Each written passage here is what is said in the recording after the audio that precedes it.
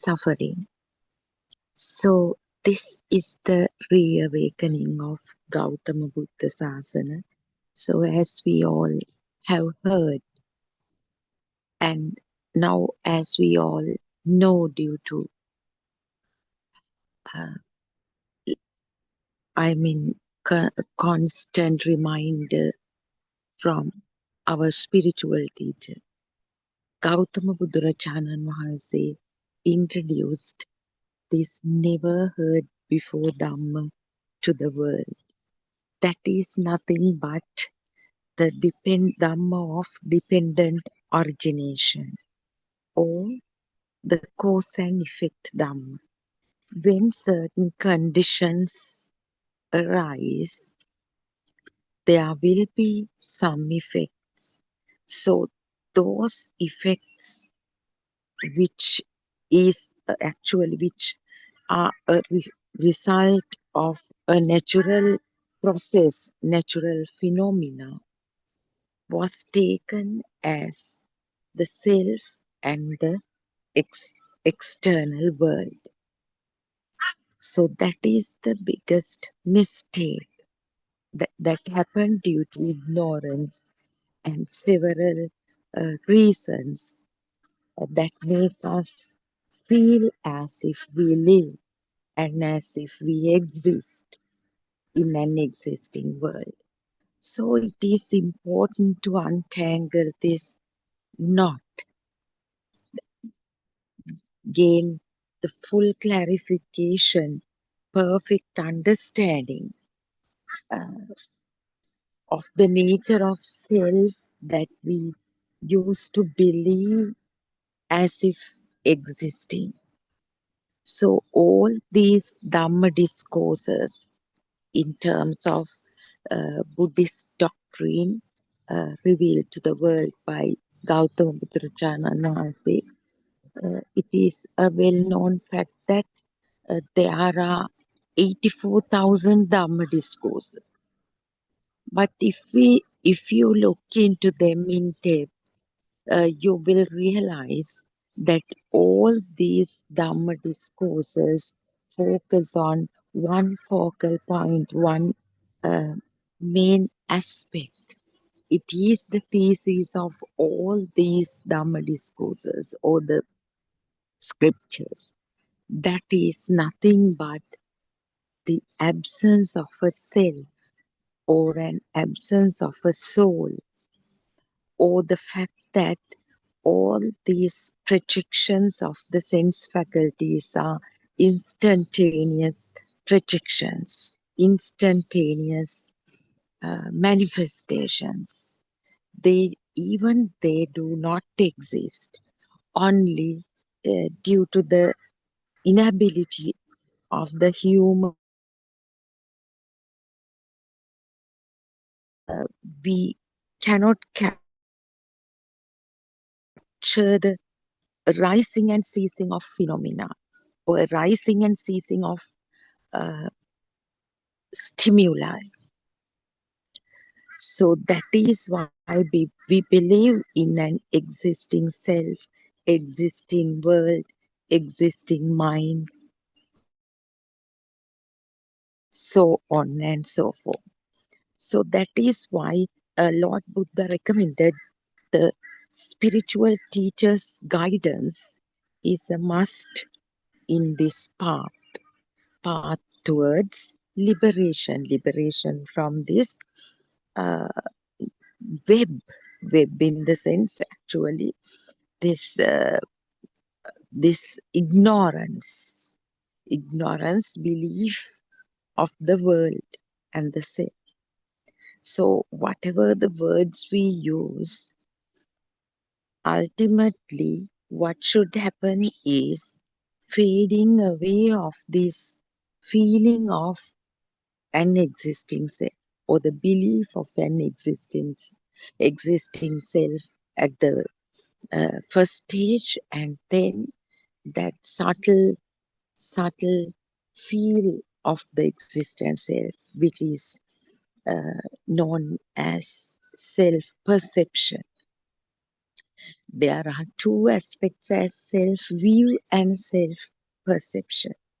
Self-view is something that we uh, we actually began to believe after some time of this uh, birth in the conventional world.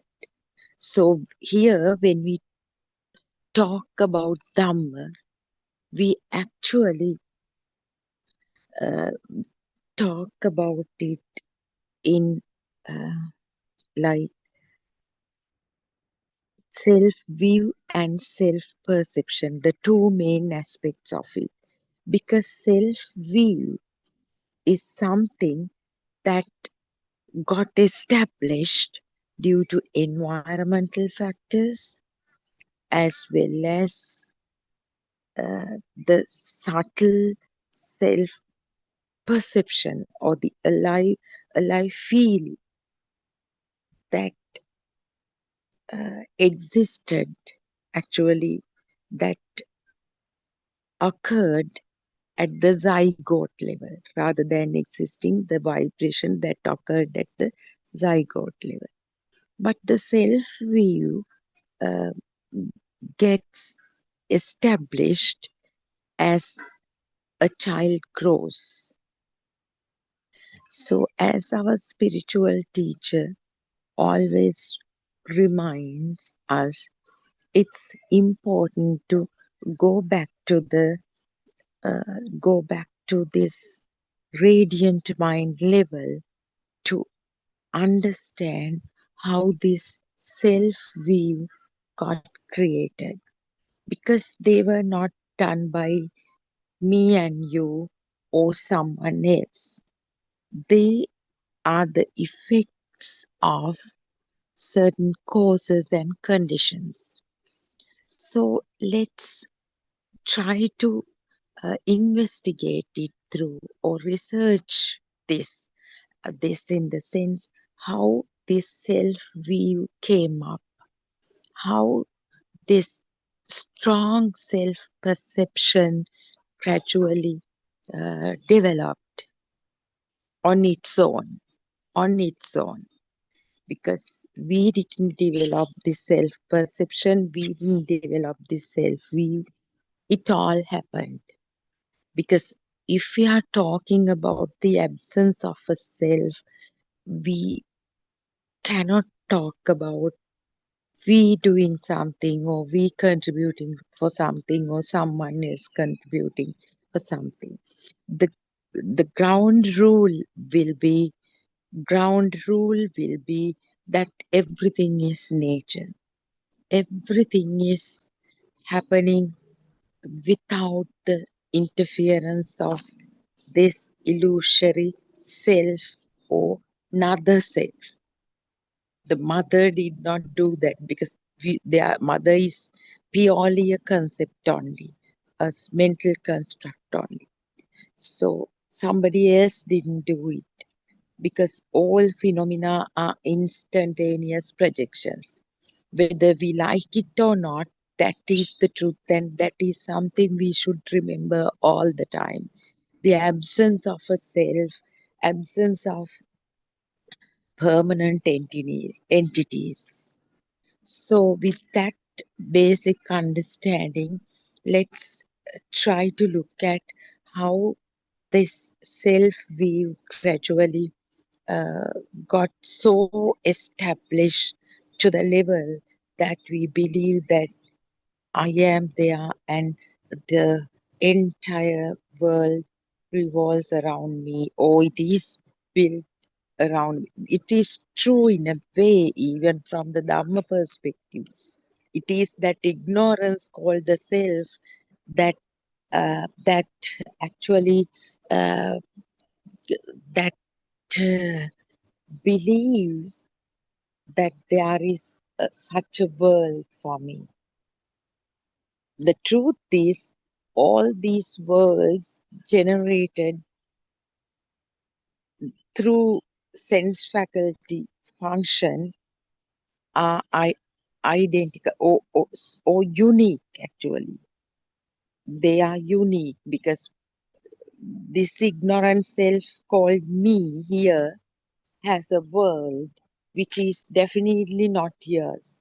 Yours in the sense your ignorant self, right? So you have a daughter in the conventional world. Her world is not your world. It's not the unique world. It is the capacity of her sense faculty system and the way that she has perceived, she has developed concepts, she has means her mind uh, created for her the power of all her thoughts. So, or the strings of thoughts occurred in her existence. So that way, actually, uh, the uh, point of point of like first mistake, let's say, first um, point where we got so much deceived or cheated by nature is that everybody experiences the same world. So when we talk about the world that that gets created for the system of the cow and the system of the bee or the system of the dog and system of the human, if you just compare again using mind, you will basically realize that these worlds that gets generated for different systems are completely different. Dog's world is all gray, cow's world is all red. So the bee's world is uh, luminous in terms of colors, and that the the entities that that system perceive are of octagonal dimension or eight dimensional world. So we believe that we perceive three-dimensional, which is also a concept on. So, and going beyond that, even the human systems do not perceive the world in the same way. Forget about other systems of other realms like animal realm or hungry ghost realm or um, heavenly realms. Forget about them. Even the human systems, this system may perceive the world in completely different from another system. So we have real life examples like somebody, uh, I mean, arguing about a certain color. Maybe that one is wearing a magenta sari. No, that one is wearing a mauve. That one is wearing a purple. No, that one is wearing a maroon, somebody might say. How come that?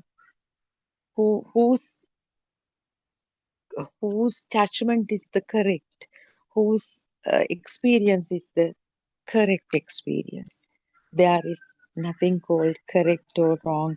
That is the capacity of the human system, human eye. And somebody I know of Cassie arguing that this is blue, that no, someone else is telling it is green. How come that? Because that is the capacity of the human eye. Whatever the vibrations that match the human eye of a certain system uh, interact and create some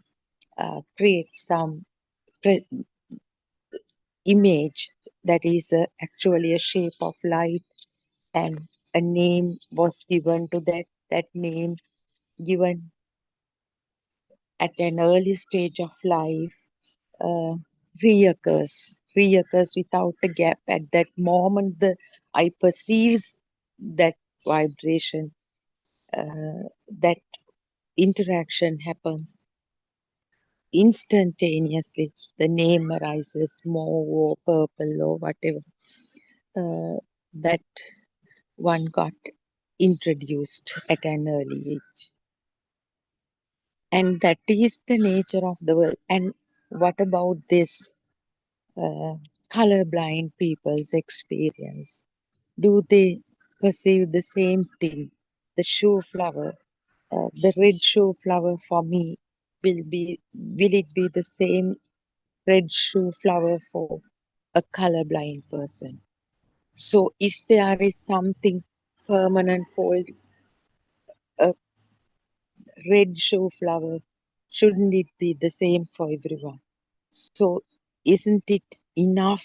I mean, to understand at least at superficial level that the worlds experienced by us are different. Going beyond that, maybe your mom made a dal curry, popular dal curry among in the eastern world part of the world. So dal curry, your brother might say, "Oh, it's too hot."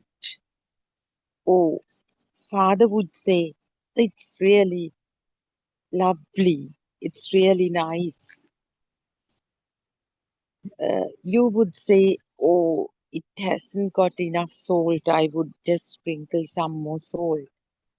Another person would say, "Oh, it's better than the curry that you made the other day." So different experiences, but it is just the tongue. But that particular dal curry it's a different story. It's all your mind. But still, if it is the same entity, if our worlds are the same, everybody should experience it in the same way.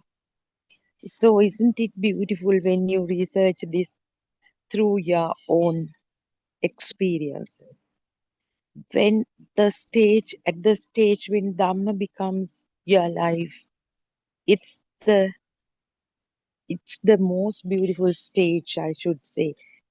Maybe that's all I can talk right now about, but our senior practitioners, they must be experiencing a lot of beautiful uh, other Dhamma experiences. So we can't even think about the experience of our spiritual teacher Buddothpado Aranhazi. He laughs loud like a small child at times. Then he shouts at someone at some point, and it's really beautiful to listen to his explanations. He uses beautiful words like a family member. "You are such a liar. You are such a fool. You are such a he treats every one of us like his own children, so he doesn't mind the social status because he has fully liberated from the external world and the self. So we can't even imagine, but from the way he deals with somebody get sometimes flabbergasted. So he doesn't have now. Actually, it is important to tell this. Now, when we associate with so-called mundane world, even we just label people like, she is a very educated person coming from such a background, and that one is like not having such a good background, must be having awful experiences, no mannerism, no social etiquette. It's very difficult to get. So we like of stereotypically we when we have a certain impression about a person, it lasts so long for entire life, even if that person does a good thing. Oh, he said, I'm talking about this pure mundane experiences, right? Because that is the first we have to understand where we are. That's why. So, but such an enlightened one, actually, our spiritual teacher, even the person who comes from the highest background or who has lot of knowledge, he's a small child for even though he shouts at the village mother. Sometimes people may criticize, "Oh, see, innocent lady, why is this um, spiritual teacher is shouting at her?" So That is the mundane perspective. He has another a motive in the sense just to show the person the truth, the absence of the self. So he has no impressions whatsoever. So if you join this platform, if he once appreciates you and next day says, "What are you doing? Hey, look at." Don't be upset. Don't be flabbergasted because the existence is just single thought. I, in this journey, have wandered so many times. My God, once our spiritual teacher said, "You are quite almost done and very nice. I know you are where you are heading to." And next day he says, "Oh, look here. You haven't got a single thing. Look at this self view, strong self view you have. You are such a fool." So because he's whatever he talks about, whatever he comment on, or whatever he deals with is that instant only. So you may come up and talk to him with a very strong self perception, and what matters for him is that instant only. So can we even imagine how many past when we look at a person more that do we forget that there is a present moment, even all past experiences flooding to us. Oh, this guy has done this to me. Once he was like, in the school he just fought me with me over some minute thing, maybe over an eraser, over a desk or a chair. So ignorant, not ignorantly, no one is doing that, but that is the nature of the mind, the system of synchronization. The moment that vibratory shape arises, we have a name for the person and lot of history that telepathizes along with this image. So that actually through Dhamma now we know this phenomenon. So the beauty is we don't get caught. We see how things get telepathized, synchronized. So it is a different angle. That is actually the or nothing changes. Only the angle that you perceive the world may change. So that is the beauty of this true Dhamma. These are not just words. You should experience it from your own system. I would say the system. Right now, actually, I told you it's important to go back to the radiant mind level, which we talk daily about, which we have a lot of questions about. So uh, we are anyway talking about Dhamma only to the level of our understanding. So that actually our spiritual teacher has given this for us as another point of contemplation. When you look at these Dhamma points, when you explain them through your experiences, you really begin to feel it rather than just being in the comfort zone, listening to that. No, it won't help. Actually, uh, the day before, our spiritual teacher's sermon in the groundbreaking revelations, when he was telling, now it's a piece of cake for you. This Dhamma is like a piece of cake for you. Do you know how much research I've involved in, like taking a point and researching from a scientific perspective, from a religious perspective, in relation to other philosophies. So, and until it becomes self-evident to you. So, he self-evident to him. He has done so much research. So, uh, that is why he is so confident about these points. So, actually, having been offered it on a tray for us like a piece of cake, we still cannot get it. Not, it is nothing but due to nothing but our uh, lethargic attitude or our inability to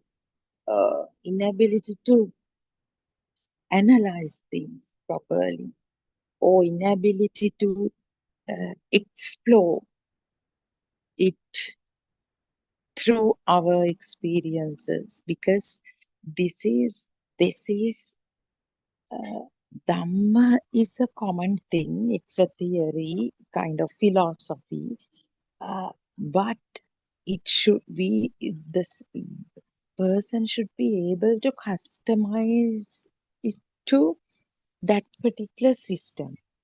That is why there are 84,000 sermons which lead to the same destination.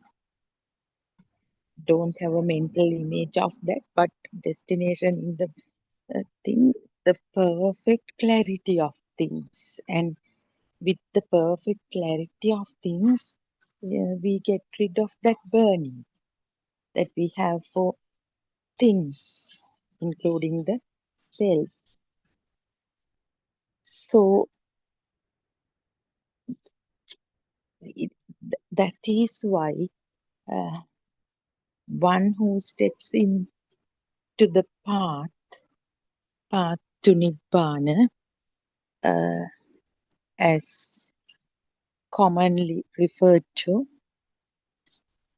one should become scientist not to explore the external world, but to explore one's own mind and one's own own feeling of self perception.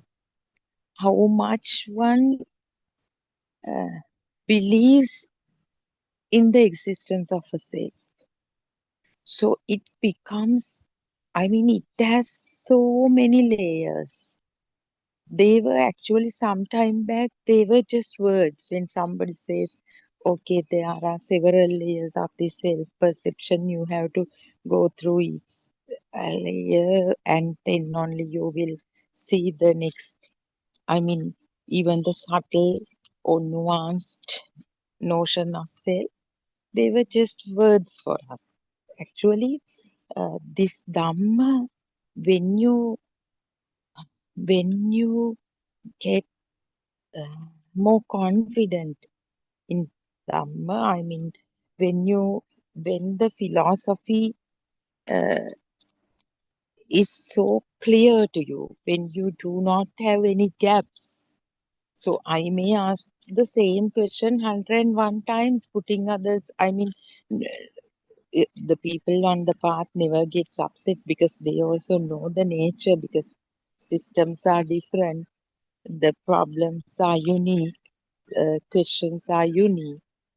That's why our spiritual teacher has opened up so much opportunities, so many opportunities, so many, uh, live Dhamma discussions for people to clarify and verify the doubts related to uh, at the initial level philosophy and then the practical path. So, going back to the creation of the self perception and the self view, I was referring to a beautiful sermon of our spiritual teacher about the creation of the self perception and the self view.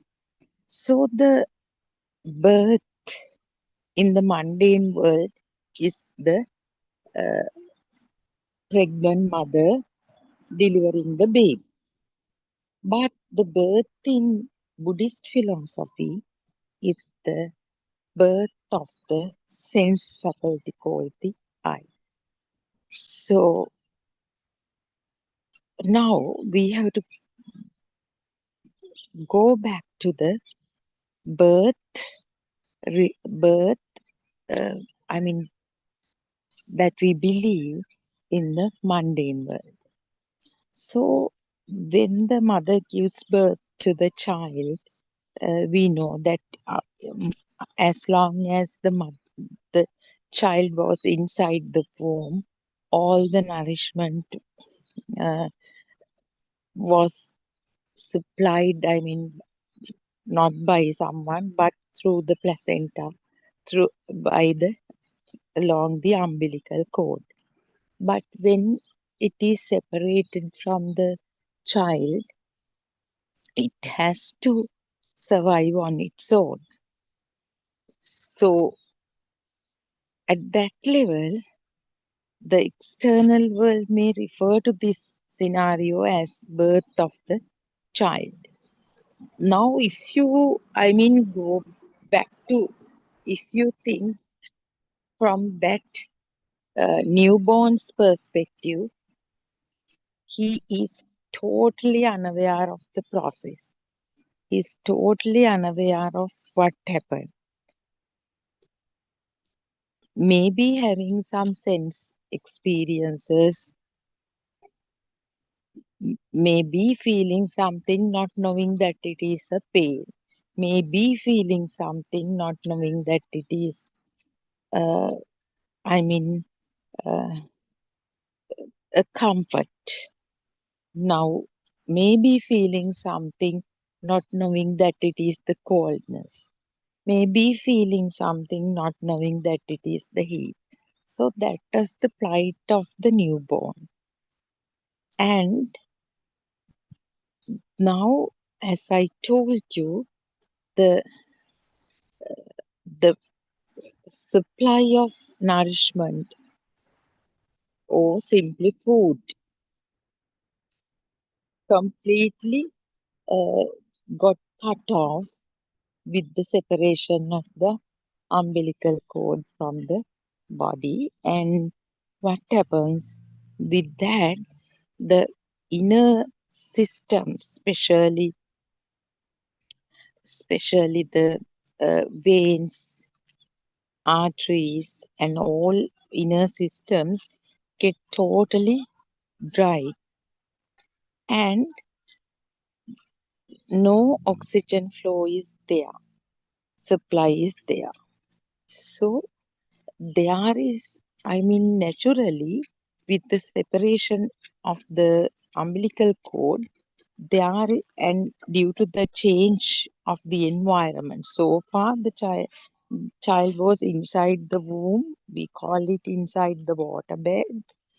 So that particular environment also got completely changed with that, and due to that, there is a huge gap in pressure within the system and the external atmosphere.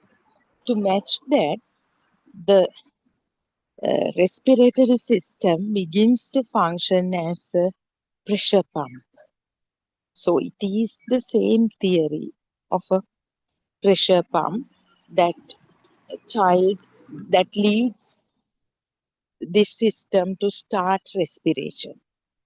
So with that respiration, the body is energized, the dryness gradually goes away. Actually, the oxygen supply begins and the systems begin to function, but still the dryness prevails.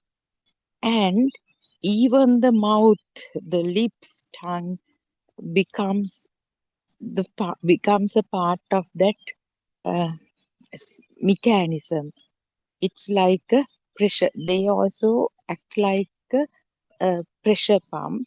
The moment mother's nipple is brought to the child's mouth, the suckling or sucking happens.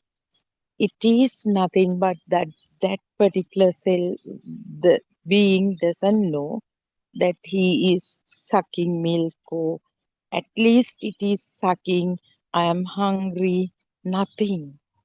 Isn't it so beautiful when we discuss, I mean, these things in so much minute details, thanks to our noble teacher. So otherwise, in all these years, we never paid attention to any of these points. So with that, the inner dryness uh, disappears because now we know we have a name for everything, form of identification. So the uh, digestive system begins to function in the sense that dryness disappears because now we know milk goes through the throat, through esophagus to the stomach, and that digestion, it's kind of like a machine function. So absorption of nutrition, that system happens, then connects with this oxygen, and it is circulated throughout the body through the blood circulatory system. And the heart also begins to function, and with that, the circulation process starts. So similarly, several processes begins to function. Food digestion, then excretory system, passing urine, then the liver functions, and all systems function, body, inner system. Actually, isn't it enough to understand that this is just a system? Did we do that breathing? I mean, food digestion, blood circulation, then passing excretory, I mean the waste, and how many other systems are there? So it is purely nature. It's purely a natural process. So this goes on, and what do the outside world do?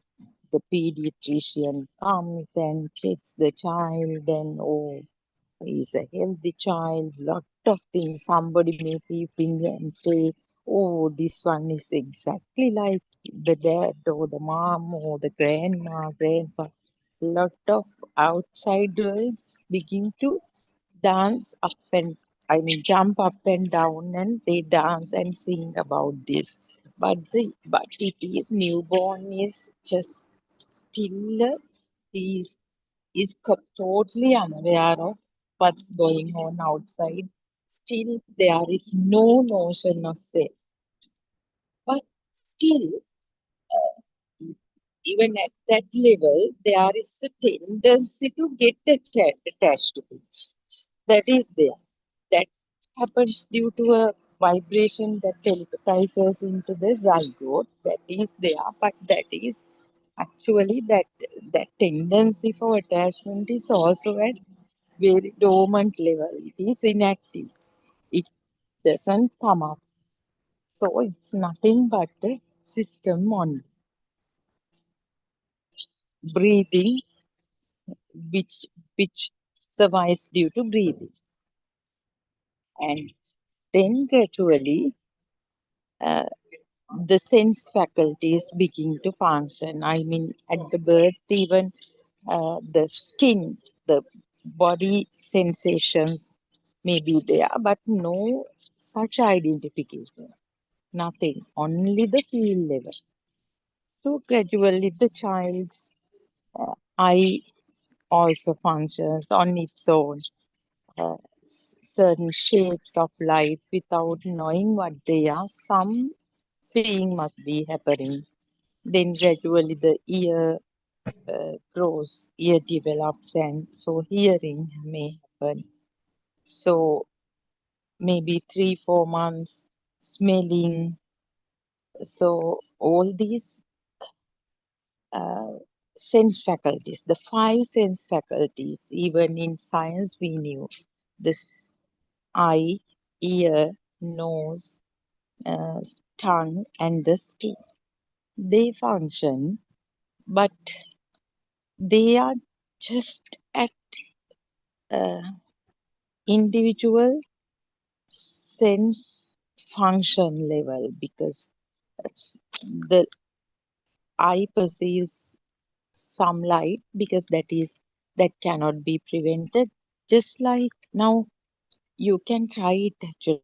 Just like when you open your eyes, seeing without identification, it if you do it now, of course, it is simulation only. Identification happens then and there, but that seeing level without any, so I mean, some light, sense of light may be felt for a year without any identification sounds because depending on the vibrations of the physical ear, the interaction of external vibrations happen and hearing happen. Smelling, it's the same, uh, depending on the vibrations of the nose. External, although we use these words, actually there is nothing external, but some vibrations that matter, that uh, that have the similar frequency may interact, and so smelling happens. And then tongue, when the suckling happens, the suckling means the milk means some vibrations, tongue is another kind of vibrations, thickly set vibrations. When they interact, some taste may be there, but there is no connection between these sense faculties. That now, just imagine now when we see the mother, of course, I mean, forget about the story that telepathizes along with that perception, but still a clear cut figure, all details. Mother's nose is like this, eyes, hair, uh, if it's going gray. So, I mean, all, and mother's voice, mother's smell, mother's taste, mother's, uh, I mean, all sensory inputs taken by in relation to, I mean, that particular shape of light spark together. We call it a lump of sparks. All sparks, I mean, all experiences, sense experiences spark together as a lump, and we get the notion of the existing mother due to the power of those sparks. That is, the the metaphor given is when there is a whirlpool. If you have seen a whirlpool in a river, after due to that speedy speedy movement of water, rotation of water currents, it gets more power and it starts moving from one place to another in the river itself.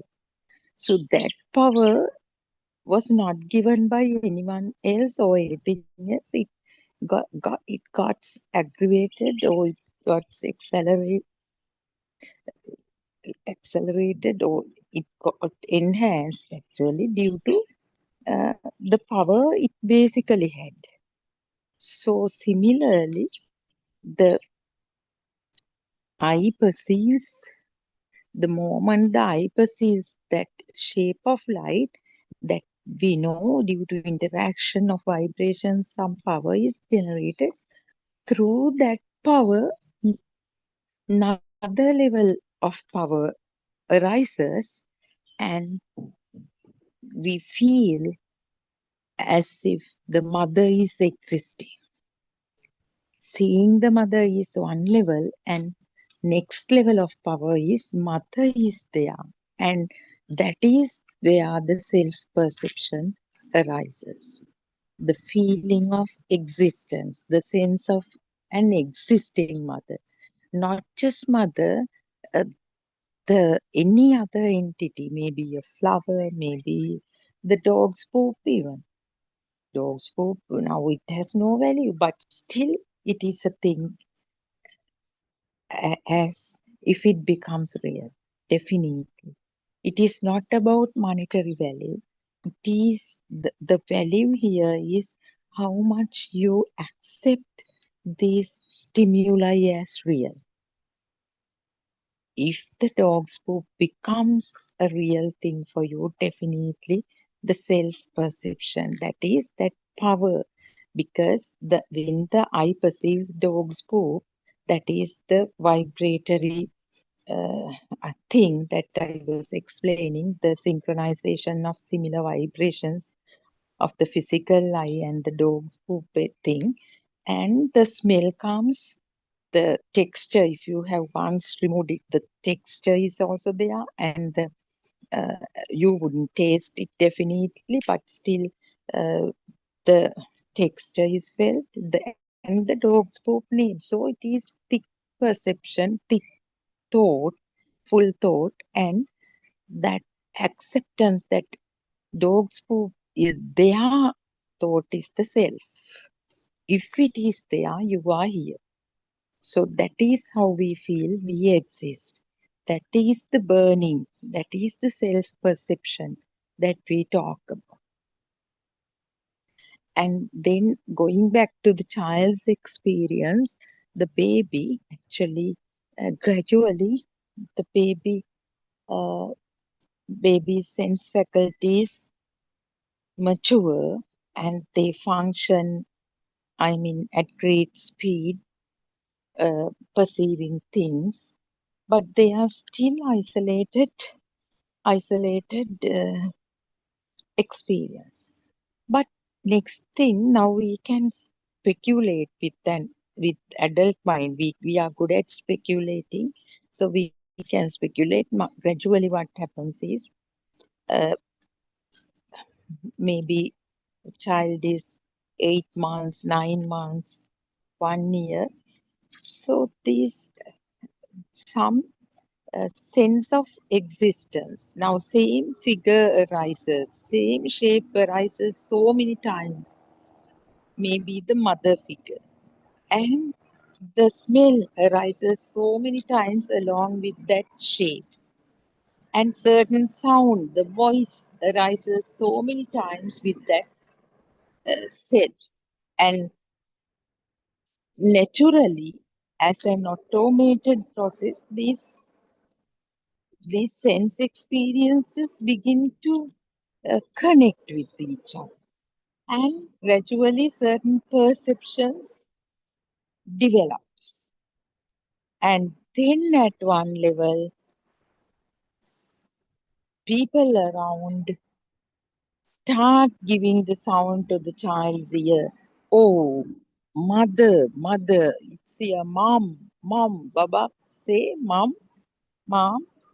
So people around start giving that sound. Sound means the vibrations to the ear in when while the eye is perceiving that shape, nose is perceiving that smell, uh, tongue is perceiving that taste, uh, body is perceiving that touch, to the ear, the mom sound is given.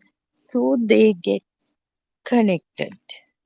They get connected, and again, the child is made to, and the next level, the first, the child may not repeat the name, say the name, because it is not the child saying actually. Nothing is done by someone, it is all a process, mechanism only. When the mother sound vibration occurs in the ear, the response comes from the thought that is actually not the response to the command. It is the response to the sound vibrations that occur in the ear. But we believe, oh, I told the kid, the child to say mother, and now child is saying mother. No, those first, later maybe the reaction may come to that command vibration. It's a different thing. That's the next level. But that be the first level, the ma, ma, the child. Actually, I'm repeating our spiritual teacher's sermon, which was done couple of days ago. It was so beautiful, and every time he talks about how the self perception gets created, we still uh, broaden our realization, and it's so much important to uh, proceed in the path, not as a person. This proceeding happens naturally, but still, uh, it's like honey to our ears. If I say metaphorically, it's like honey to our ear too, because it's the story of all of us. It is the story of uh, liberation, to liberate from uh, this myth, this web, this vicious web. Actually, not just a web. We need to awaken the wisdom. Not uh, it cannot be done by force. It cannot be bought with your money. It won't come to you miraculously. You need to make some effort to understand this basically, and then to practice it, then to feel it. So, this feeling the truth level is not done by somebody. If so, we would be really, really happy, because that's a real challenge. But what you could do is, you can start with the notion of self anyway that we do. We as people started to listen to Dhamma because we wanted to know what it is, but we never knew that it is a journey towards shedding or leaving behind the self. If we knew that uh, it is all about letting go of self, probably people may not step into this journey. That is why our spiritual teacher says, මමත් එක්ක මම ගමනක් යනවා මාව දාලා මම යන්නට යනවා. That is, you begin your journey with a strong self view, strong self perception, and gradually it leaves you. Gradually, it's such a gradual process. Gradually, you feel that it leaves you, means the burning gets diluted, burning gets diminished, it fades away.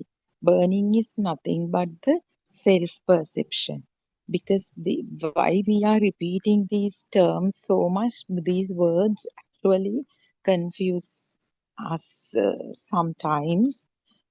But when you get stronger and stronger, or mature rather, in the path, nothing will be a problem. You will begin to feel, you will begin to experience the precious thing. Actually, that is most important thing, the feeling of the alleviating of this burning sensation called self perception. Actually, self view is rather uh, environmental factors. Actually, the believing that we are there, and I own this, I have this background, everything happens to me. I have children, I have a family, I have so much property. I I have the kind of, I have been fortunate to find true Dhamma. I am listening to Dhamma. I am having these experiences. I'm going to relate my experiences in the Zoom discussion. So all these are kind of self-view. So first thing that uh, that happens is, this thick self-view gets uh, fades away. It fades away gradually, and but the self perception, the feeling that as if everything happens to me. You will be there until you become a fully awakened uh, sister, actually. So, the beauty is uh, this opportunity is open for all of us who still has a functioning system, has the capacity to listen to this Dhamma and realize the truth about the self, or in other words, to understand, fully realize who you are or who we are. So, with that, I wind up my talk today. And once again, I pay my gratitude to Buddothpado and Vahanse. May the Noble Triple Gem bless you all and see you tomorrow at the same time.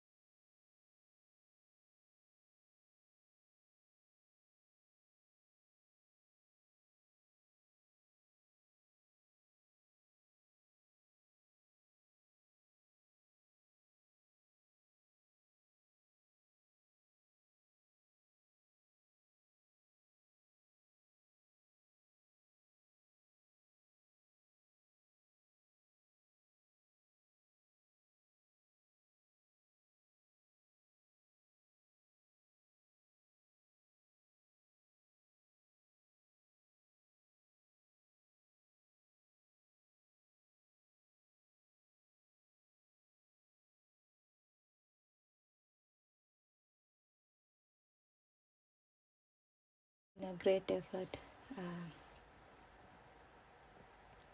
and Arana has also making a great effort for many years. Now you can listen all of Buddothpado Dhamma sermons on Buddothpado PeoTV in Sinhala and English 24 hours a day. At this moment you might not realize how this Buddothpado Dhamma sermons, how it is very important to understand the reality and understand the true Dhamma.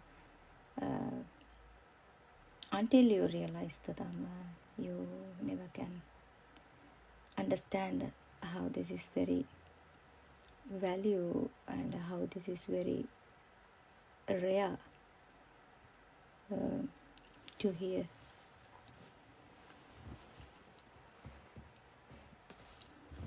In these Buddothpado Dhamma sermons, it is always emphasized that the path to Nibbana is not a matter of collecting knowledge. It is a practical pathway that you can understand directly. Aranhasi always guiding you how to practice by dividing two steps, by two pratipada.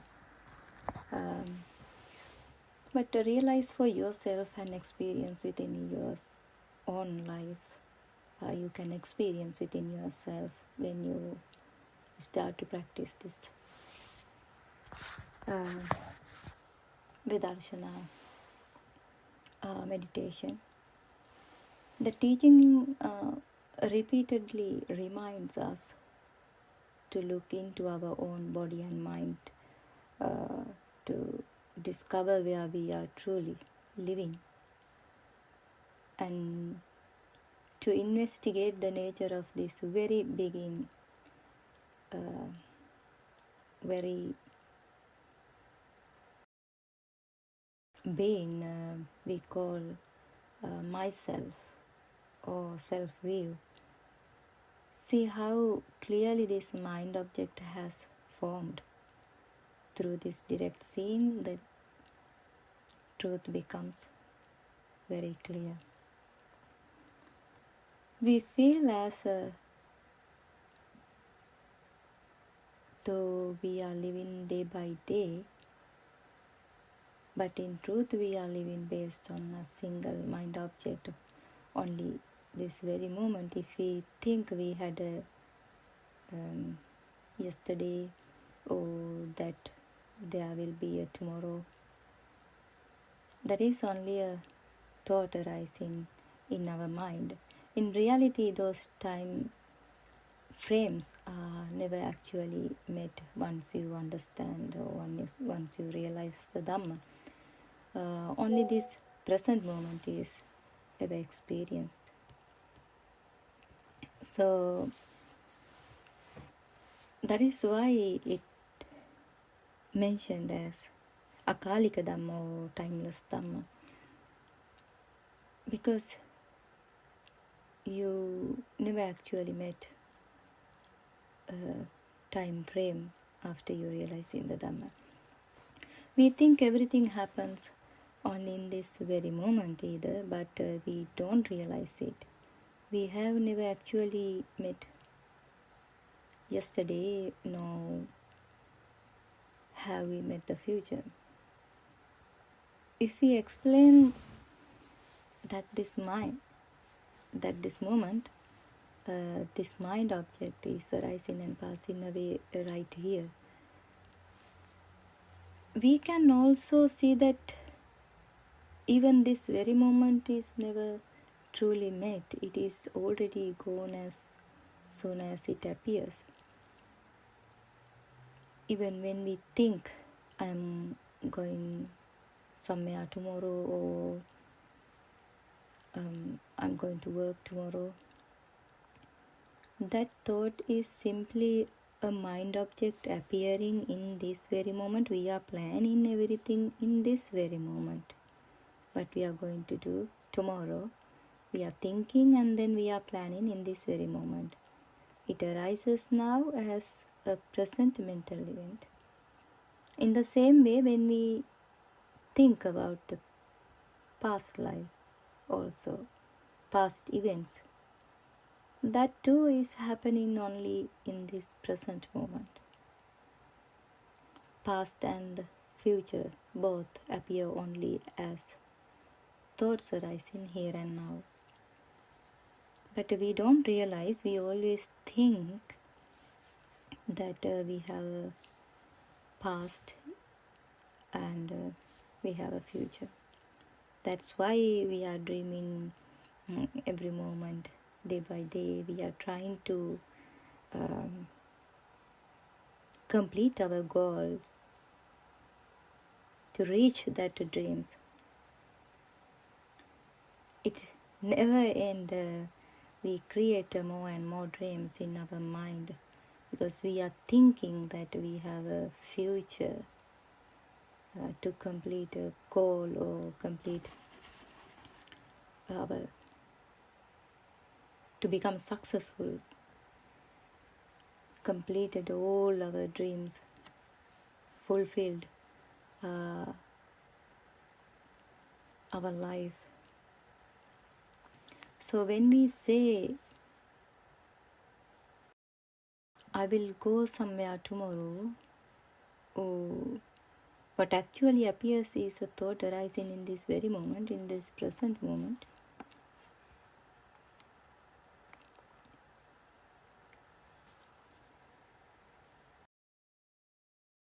In the same way, when we recall our past life or past events, that memory also arising in this very moment, past and future, never exist outside this moment.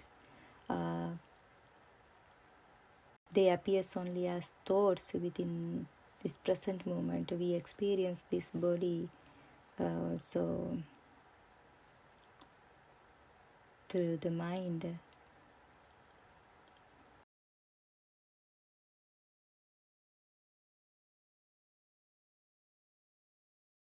So even the body is a mind object, because when we say that this is my hand, I experience this by seeing the colors comes through my eye, and the hardness or soft, it comes through the skin sensors, and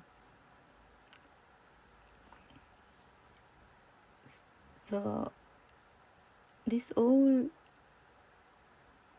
sensation entangling together, and it's appear as one object in our mind, and we are experiencing that I have something, as I have something in this very moment. But once we realize how this mind object has formed, we never can make anything as a real thing, real solid thing. Yet what we call this body is known only through sensation, perception, and thoughts arising in the mind.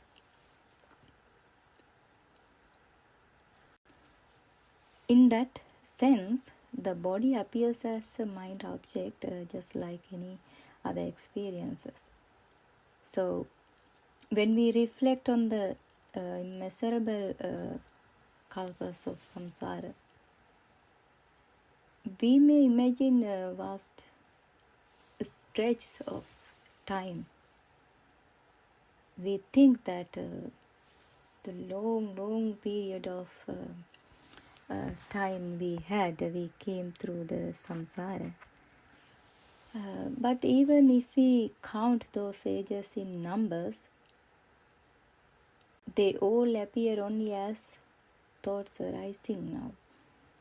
The entire sense of long time ago, or countless years, is simply a present moment mind object. In truth, even the vast cycle of samsara is known only here in this very moment, because This mind object is arising and passing away, the whole feelings arising and passing away in this very moment through our five senses. Because we have five senses, but some animal has only two senses, three senses, like that. But what we experience through those senses, it's arising and passing in this very moment. But we think that it's existing as a permanent thing. That is why we are counting in a year, so like countless years, say in kalpa or eons. So we are thinking that we had a very, very, very long, countless years for this life, for this cycle of samsara. But once you understand, or once you realize the truth, or once you see the mind, how it's arising and passing away for a moment, then you will realize that there is no samsara. Either we can't count it using years or months or days. That is why it says timeless Dhamma or Akalika Dhamma, because everything happens, everything we experience seen through this mind. And once you realize that there is no real mind, and then we never can take time as a real thing.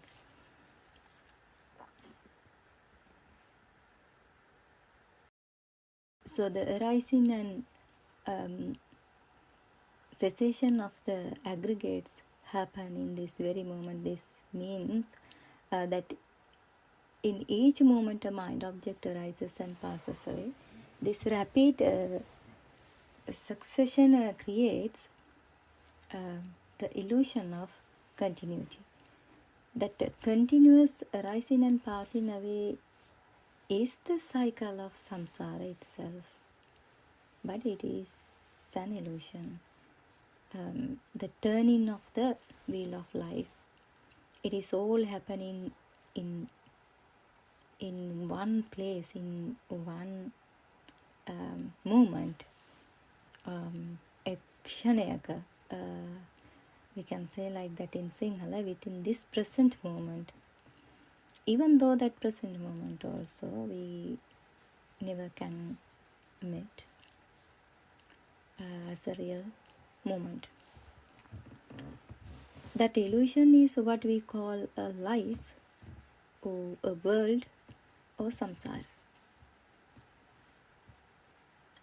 Every moment is created by great aversion and delusion.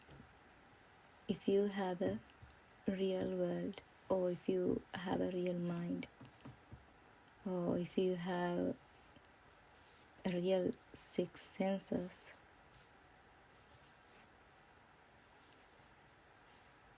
then you create defilements.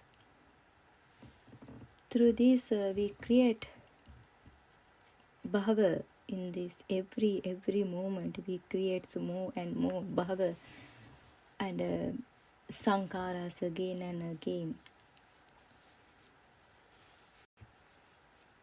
continuing the cycle of samsara. When we explaining, we talk as using those words as samsara. But even though if you are in the pruthakjana ground without understanding the Dhamma, you have a cycle of samsara and you have defilements creating every moment. You are creating defilements every moment, and you have both extremes, and then exactly you go through this cycle of samsara. But once you realize, once who understand in the Dhamma, who understand in the mind object how it has formed, then they understand that for the for those noble person or noble ground, they have no uh, 31 layers. They understand everything very clearly. So even the sense that I am getting old is simply a mental state arising in this very moment. What we call this moment feels solid only because a thought has appeared saying so.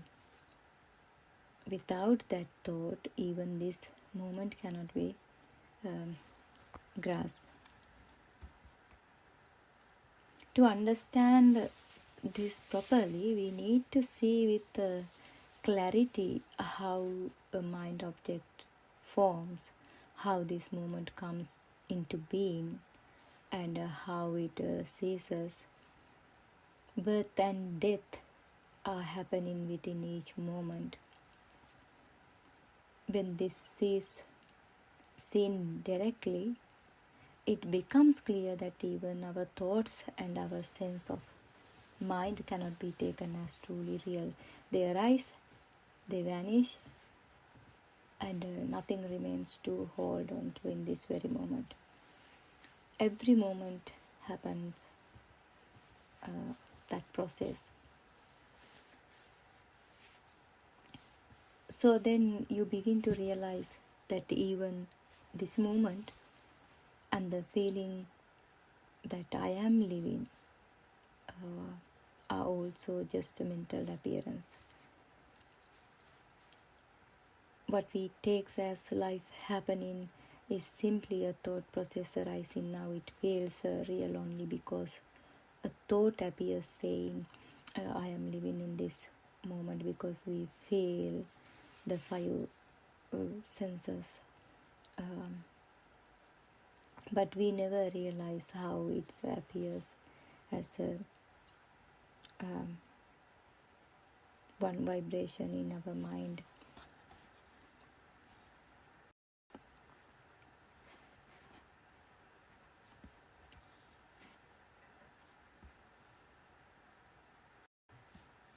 When you see very clearly how each of the six senses arises in this very moment, you realize that none of it can be taken as mind or as one solid thing. Each sense impression appears and disappears instantly because of this constant arising and passing away. There is nothing you can truly hold on to as a self or something that belongs to you. But you have to explore all senses very carefully until you see the reality very clearly.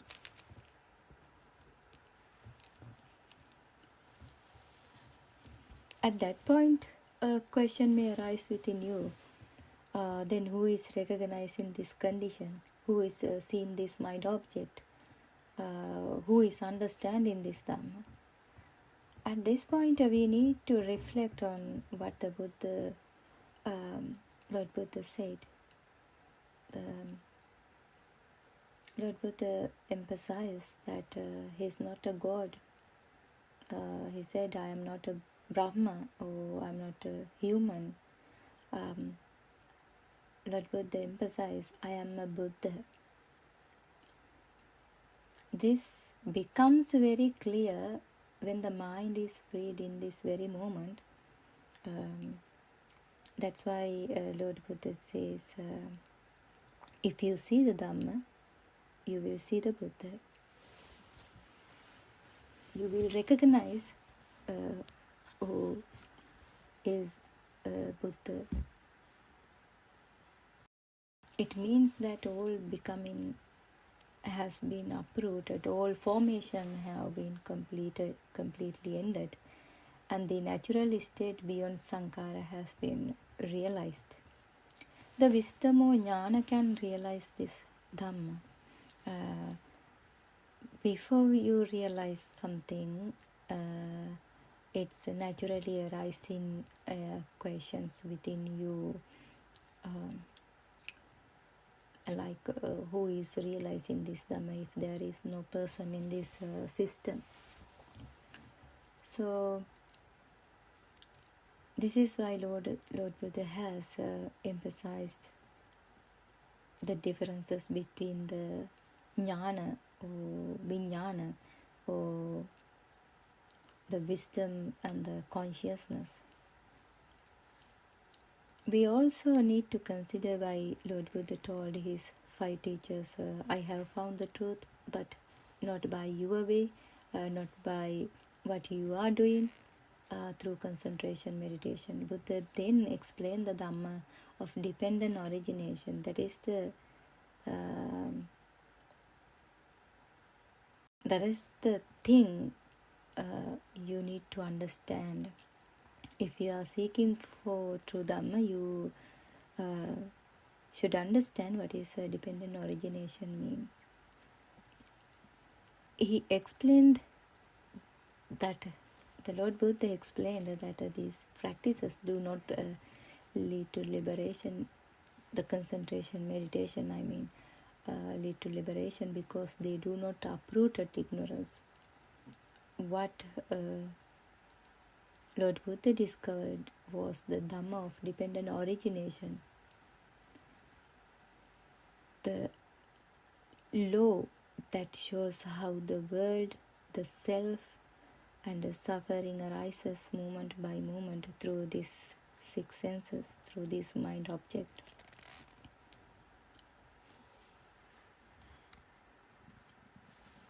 From this,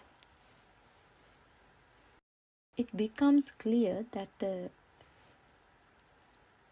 Lord Buddha did not emphasize the long meditation practices. Instead, he explained how this world is formed and what Paticca truly means. This is the real Dhamma Lord Buddha taught to this world, even to little children, in a simple and direct way. That's why those 8-year, 7-year children could understand this Dhamma.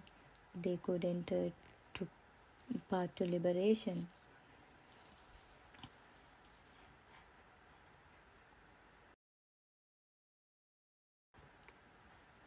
So someone might think it is very hard and it is very difficult to find the path to liberation according to what they heard. Uh, so many concepts or concepts or concentration meditation before. Then you might think whether this Buddothpado Dhamma discourses, whether they are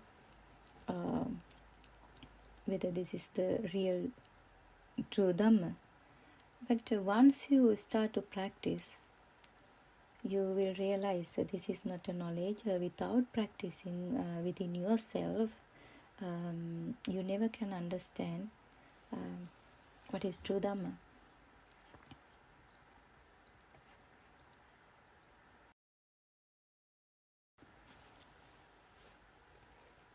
Sometimes parents or some people think that if their children listen to the Dhamma, or if they practice Dhamma, in learn it deeply, they might want to become a monk, or they want to wear a robe, like that way. Then the parents worry that their own hopes and plans for their children will not be fulfilled. Then you can think, so how Vishaka Upasika and Sunita Sopak, those kind of children, how they could understand this true Dhamma when they were very young. You can evaluate those points. You can understand, you try to understand those kind of thoughts when it appear in your mind. Um,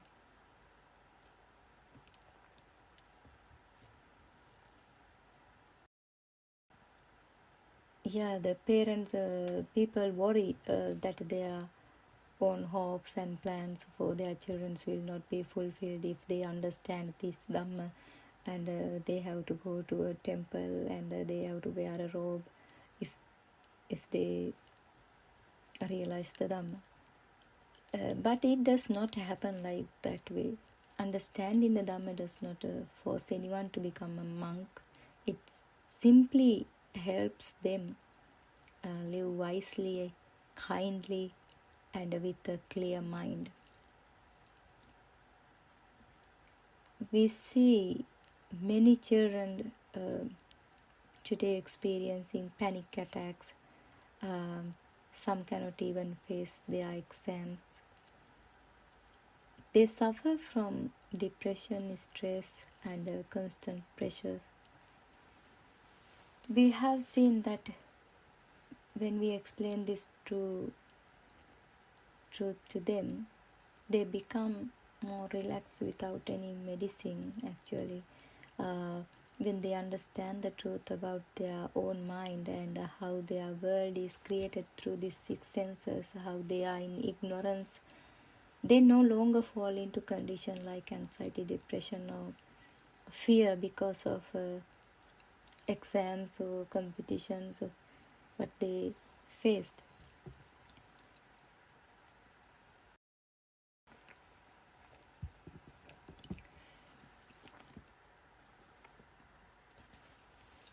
They will realize that this is a mind created world and no need to worry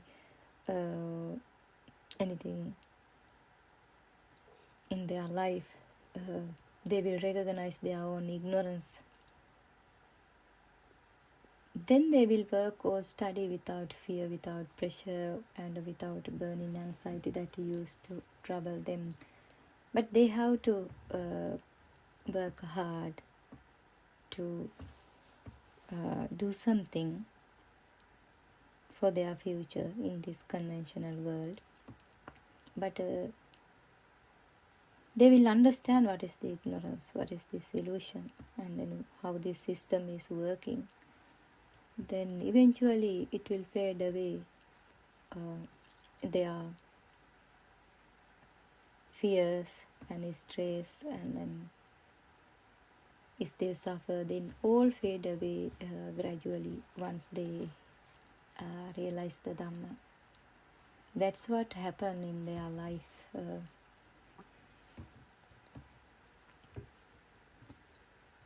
They realize that it's useless to run after their thoughts once they understand how this thought process is working, how this thought appears in their mind, what is this mind object, how it has formed. So when they understand, when they clearly see their mind object, so they don't want to run after their thoughts. That's what happened. It is very useful to understand this Dhamma, to live happily in their life, in their whole life, in this conventional world. When they see the truth, the nature of the mind, they stop giving power to those thoughts. So many young children today becomes addicted to drugs, alcohol, or even think about suicide because they cannot hold the weight of their own mind. It is very heavy for them. When they cannot bear their heavy thoughts, they try to suicide. They look for a solution in different harmful ways. When they are working in this with this education system, which is very competitive um, for them, and then they become very stressful, they can't hold anything. And then actually, if they can understand this, them what we are talking, so they won't uh, to decide to make harmful for their life. So what they are really seeking freedom from mental suffering.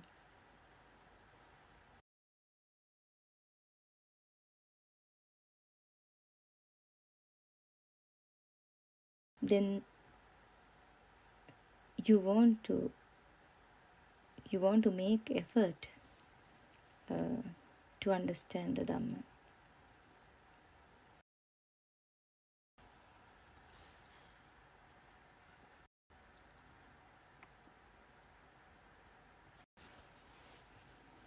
If you can hear the true Dhamma about yourself, how the mind works, how the world is created through your own six senses, you have the opportunity to free uh, yourself from that suffering. The whole world runs behind external material things, but very few um, young people or adults try to understand who they truly are.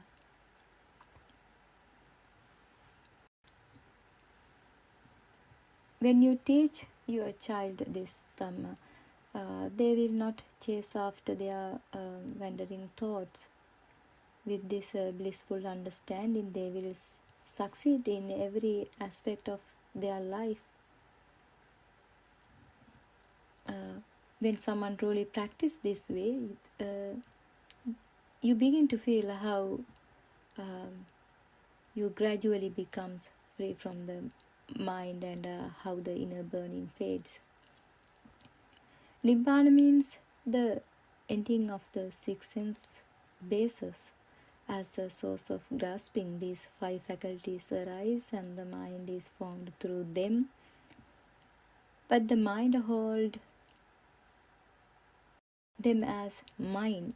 Not only that, it grabs, uh, it grabs everything that rises and burns with it. It also believes that the worlds created through these sense bases exist outside as something solid and real.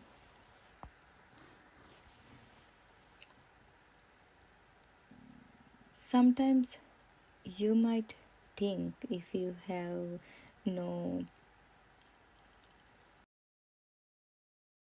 any problem in this very moment, if you have enough money, if you have a good job, if you have a good estate, if you have a power, so you might think that no need to understand Dhamma, I have everything, so I'm not suffering. But until you hold in everything as a real, one day when it's um,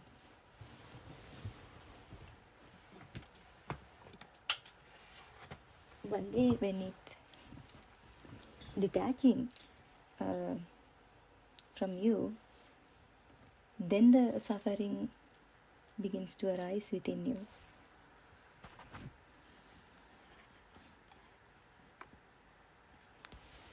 So when this illusion is clearly recognized, this vijnana maya or mind consciousness, the practitioner becomes free from this entire system. That freedom is what we call nibbana, or the freedom This is why Lord Buddha said Salayatana Nirodho Nibbano. Why it says Salayatana Nirodho Nibbano? Salayatana means six faculties. Nirodho means you need to see those six senses arising and passing away in this very moment, how it creates a world. By seeing those process, you can remove those impurities, and you can uh, remove those bhava. You don't want to form bhava in this very moment if you see how your six senses um, arising and passing away in this very moment.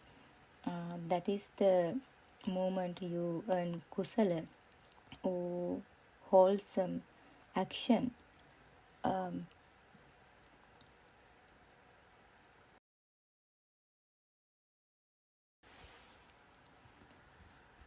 that salayatana nirodho nibbano. When you see this about these six faculties, when you are not in ignorance, when you see the process very clearly in this very moment, uh, in that very moment, you will realize the freedom um, within you. That is the way to liberation. That is why Lord Buddha explained about the Salayatana Nirodho Nibbano. So Lord Buddha didn't mention only one faculty. It has mentioned six faculties, Salayatana.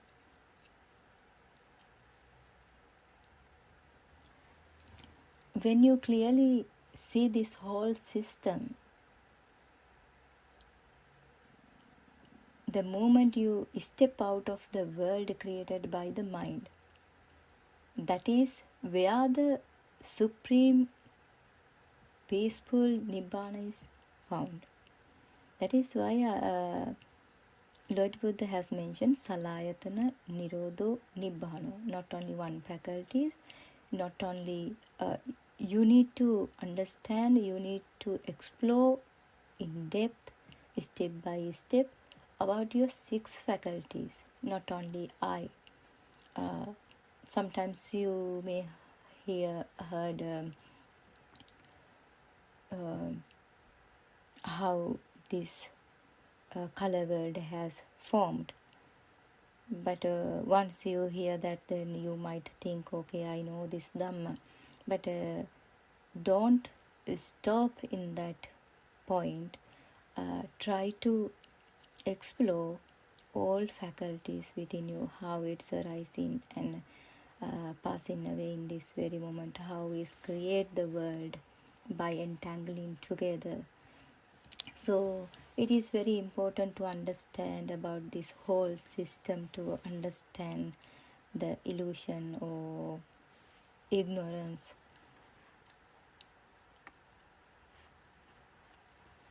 So it is not something that happen actually. The nibbana uh, happen after death. uh,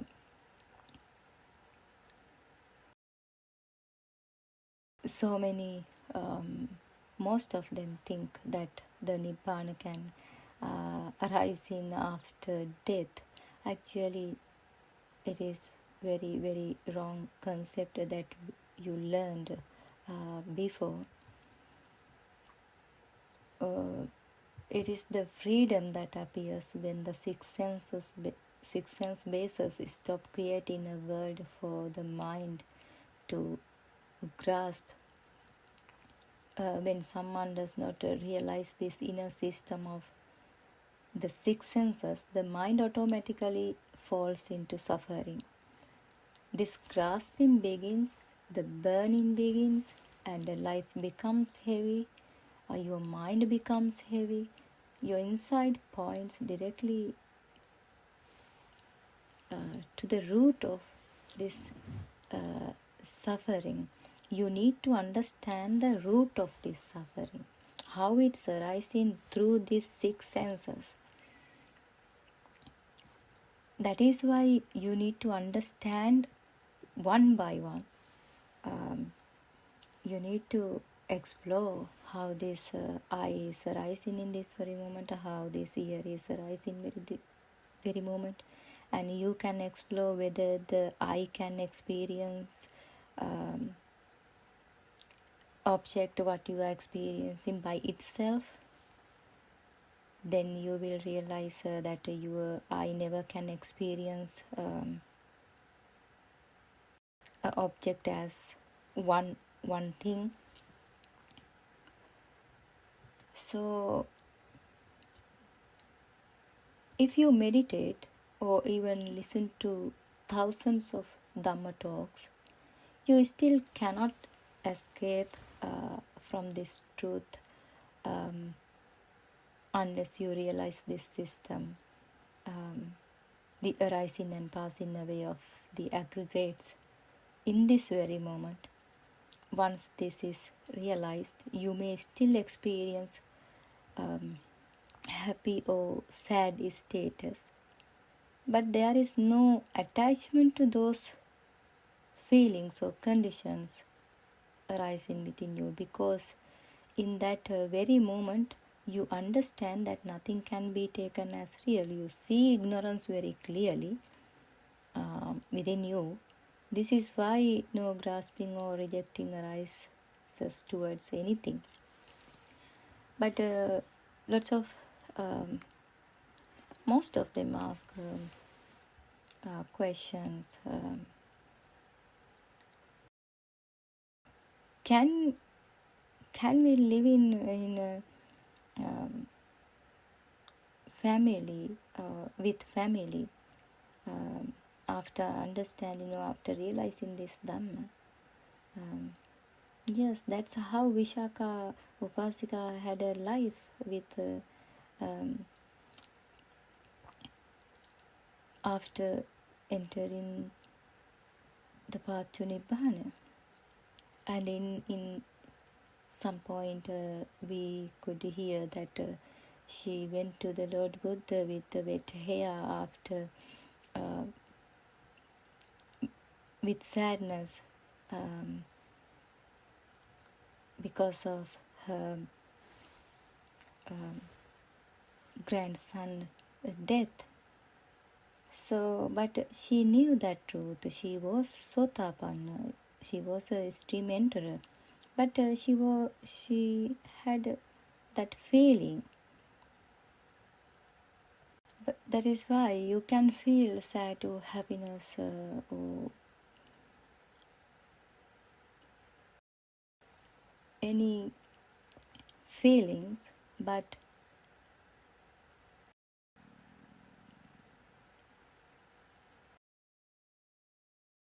there is no attachment to those feelings or condition from inside, because in that very moment you understand that nothing can be taken as real, but you feel it. Sometimes you may feel that sadness and happiness are actually the same thing, arising from the same kind of inner stimulus at a deeper level.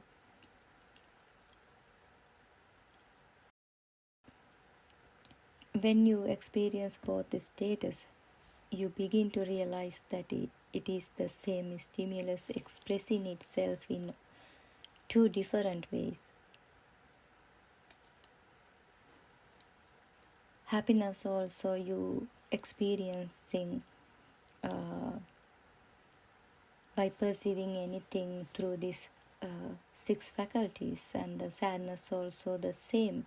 These all are vibrations arising in this very moment. Those vibrations we have divided into sadness and happiness. That's what happened in this system, because we have divided into two parts as sadness, and happiness. But the truth is, the same vibrations arise in every moment through these five senses. It has um, entangled together and then create the mind objects, mind.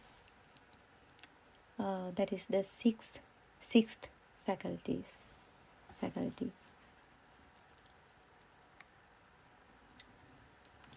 Um, when you experience, when you understand the process of these six faculties, you begin to realize that is the same stimulus expressing itself in different ways. The same stimulus arising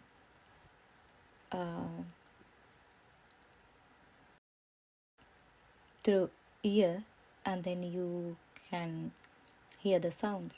The same stimulus, same vibration arising through the eye, then you experience or you perceive the color world.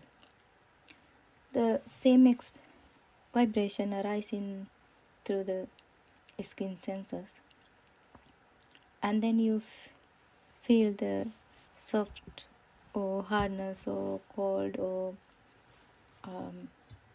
warmth through the skin. But those, all of them, the same vibration arising through the five senses in every moment.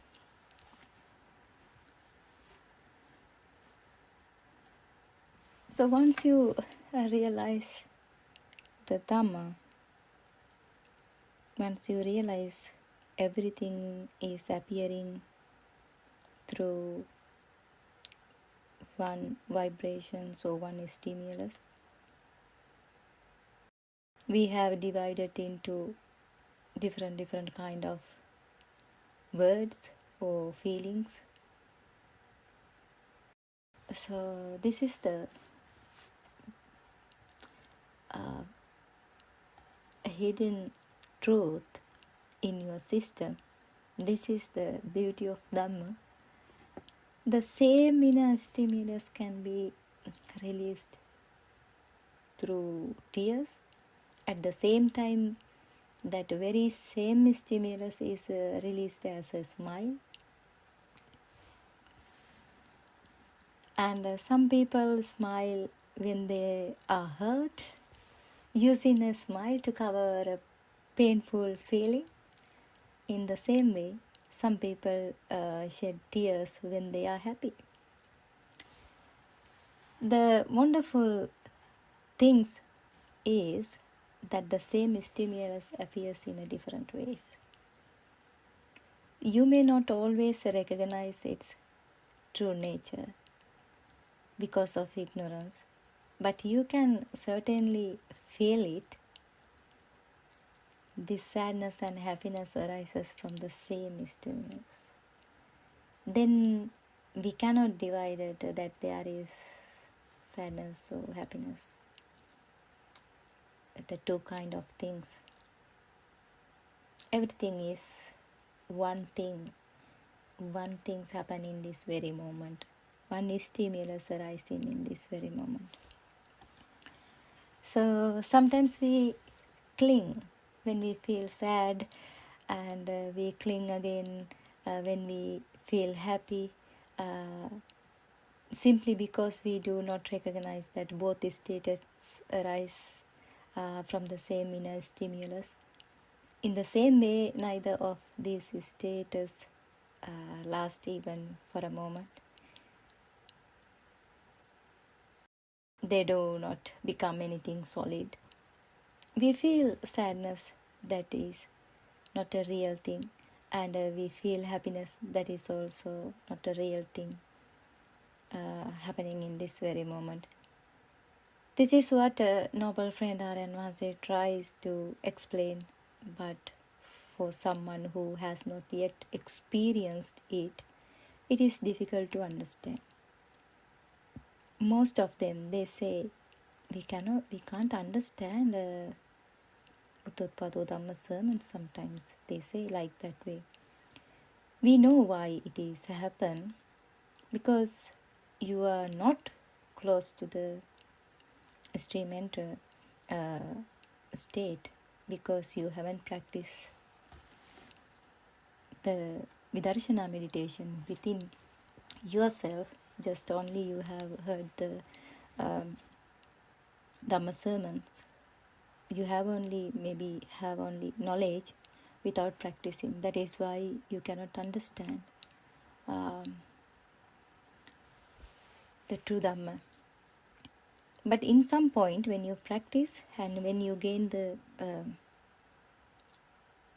jnana step by step through vidarshana meditation, then you will realize, oh, this is the Dhamma what I was seeking. Then you will understand. The mind interprets in different emotional forms, because the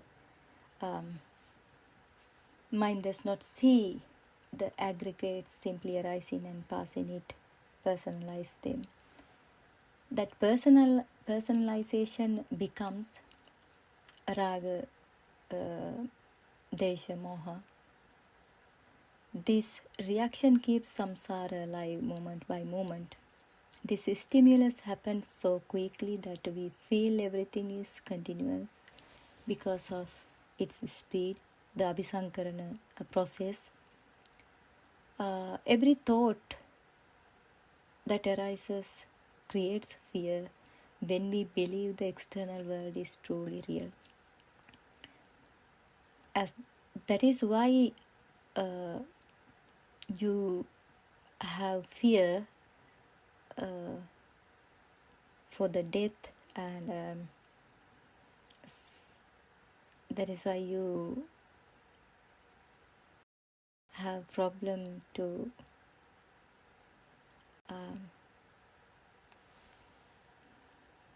you have a fear because you don't like to break come out of this ignorance, because you have a fear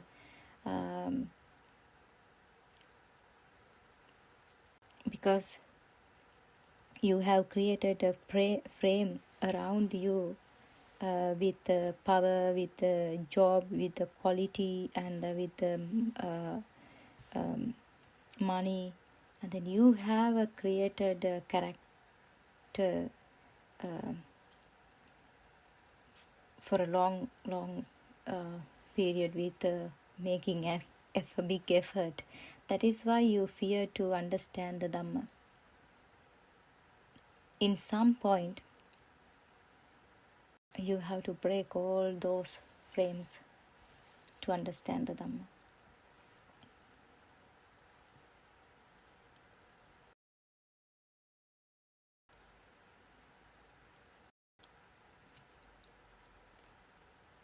So everything is stimulus arising in this very moment and passing away. It keeps arising repeatedly. The mind becomes frightened and confused, even though it is extremely difficult to realize the whole of samsara is actually arising in this very moment. When we say, the Aryan Vahanse also, when he say the samsara is in this very moment, it's arising and passing in this very moment, also we never can take as a real thing, as a samsara, once you understand the Dhamma. But most of them, they can't understand what the Aryan Vahanse is talking sometimes. But you will understand one day if you practice day by day, step by step. If you follow the um, guidance, you will understand very clearly about this system.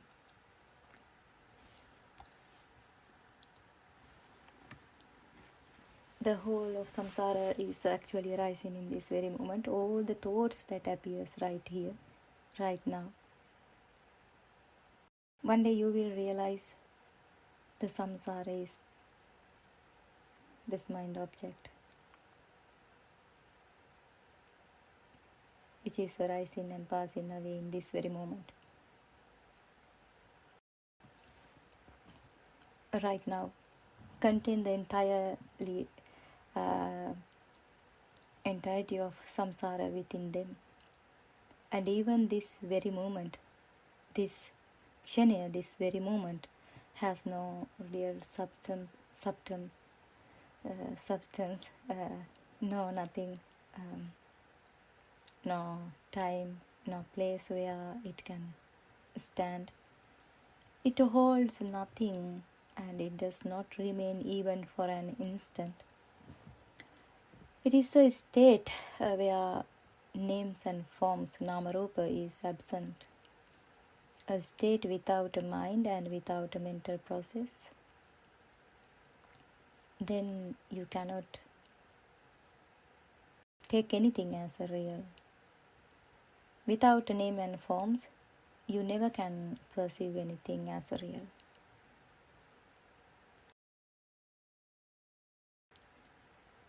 Because of this process happen so quickly, it creates two sides that seems to exist continuously. In every moment, grasping and rejecting arise because of that process, because of that ignorance.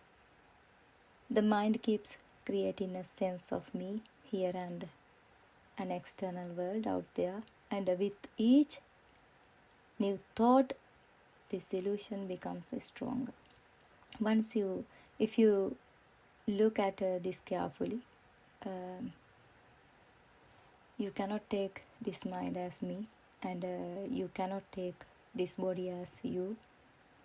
In the same way, you cannot say your I is yours, because the rising of scene is not something we create. It happens automatically, moment by moment, without our control. That is also an illusion. Um, that is the truth. Once you understand the Dhamma, you will realize everything very clearly. Try to practice and try to explore about your six senses. Try to listen Dhamma sermons without arguing in your mind, with a peaceful, and apply those Dhamma within yourself to explore and to experience the Dhamma.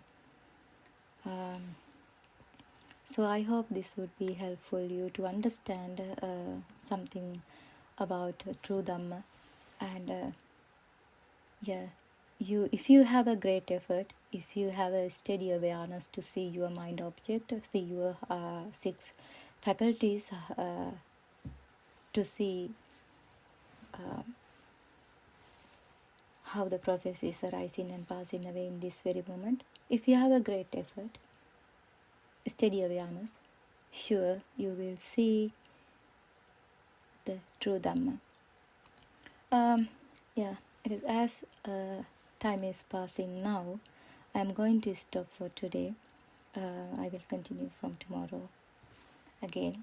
And thank you for listening, everyone. Terwan Saranai, everyone. Terwan Saranai Aryan Wahansa.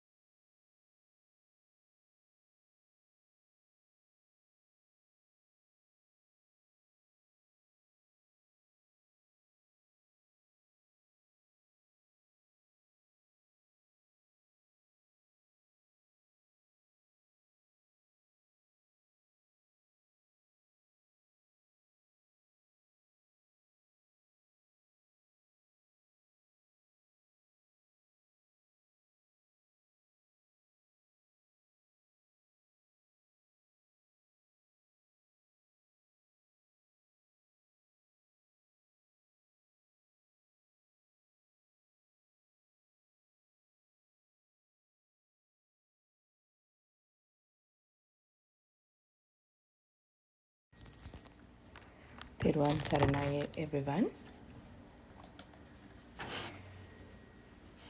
First of all, I pay homage to the Lord Buddha, the Dhamma, and Sangha. And also I worship R.N. Wahanse, our Buddothpado R.N. Wahanse, for his guidance. And today,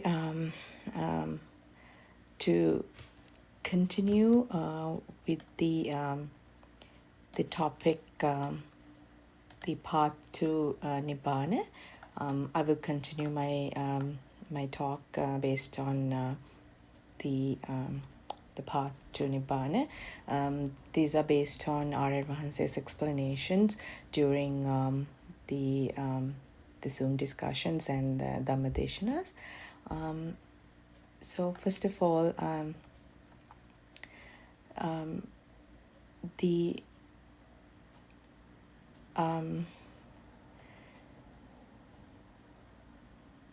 path to the liberate your mind, the path to Nibbana, this is a gradual process. And Lord Buddha has clearly explained the path in all his Dhamma sermons, starting with the Dhammsak Pavatum Sutta. The path is categorized into two parts. The first half of the Nibbana path, which is the entry to the path of the Nibbana, the process. This is called the Purva Bhaga Patipada, and this is mainly related to the knowing the Buddhist philosophy, the true knowledge. We call it Satya Jnana, and this is the most important part of this journey. Without this, you will not go in the right direction.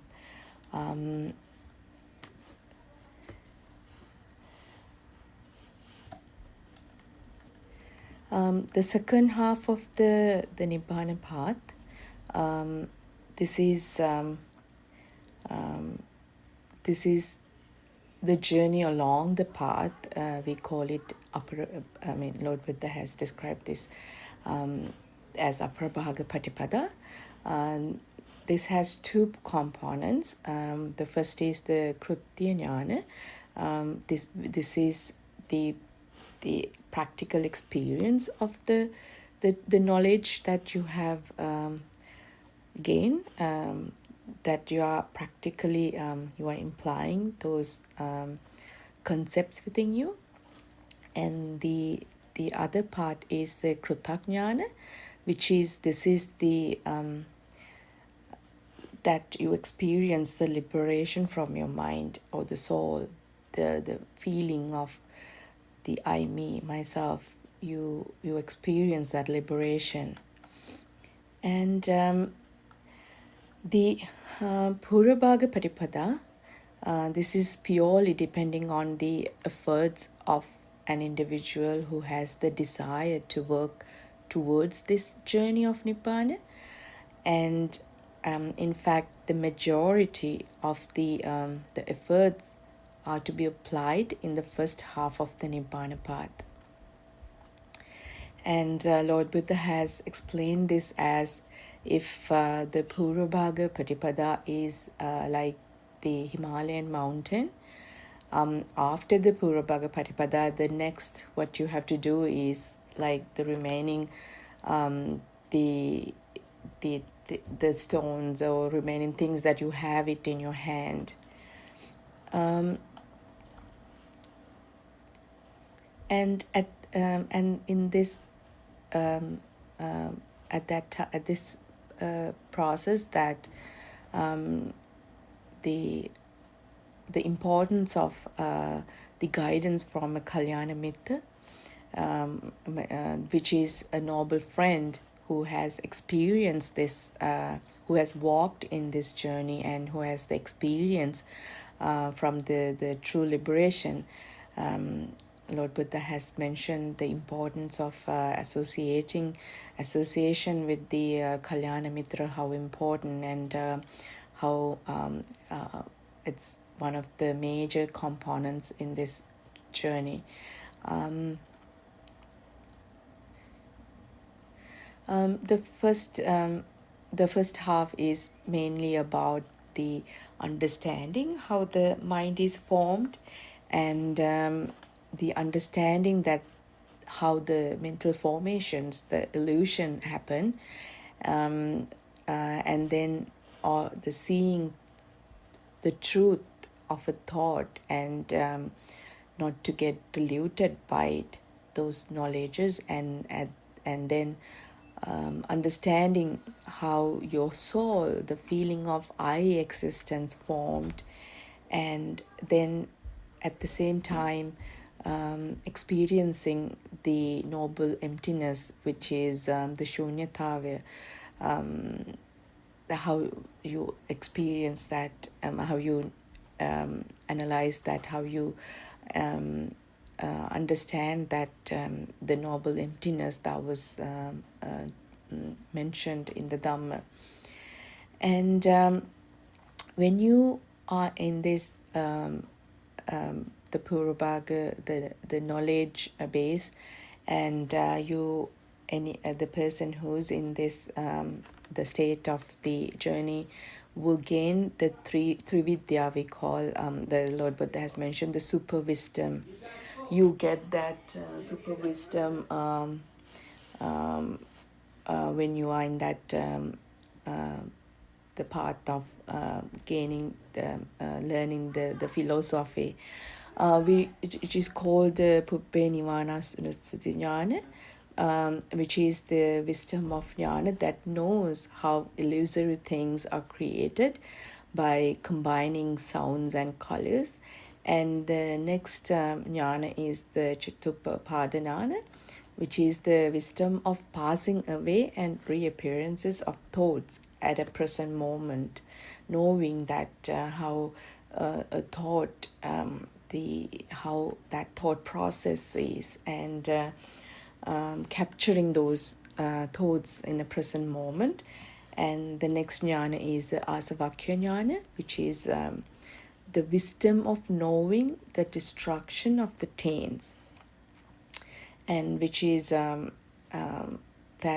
you know when the delusions, those taints take place in your mind, and so the main four components to be in this direction is, first you need to have the association of a Kalyana Mitra, a noble friend who has walked in this journey and who has the knowledge, the knowledge on how to go in this the journey within you, understanding yourself. And the second component is listening to Dhamma. One has to listen to the Dhamma to gain this knowledge. You need to know that what that Lord Buddha has taught to the world, knowing that true Dhamma, which is called the Saddharma Shravana. And then the next third step is the analyzing and investigating that knowledge, what you have learned, which is called the Yoniso Manasikara. And the fourth step is live by the Dhamma. So unless you practice that Dhamma within you, you will be just listening to Dhamma, and it becomes, most of the times we have been in this path that we all love to listen to a Dharma Deshana, and most of the Buddhist people, that is part of our day-to-day life, that listening to a Dhamma sermon. But unless that you gain that right true knowledge and you start living by the Dhamma, unless you start practicing Dhamma within you, that you will not be able to go through this transformation, realizing this knowledge within you, which is called the Dhammanudhamma Patipada. When someone is in that the four following the four requirements, the components, at that point one will realize that fading of that self feeling, which is the Sakkaya Ditthi Prahana, and then that person who is in that state of the journey is called that he entered to the noble ground, which is the Arya Bhumiya. The second part, someone understood and are in that the first half of the journey. The second half of the journey is called the Aparbhaga Patipada, and that is the journey that along the path of Nibbana, which is we call Krutya Jnana, which is the practical experience of the Dhamma knowledge within you, which is the seeing the truth that you're seeing. Someone living means that that person lives with thoughts, and you see, you associate everything within a thought. So seeing that the truth behind a thought, seeing how the mind is formed, we call that Yatha Bhuta Jnana, and that Yoniso Manasikarya, seeing the truth every moment, each moment, and then seeing the truth of a thought and freeing from it.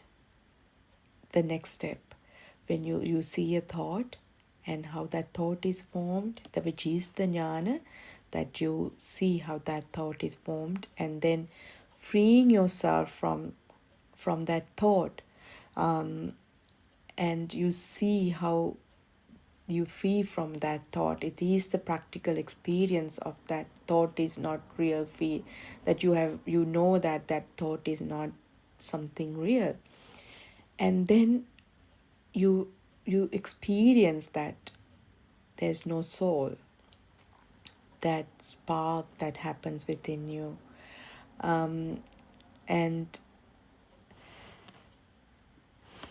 that is actually the Krutya Jnana.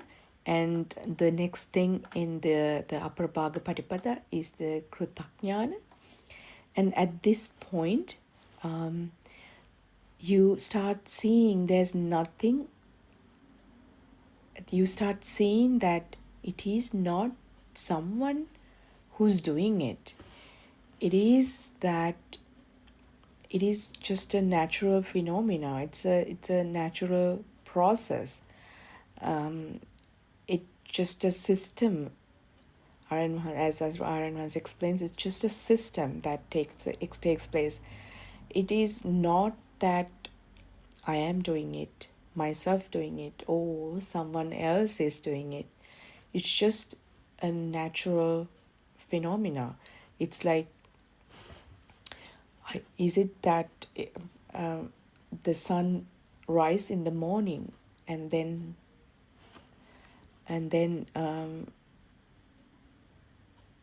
is it something that someone is doing? Is it, or it's just a natural phenomena? And then in the evening, sunset happens. Is this someone doing it? No, like we start seeing that the nature, this is part of the nature, that that feeling of myself, and it's an effect of a cause, and you start seeing that there is nothing I can do or nothing someone can do. It's just a natural phenomena, natural process. And this intuitive stage is called the Samma Samadhi and Samma Vimukti. And And at this stage, that's why you need an association of a noble friend who can this is, though it sounds like an easy process, but this is a very prodigious knowledge, and someone has to guide you through. There's everyone, when someone is trying to start someone trying to walk in this path, there will be a lot of obstacles and the bottlenecks, that because we don't have that the true knowledge. So that is where we need that true guidance. And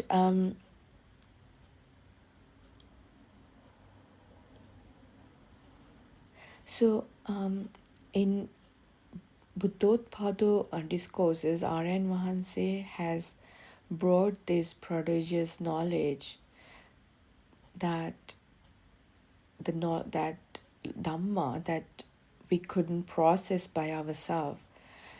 R.N. Mahanse has simplified this in step-by-step guidance, that a lot of these the programs that daily, weekly programs that R.N. Mahanse is conducting are based on these steps. So as mentioned in the path, these steps are clearly defined to for someone to grasp this knowledge within each of us. So the path has been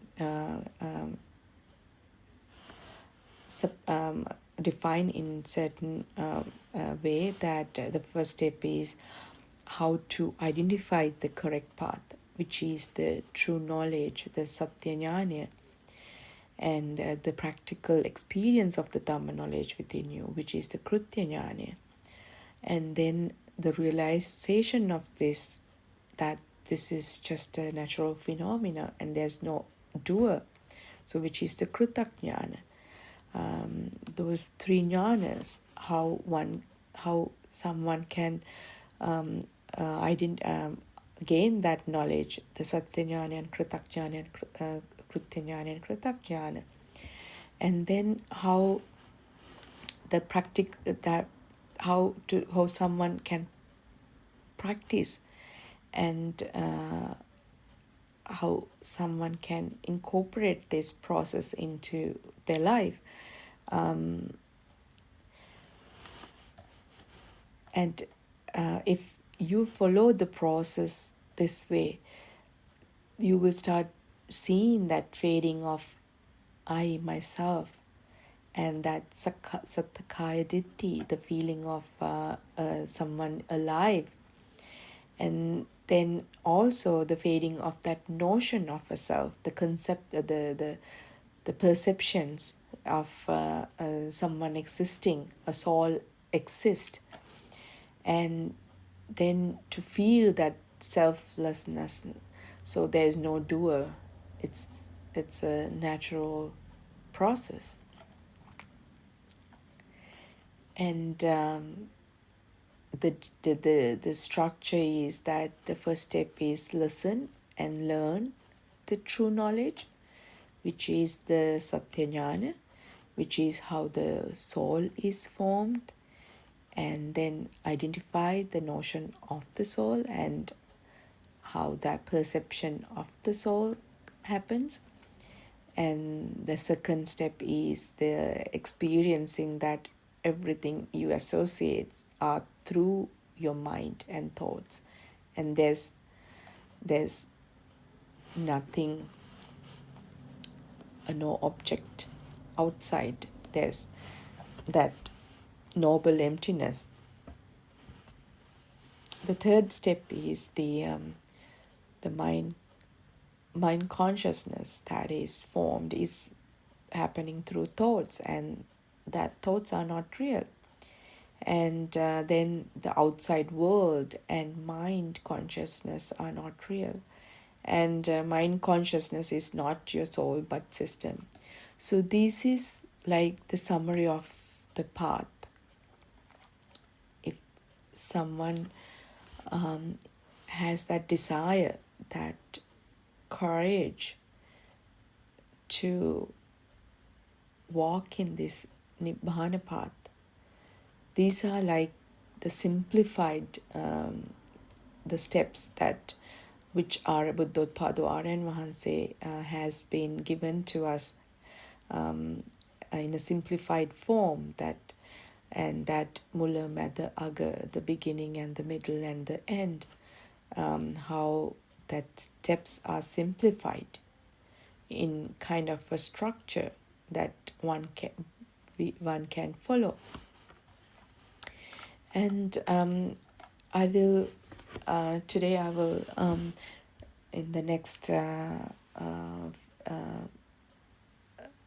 part of the discussion, I will kind of explain the importance of the true knowledge, which is the Darshana Samapatti, Darshana Bodhya, the Buddhist philosophies. What is the Buddhist philosophy, kind of? The and what does that true knowledge means? The core of that Dhamma. And actually, the core of the Dhamma is that how a mind consciousness is made, and how to recognize the defilements, which is the raga, dvesha, moha, and which is that fire that creates the fire within a self, which form it as a self. And why one suffer because of that fire, that uncomfortable feeling, and the and at the same time that through the liking, that you want to hold on to things. So that soul, that is how that soul is made, the fire that creates through your defilements. And from understanding the Dhamma and understanding how when someone understands this true Dhamma, and that person, that we will be able to, and we will, when we comprehend the way that the defilements appear and how the defilements are formed, and when we know how to recognize the fading of those defilements, and when we can relate the beginning, the middle, and the end of the path clearly, this will be our journey in this path. And we have to know how the feeling of I self formed. And Lord Buddha has explained this in as Salayatana Loko, and which is that the birth of your senses is the birth of your samsaric journey. And as explained, that the birth of an I, or the birth of a sensor, is that keeps us in this journey. So we have to identify, we have to know how a birth of a sensor happens. The birth of for an example, if you take one sensor, then it applies to all the other five sensors. So when a contact arises, and with that contact a sensation arise, and at that point a craving, a value, and or aversion, that is the samsaric cycle start to spin. And that is when that is when we call the birth of the I happen. And this is the origin of the cycle of the birth and death. So when you look at our ourselves, like when you look at how that statement become true to you, we when you're for example, when you are driving, you pass so many things, and you pass from your left to right. You keep looking at in front of this in front of you when you're driving, and only when you focus on something it become real to you. As long as you just not focus on something, when there's no contact happen, there's that sensor has not formed.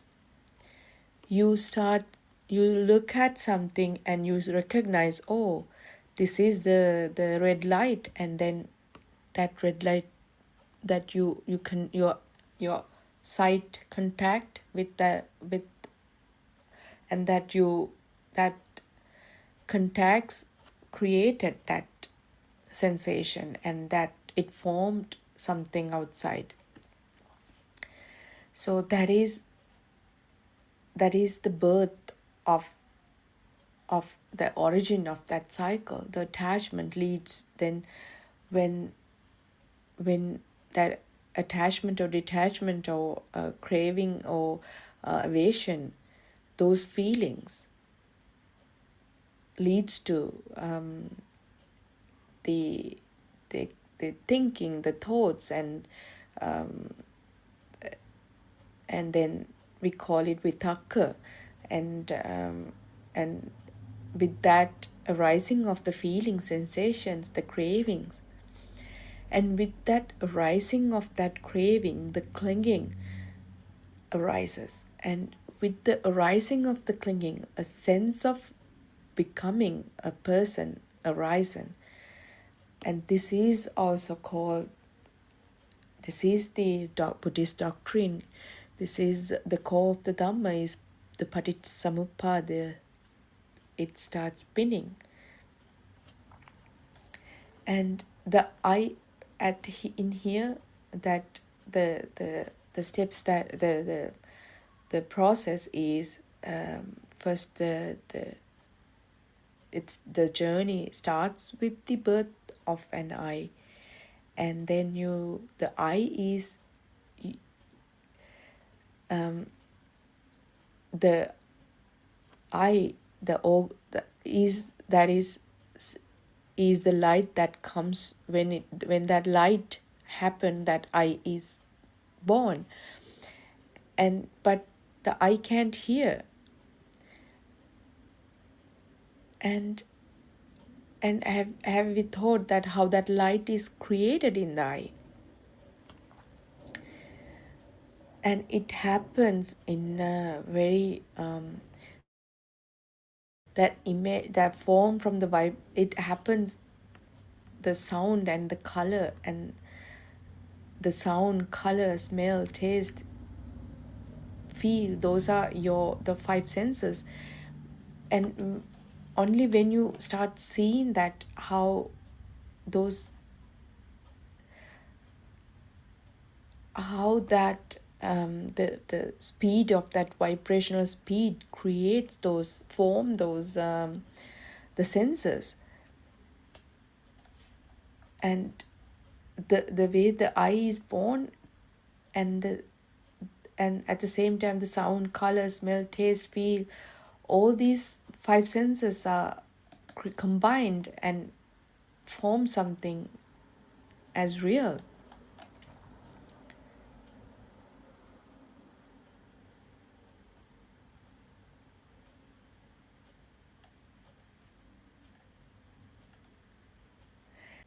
it it creates right this moment, and it creates it has created combining the light, the sound, color, smell, taste, and the contact, the feeling, the your Pottabba, the five senses. And that is how a chair, a tree, and a book or something outside that is formed. And these are all based on individual perceptions. And these are all the perceptions of the world. And when someone see that how a thought, how the mind is formed, there's these perceptions become void. They become, the perceptions will fade away, because you start seeing those the right view. You have that right view. So if there is a perception of an object, or there is someone, and at the same time that there is also raga, an attachment, or the greed, the lust, the clinging to that something that is formed outside. Or that person will have dvesha, which is that the disliking of the thing, or hate, evasion, or anger, or the moha, the delusion, or the ignorance. So if someone doesn't understand how that the outside, the object, there's something, the knowing of that there's something outside happen, that person cannot get away from the defilements, the raga, the attachment, the greed, or the lust, or that raga, or the dvesha, which is that you will not like something, or hate, anger, or the defilement, the delusion, the delusions, the moha, the ignorance. That is how you will that person will stay in this moment, that not knowing the truth of how that outside object created. The how this happen is that the clinging, or the evasions, they are like a power, that it's like a current that creates that notion of a self-existence, or an outside form. So when you have something outside, there is also someone who perceive it. So that power, that current, keep it going, and it happens very fast, in a very rapid speed. And the best example is the fireballs that are attached to a stick, which when you rotate it, it creates the cycle, the fire cycle. And then it is that process. It's the same process that applies to the human, the nature, the form, a soul. You feel like there is someone existing. It is that I myself who perceive it. And at the same time, there is someone outside, or something outside. It is that fireball that keeps rotating, the spinning, that the samsaric journey that spins, the dependent origination, the Paticca Samuppada Dhamma, that the Lord Buddha's Dhamma, the core of Lord Buddha's Dhamma. The Buddha showed that how this is formed, that is the Dhamma, the true knowledge. This is called the Abhisankarana Balaya. That is that power that keeps these sparks continuing in our senses, which combine the sound and color and by vibrating at a very rapid speed.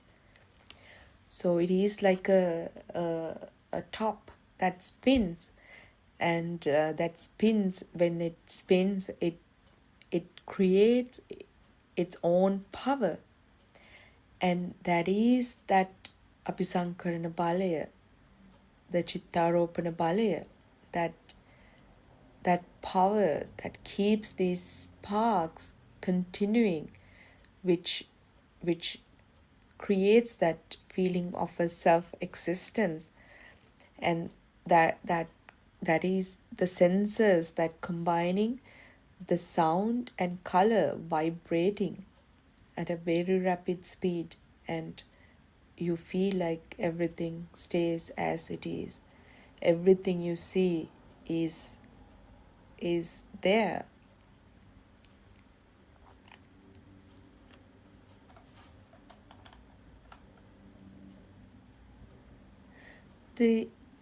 The vibrations and the movements are connected with the six senses, and according to the speed of the vibrations and the movement of energies, the various sounds, colors, shapes, hot, cold, those sensations all occur.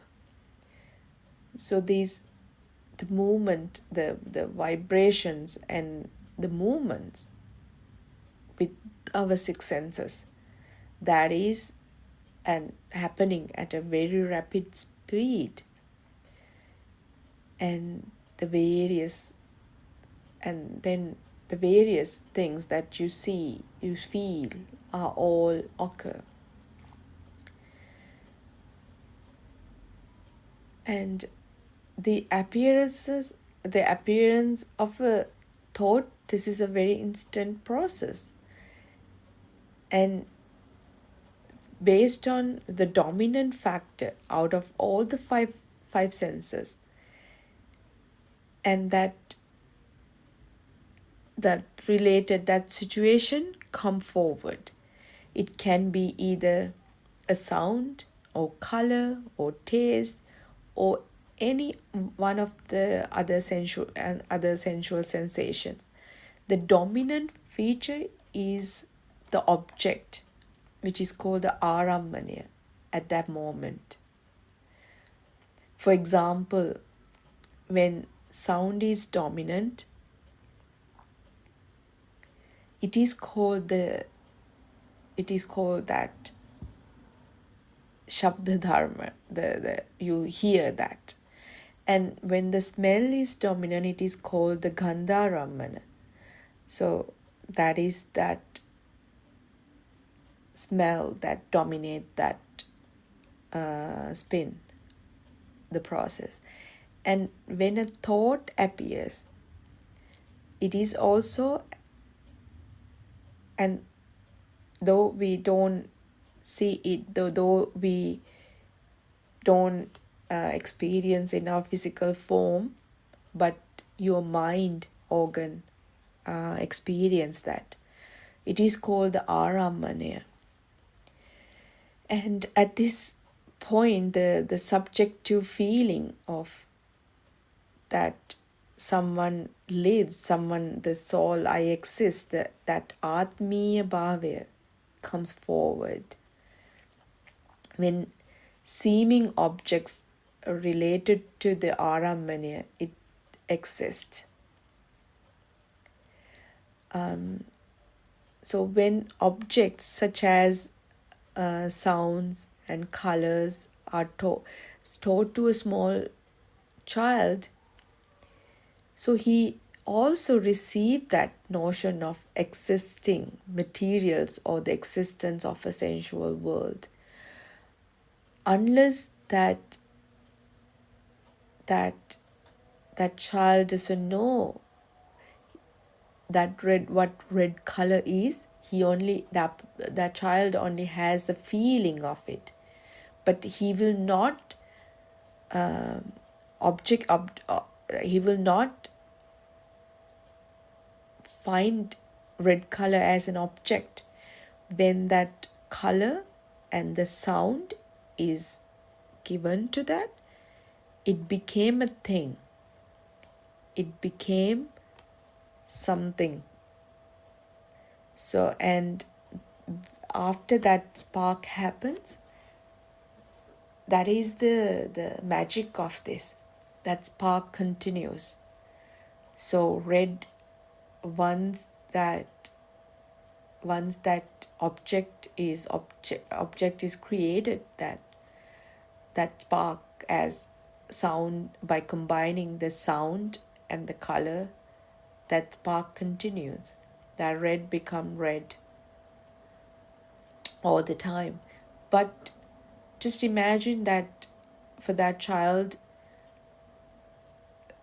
that didn't know what it is, for example, that certain food, we don't know what the name. When we go to a foreign country, we don't know what the name of the food, so we just experience it, but it hasn't become something to us.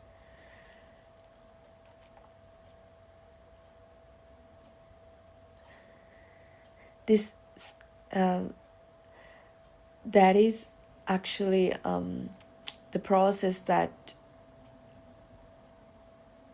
creates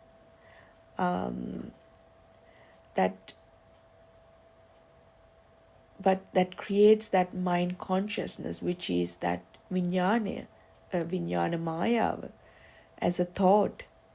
Now we feel that child who was taught that this is red color will feel that everything from the outside and inside is also available to that child. These feelings are entangled with the notion of the individual self, or the existence of a self, and that is the soul, that is that is becoming I, myself, and I exist. So in the talk of the path to Nibbana, so this is basically knowing that true knowledge, the Buddhist philosophy, and as explained before, that is the first step, that without knowing that super knowledge, the wisdom, the how the mind is formed, and how the feeling of I existence, the self-consciousness created, and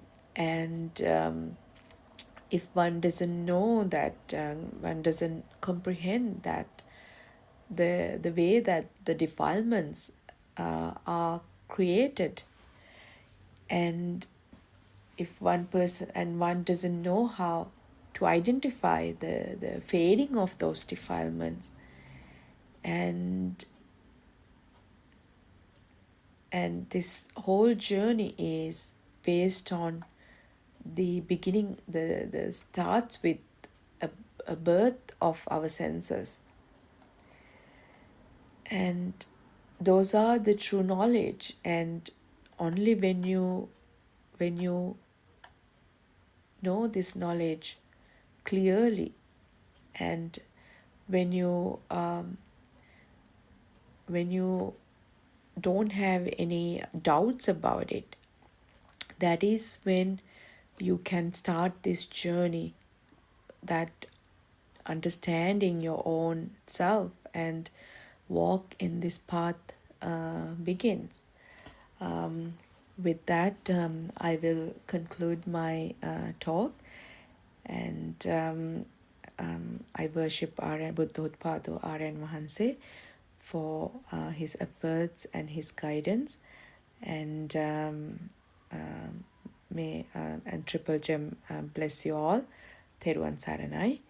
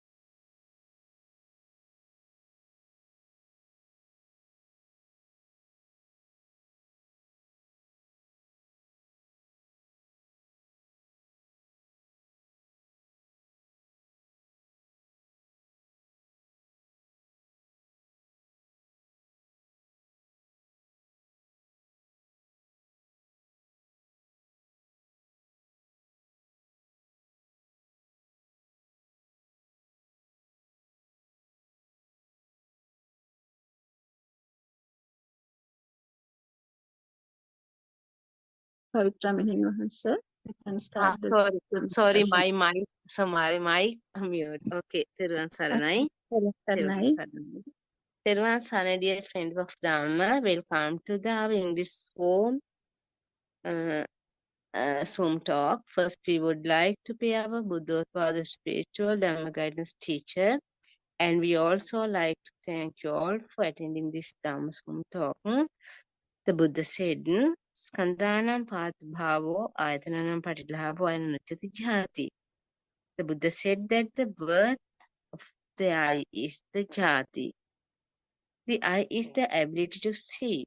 If we take the first mind of that newly born child as an example, when a light comes to the eye, maybe the form of the mother at the same time making the sound as mom. Mom from externally, this both the sound and the form, color are getting together and feel as one. This is the mind, Sita. That is why the Buddha told the birth of the eye is the birth. Skandhanam Bhav means the feelings, perceptions, volitions, auditions, contact, the thoughts are becoming together. Getting together, these five aggregate skandha is called the faculty, ayatana. It is the ayatana patilabo.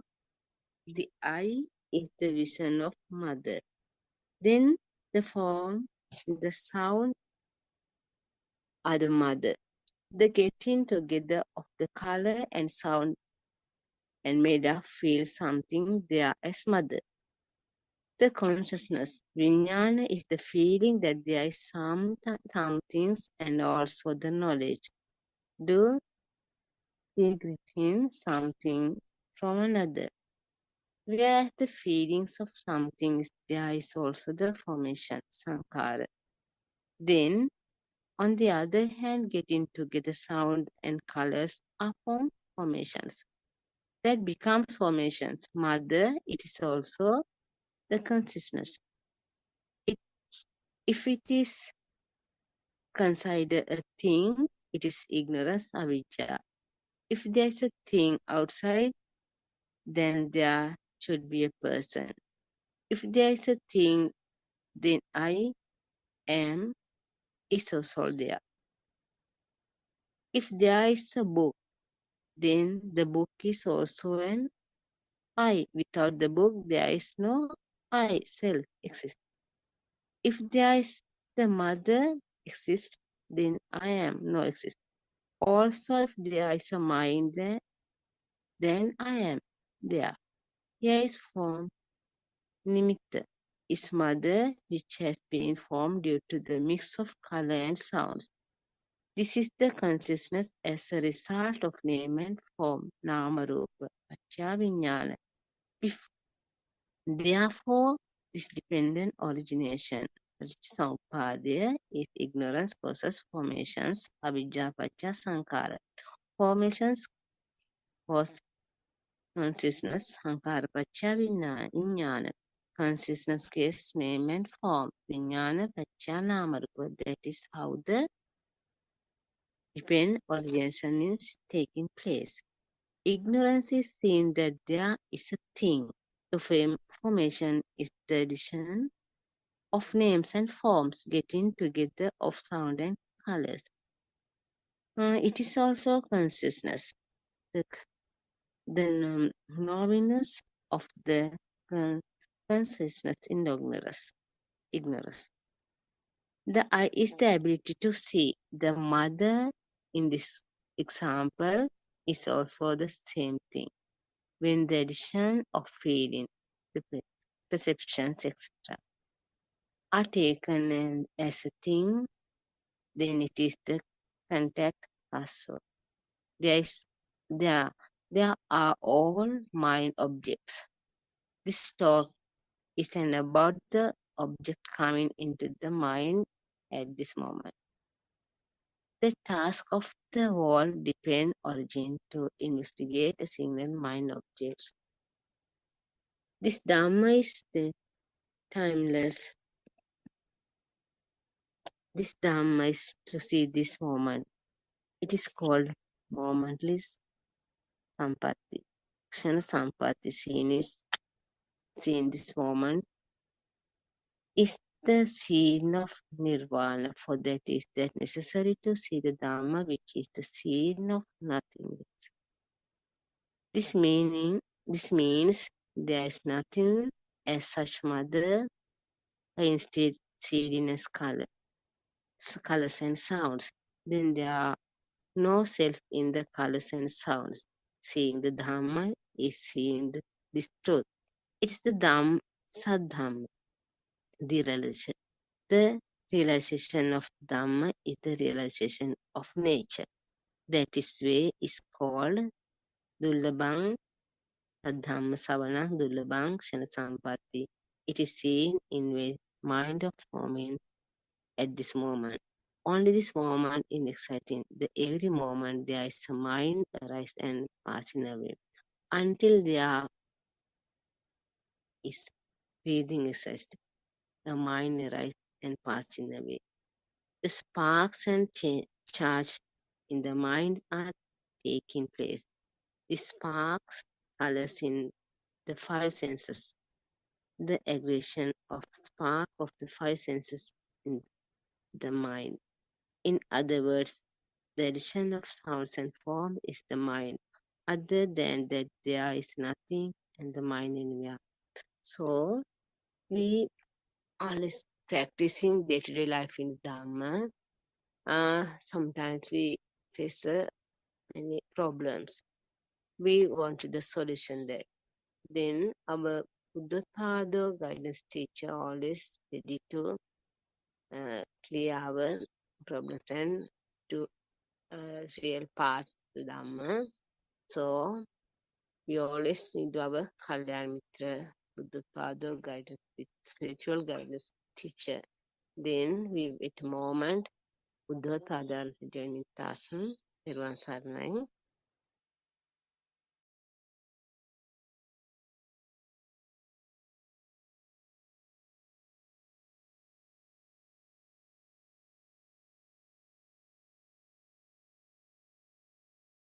තෙරුවන් සරණයි වහන්සේ.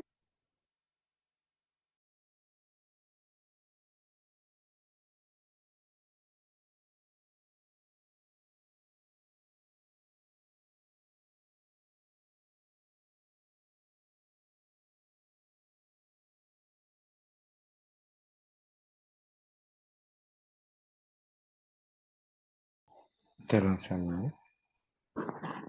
තෙරුවන් සරණයි වහන්සේ. Yes, today just starting the Dhamma, explaining Buddothpado Dhamma discourses. So okay, today we are explaining how is creating our mind. What is that dependent origination real? What is the truth? Is real, real because the practical is happening. So we are that we are explaining this. So many of them their experience and they are explaining, but there's a real is you want experience. This is not a believing. This is not another religion. So this is true Dhamma. All every people want this. What is the truth in here? We don't know the truth. We are blind. So we first we know the truth. It's especially. Yeah, it's okay today. Our Dhamma friend is Vandima explaining something another part of this another side of this dependent origination. How is this suffering is happening? How is this sadness is coming? How is this mind is creating? How is this world is exist feel is coming? How is soul is coming? So we are talking about no one is here, nobody is here. So no being, no being, be nothing existent. But it's not believing, it's not trust. So what is the truth? How we can experience it? What is the truth here? So okay, my Dhamma friends, when you can explain your experiences, okay. Tevara Sarana. Nirvan Saranai Aryan Mahansa. Please accept my humble worship. We'll continue our Dhamma discussion today as well. First of all, I have to tell you that whatever the examples or the content and the Dhamma disclosures I'm referring in my speech is not arised originally from my wisdom. So actually all the examples, whatever the content, Dhamma disclosures I'm referring in my speech is actually belong to Aryan Mahansa's wisdom. So if there is any incorrect or, lack of a knowledge of myself will be fixed by Aryan Mahansa then and there. So today we are planning to discuss a different topic. That is the Four Noble Truth of Sufferings. As we know, before 2600 years ago, Lord Buddha shows the way to stop the dissatisfaction and the suffering. So problem is, as we know, now with the false belief and the wrong view of this existence of individual being, that is the incorrect view of soul, all suffering come forwards. Because there must be a person to suffer. So we continue to believe existence of self, but we know that self, which is a Sambhuta Dharma. Actually, there is nothing called a self. So we continue to suffer due to that wrong view.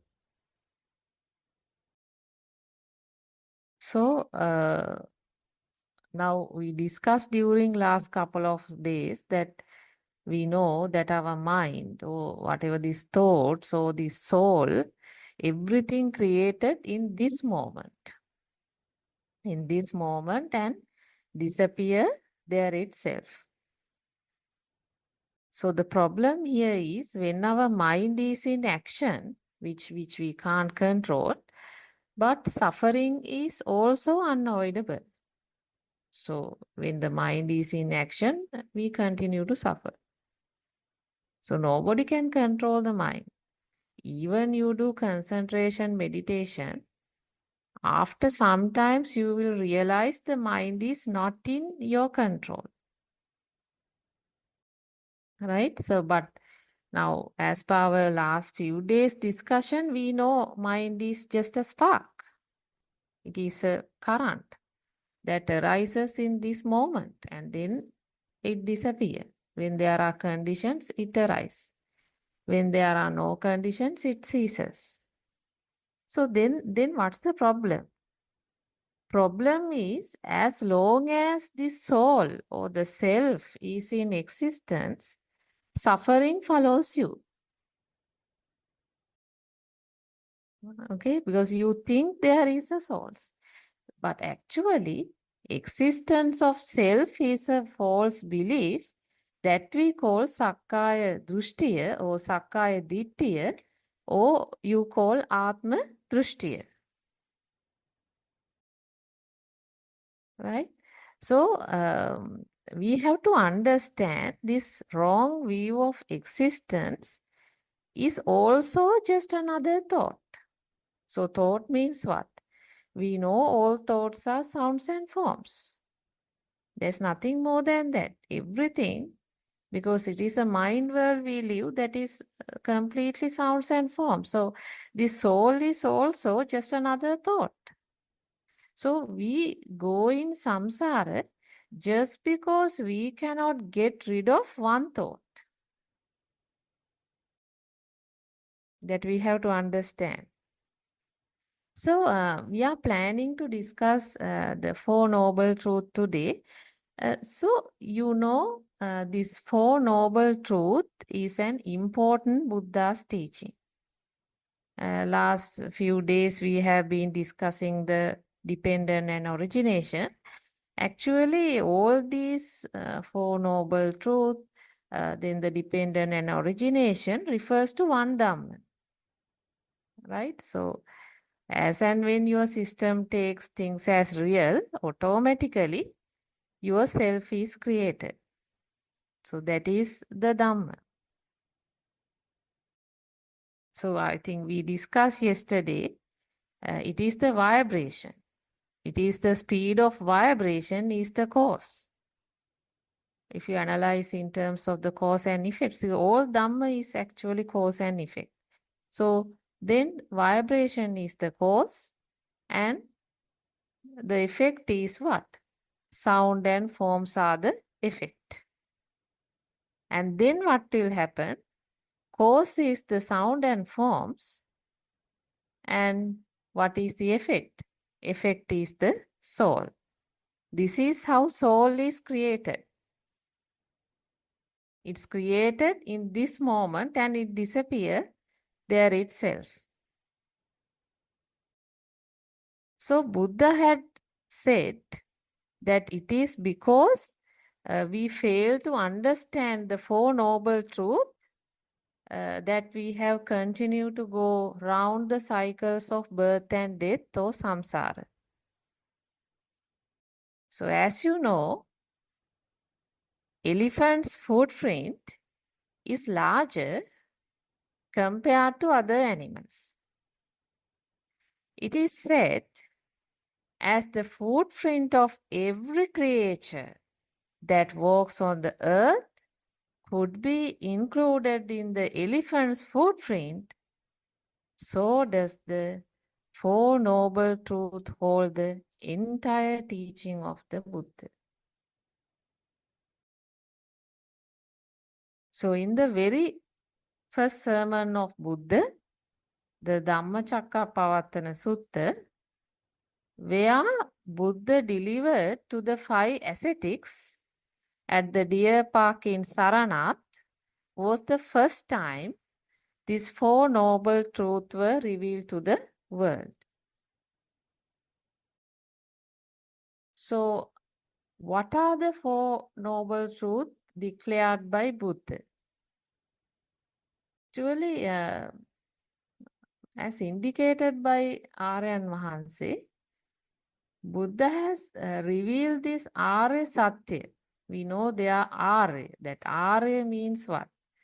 It is not the mundane world. So this Arya Satya, with the spiritual life, that is the Dhamma Chakshushe, spiritual life, that is wisdom or jnana. So that's very important, isn't it? Because this Dhamma Chakshushe means what? That is not the flesh eye. Dhamma Chakshushe means awakening of the spiritual life. That is a jnana or that is a wisdom to see through the illusion. So that is the ability to see through the illusion, because all sounds and forms, all external things, you get as an illusion. That is the mind consciousness. So Dhamma Chakshusha means ability to see through that illusion. Therefore, it will not become a thing for the one born in Arya Bhumi. So the Arya Satya or the noble truth are, the first one is the noble truth of suffering. That is Dukkha Arya Satya. Then noble truth of the cause of suffering. That is Dukkha Samudaya Arya Satya. The third one is the noble truth of the cessation of suffering. That is Dukkha Nirodha Arya Satya. Then fourth one is the noble truth of the path leading to the cessation of suffering.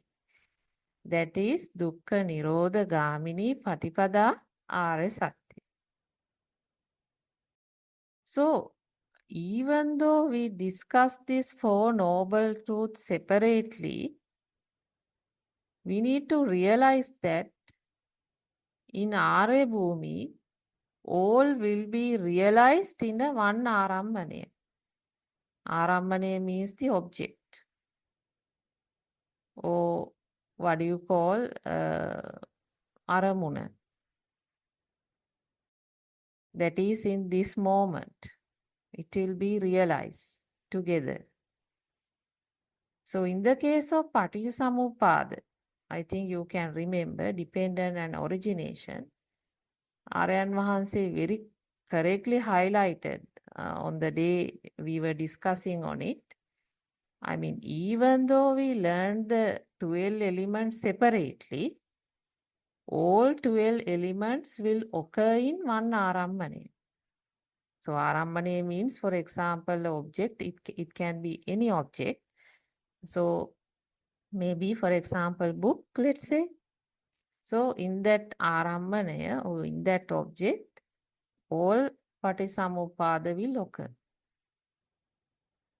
So as we know, Lord Buddha realized these 4 noble truths at Gaya Shirsha.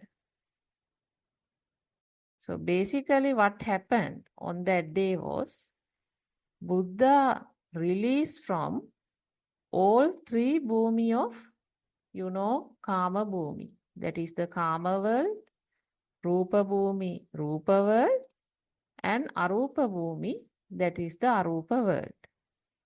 In same Arambhane. So that means what? It is not any outside world. All these 3 bhumi or 3 worlds are in mental world. So, as per Aryan Mahanse pointed out, what Lord Buddha revealed to the world is awareness of this moment. the occurrence and cessation of this moment. That is this Arammane or Aramuna at this moment. So the release of all three bhumi of Kama bhumi, Rupa bhumi, Arupa bhumi will be realized in this moment or this Arammane. That is important, isn't it? So Rupa bhumi means existence of a form. Arupa bhumi means formless existence. So we need to understand all the Kama bhumi, that is Kama world, then Rupa bhumi, Rupa world, and Arupa bhumi, Arupa world will occur in same Arammane. So the moment you take the book as real, the moment you take the book as real, the value arise on the book is the Kama bhumi. That is the Kama world. And Rupa Sanya, or the perception of the form of the book, is the Rupa world, or you call Rupa bhumi. And the existent feel of the book, that is the Arupa bhumi, or the Arupa world. So my friend, I think it is a very important disclosure by Aryan Wahanse, so that everything occur in this moment. So one who see the reality of this moment is the one who has Dhamma Chakshusha and will enjoy liberation of mind.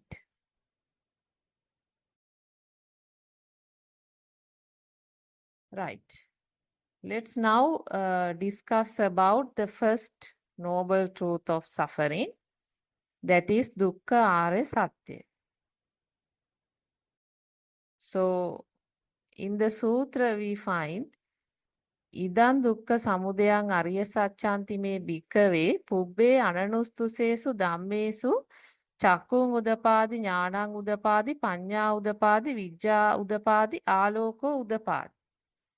So what is පුබ්බේ අනනුත්තසේසු ධම්මේසු? That is very important, isn't it? What's that mean?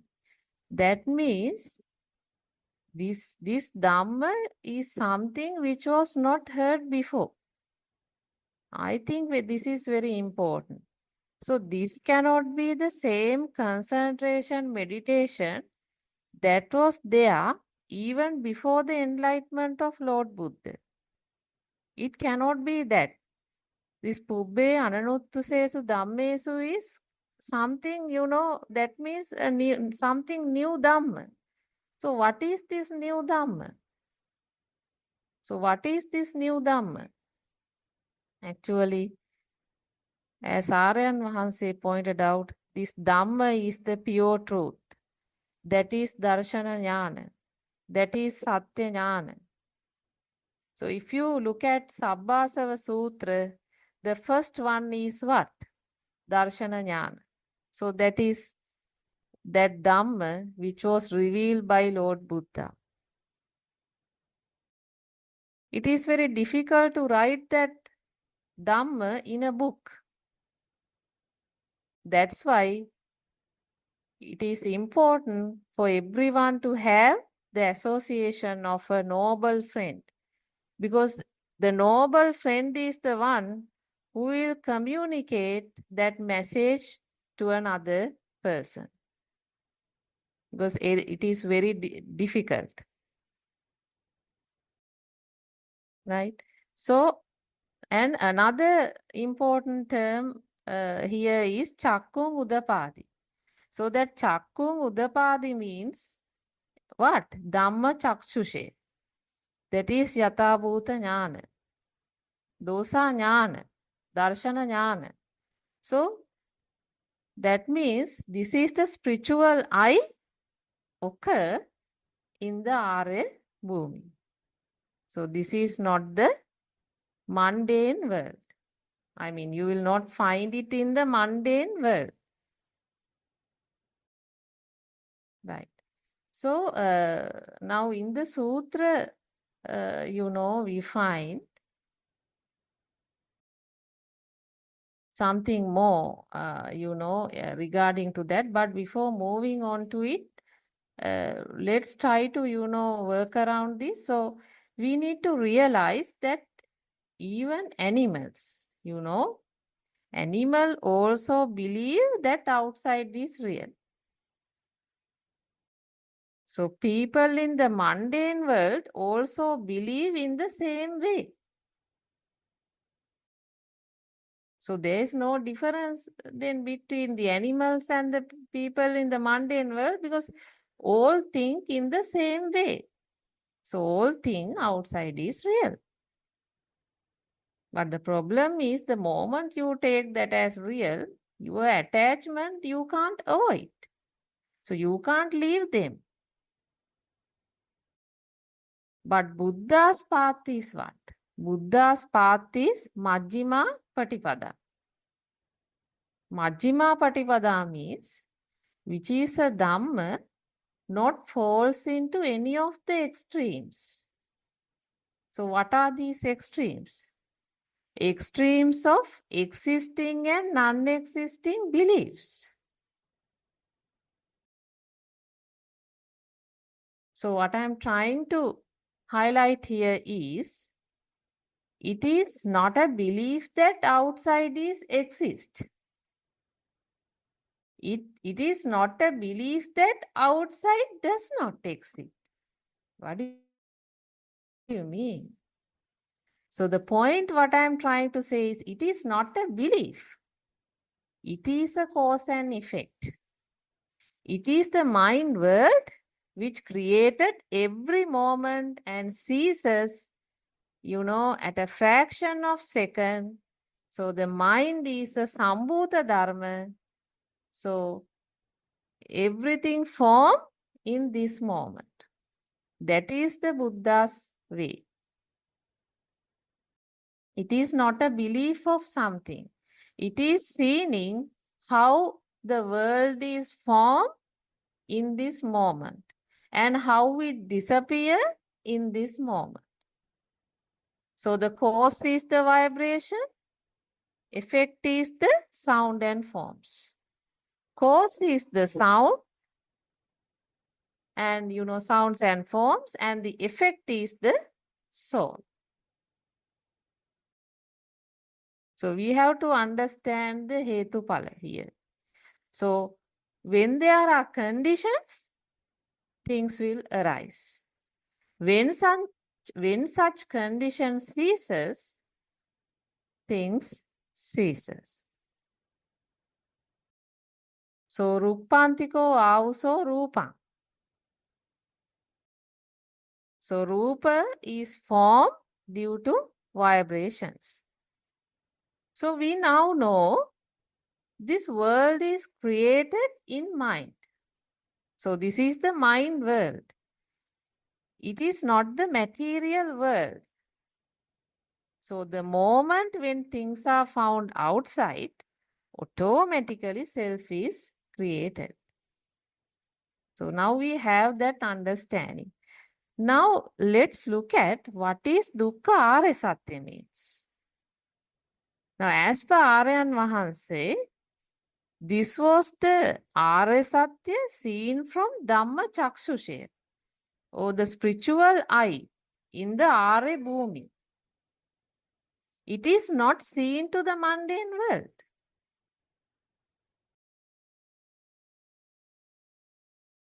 So Arya Bhumi or Arya state is what? It is Nisatto, Nijjivo, Sunyo. That is soullessness. So basically, Dukkha Arya Satya means not finding things. Not finding things due to wisdom or Dhamma Chakshushe or the spiritual eye or due to the Satya Jnana.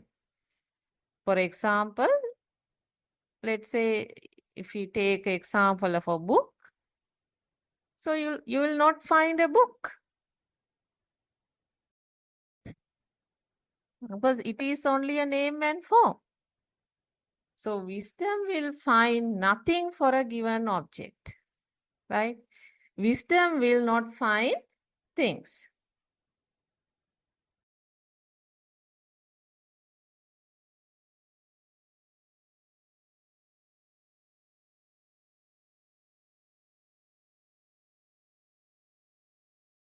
Now, if you look at a different sutra, that is Majje Sutra, when you find a thing means what?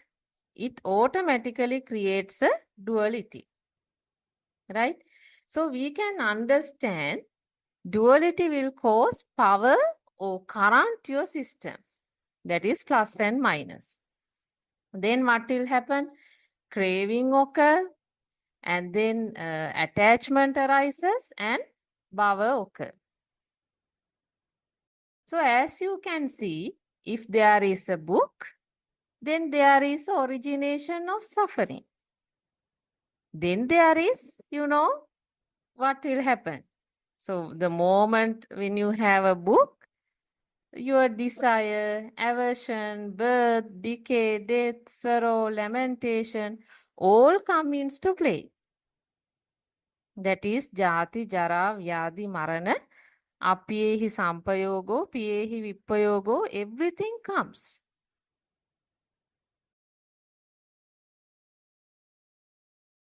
But if you really analyze, any of the object occur in the system is just another object only for that system. If you analyze it from the system perspective, when there is no soul, for a system, every object is just another object only. But in the mundane world, every object become a thing due to ignorance.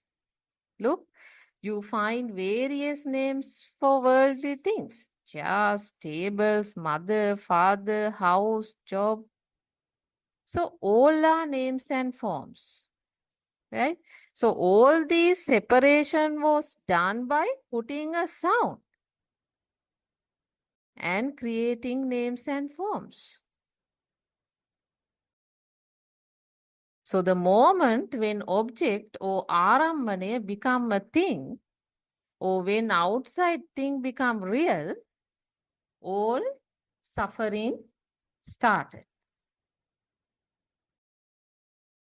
So in the sutra we find Idanko pana bhikkave dukkang ariya saccang jatipi dukka jarapi dukka vyadipi dukko maranampi dukkang apyehi sampayogo dukko piyehi vippayogo dukko yampincha nalabati tampi dukkang sankittena panchupadanaskandha dukkha. What do you mean? So finally, in a nutshell, it stated finally in a nutshell, the entire Pancha Upadanaskandha or the 5 aggregates of clinging, Rupa Vedana Sanya Sankara Vijnana, is suffering. So that is the suffering. So that means we can understand all Jati, Jara, Vyadi, Marana, all suffering is included under 5 aggregates of clinging. For example, book is formed by Pancha Upadanaskandha. So Sankittena Pancha Upadanaskandha dukkha. So all thoughts, because you find everything as a thought in your system, no? So all thoughts are suffering.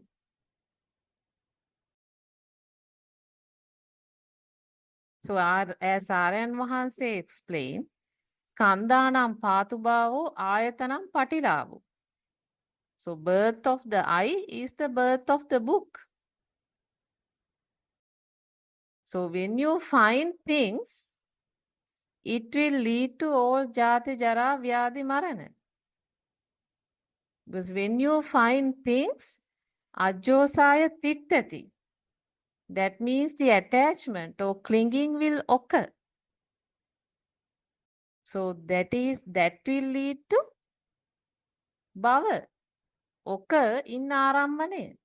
That is the feeling of becoming. Basically, birth occur at Arambane and death also occur at the same Arambane. So this is what's happening. So, but one in Are Bhumi, as per the noble truth of suffering, not find things due to wisdom or Satya Jnana or due to Darshana Jnana. Then the second noble truth is the cause of suffering. That is Dukkha Samudaya Arya Satya. So in the sutra it is mentioned Tanko Panidang Dukkha Samudayang Arya Satchang Paha Tabbanti me Bhikkave Pubbe Ananustusesu Dhammesu Chakkung Udapadi Jnanang Udapadi Panya Udapadi Vinya Udapadi Aloko Udapadi. So what is the meaning there? This is the second noble truth. This was the Dukkha Samudaya Arya Satya seen from Dhamma Chakshushe. That is spiritual eye in the Arya Bhumi. Back again, this is also not seen to the mundane world. So Arya Bhumi or Arya state is Nisatto, Nisjivo, Shunyo, no soul. So Arya Bhumi will not find any Brahma, Deva or human. Because you will not find Arya Bhumi in those lands.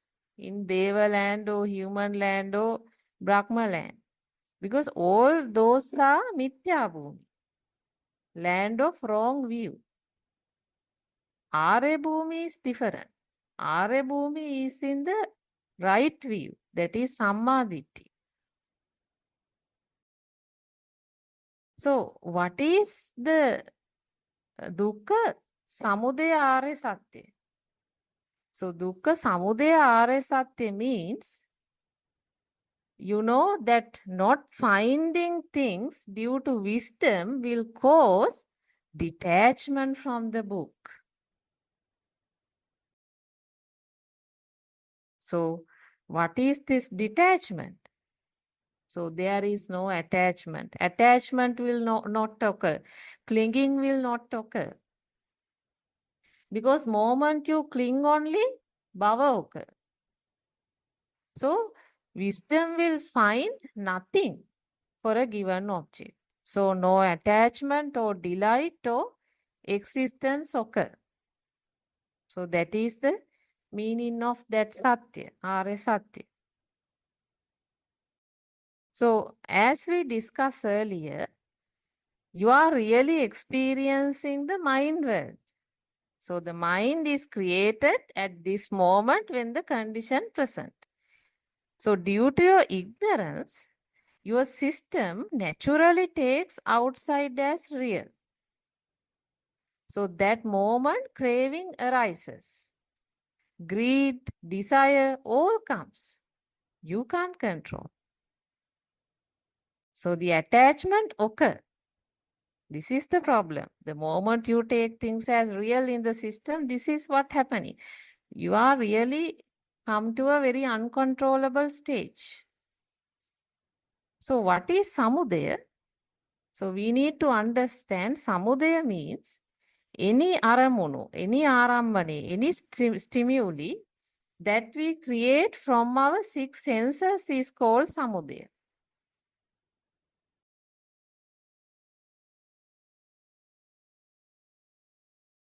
Suppose we receive an image of a book and we believe that it truly exists outside. It is called Samudaya because we believe that the book truly exists outside. So we are actually tricking ourselves, right? It is our ignorance of the pure truth. That is avidya. That is the land of ignorance.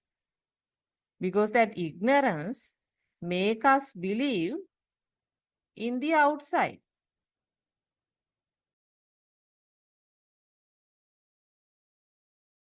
So samudaya exists only because of your ignorance of the pure truth. If there is samudaya, it means that you have been tricked by ignorance. And you believe that the book truly exists outside. So if you believe in the book, you begin to develop an attachment or dislike to it. Both is possible. Either you attach or you dislike to it. So it can make you happy or it can make you sad. So what we need to understand is all thoughts generated in the land of ignorance are of lobha, dvesha, moha. Either it has a desire, ill will, delusion. So your craving to the book arises, attachment will lead to bhava in each arambhana. So all suffering of birth occur in each arambhana in the land of ignorance.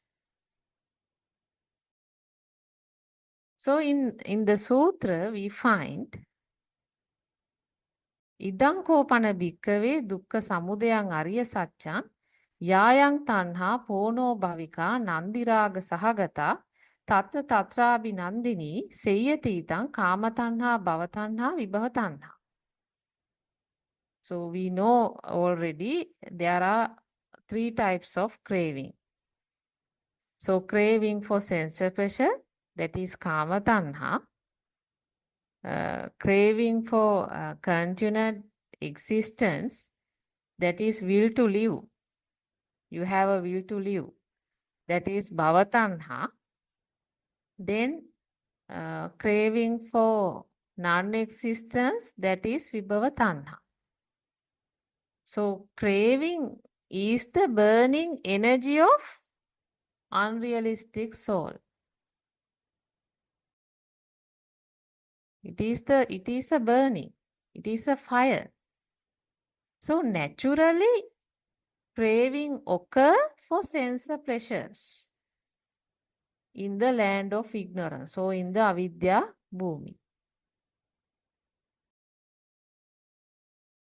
So we have to understand in Arya bhumi, as per the second noble truth, in the Arya bhumi will not find anything for attachment. Will not find anything for attachment. So that is dukkha samudaya arya satya.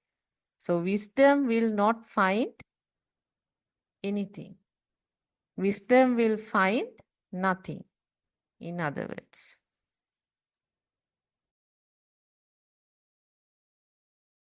Now let's look at the third noble truth. That is the cessation of suffering. That is dukkha nirodha arya satya. So in the sutra it is mentioned, Tanko panidan dukkha samudayang ariya satchang pahi nantime bhikkave pubbe ananuttusesu dhammesu chakkung udapadi jnanang udapadi panya udapadi vijja udapadi aloko udapadi. So this arya satya also you need to understand seen from the spiritual eye. That is Dhamma Chakshushe in the Arya Bhumi. It is not because these all are Arya Satya. You need to understand Arya Satya. So Arya Satya is seen in the Arya Bhumi. It is not seen to the mundane world. Because seeing means Dhamma Chakshushe, you have to understand it is not a syllabus.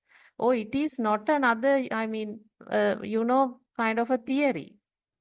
So you can't just read it and you can't, reading won't do anything. So this is something you must realize in and out, and that is the Yatha Bhuta Jnana. You need to have the Dhamma Chakshushe. Then only you will able to realize the complete truth out of the Four Noble Truth. How can you realize a one particular truth if you are still in the land of ignorance? If you still feel the outside is real, then we say maybe it's your theoretical knowledge, or you have only the syllabus knowledge. So clearly this statement says Dhammesu Chakkung Udapadi. Hubbe Anunustasesu Dhammesu. This was not there before. And Chakkung Udapadi means what? That spiritual eye you will see only in Are Bhumi. So Are Bhumi or Are state means what? No soul. Nisatto Nisjivo Shunyo.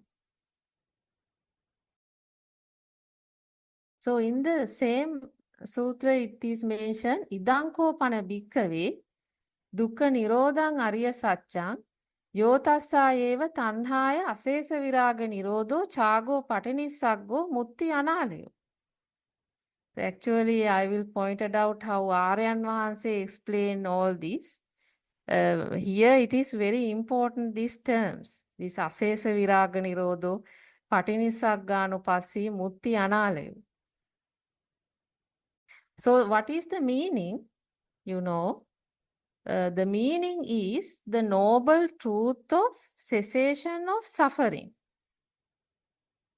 Right? That is the third noble truth. The dukkha nirodha arya satya means a complete relief, or the complete release from the object will occur, so that there is no residual of any attachment.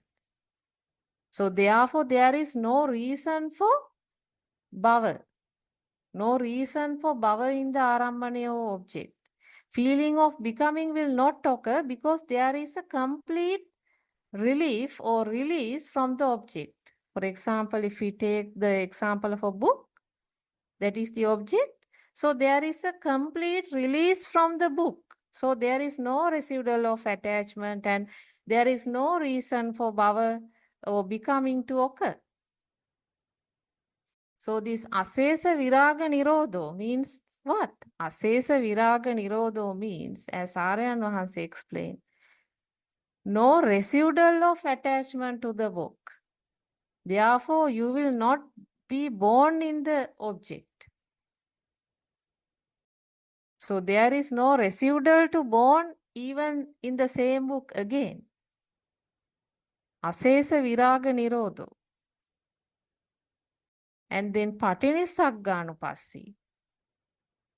So the patinissagganupassi is important, no?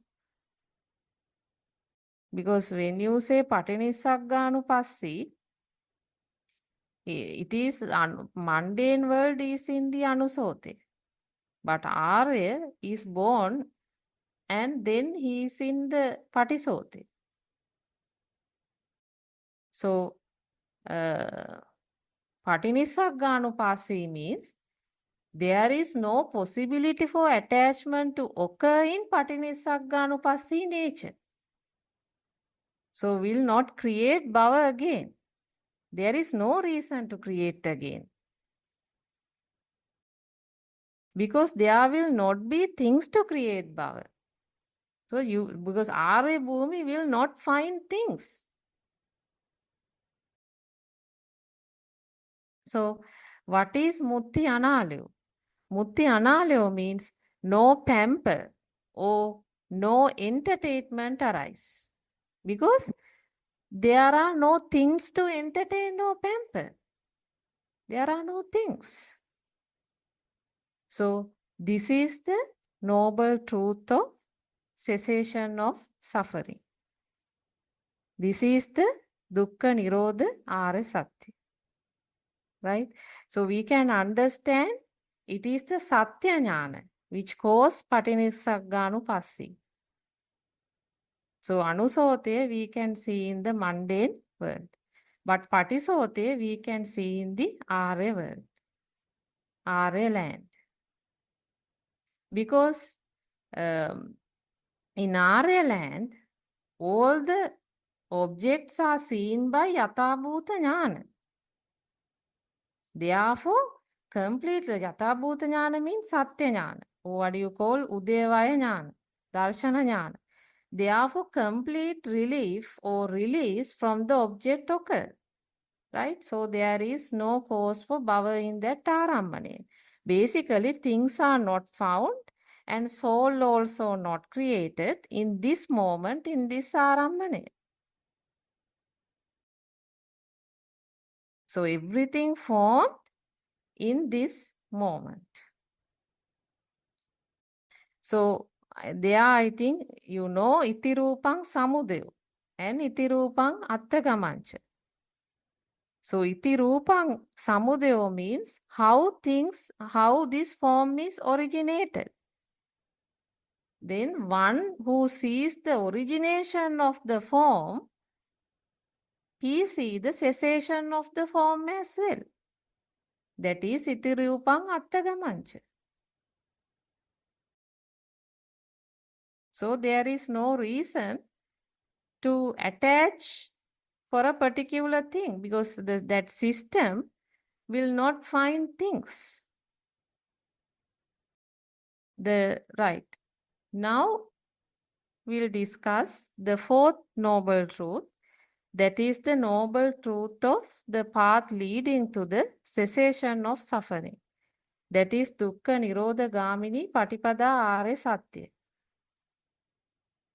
Tanko Panidan Dukkha Nirodhan Arya Satchan Sachika Tabbanti Me Bhikkhave Pubbe Ananuttusesu Dhammesu Chakkung Udapadi Jnanang Udapadi Panya Udapadi Vijja Udapadi Aloko Udapadi. So back again, this is the Dukkha Nirodha Gamini Patipada Arya Satya seen from the Dhamma Chakshushe or the spiritual eye in the Arya Bhumi. It is not seen to the mundane world. Arya Bhumi is Nisatto Nisjivo Shunyo. So Dukkha Nirodha Gamini Patipada Arya Satya, what happens here is automatically one who knows the truth, one who has the Yatabhuta Jnana, automatically he will be developing or progressing for the complete realization of Noble Eightfold Path. That is the Arya Ashtangika Marga. So there will not be a doing function by someone. Because there is no soul anyway. And we need to understand Buddha's path, there is no doing. It is the path of wisdom. It is the path of jnana. It is the path of jnana. Jnana is not a person. So there is, you can't say, I will do. I am doing samma vacha. I am doing samma kammanta. So if you are telling in that way, I think it is a wrong side of the teaching. How come I is available? Because in this Dhamma, this is Anatma Dhamma. How can you forcefully restrain yourself of not doing something? I mean, there is no soul, that means still you are in the ignorance world. But in this Dhamma, it's very clear, Anatma Dhamma, there is no soul. So this is the understanding. Then you understand the mind formation process. So the moment you understand this is a system, and you will be in Patinessagganupassi, and then it is not a path of doing, it is actually path on jnana. It is a path of the wisdom. So basically, this jnana, is happening within you with your spiritual progression. Actually, this is the opening of wisdom or awakening of the spiritual eye. That is the Dhamma Chakshushe. So, but if you say you are doing, that means what? If you are doing means you use thoughts for doing. So there is an intentional doing. You are using thoughts.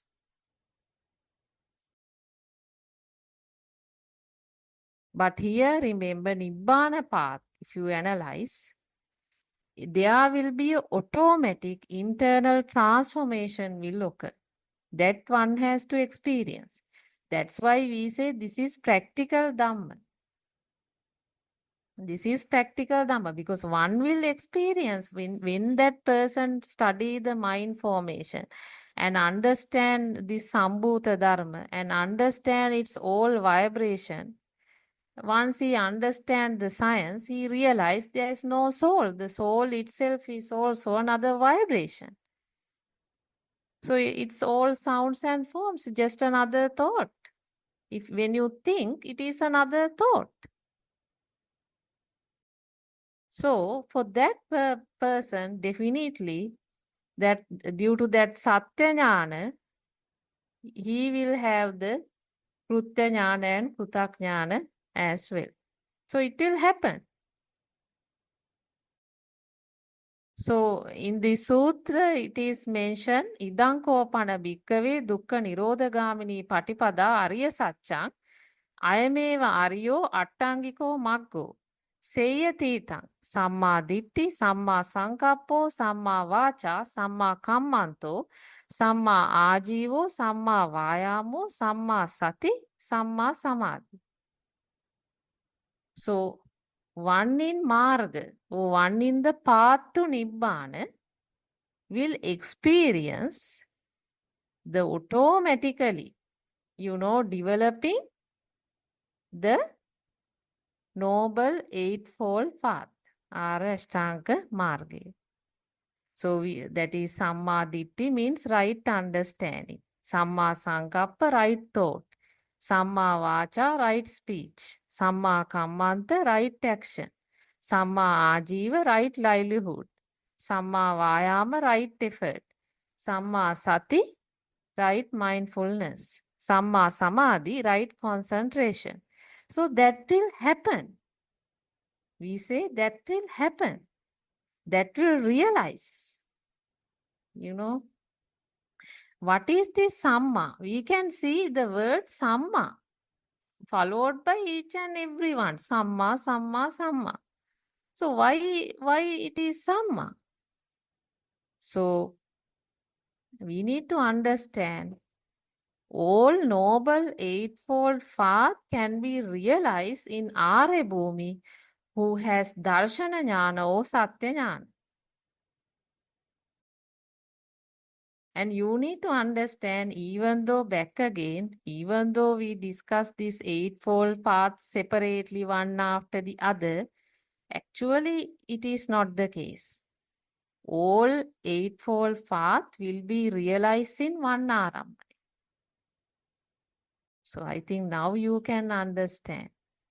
Now you can understand because the one in Satya Jnana or one who is in Arya Bhumi will not find things so that his action, his words, his livelihood, it's all effort and because he has the right vision. So he will not be, born in that Arambhane object. So automatically he will be relieved. He is peaceful in his word, in his action, in his thoughts, complete relief he will experience.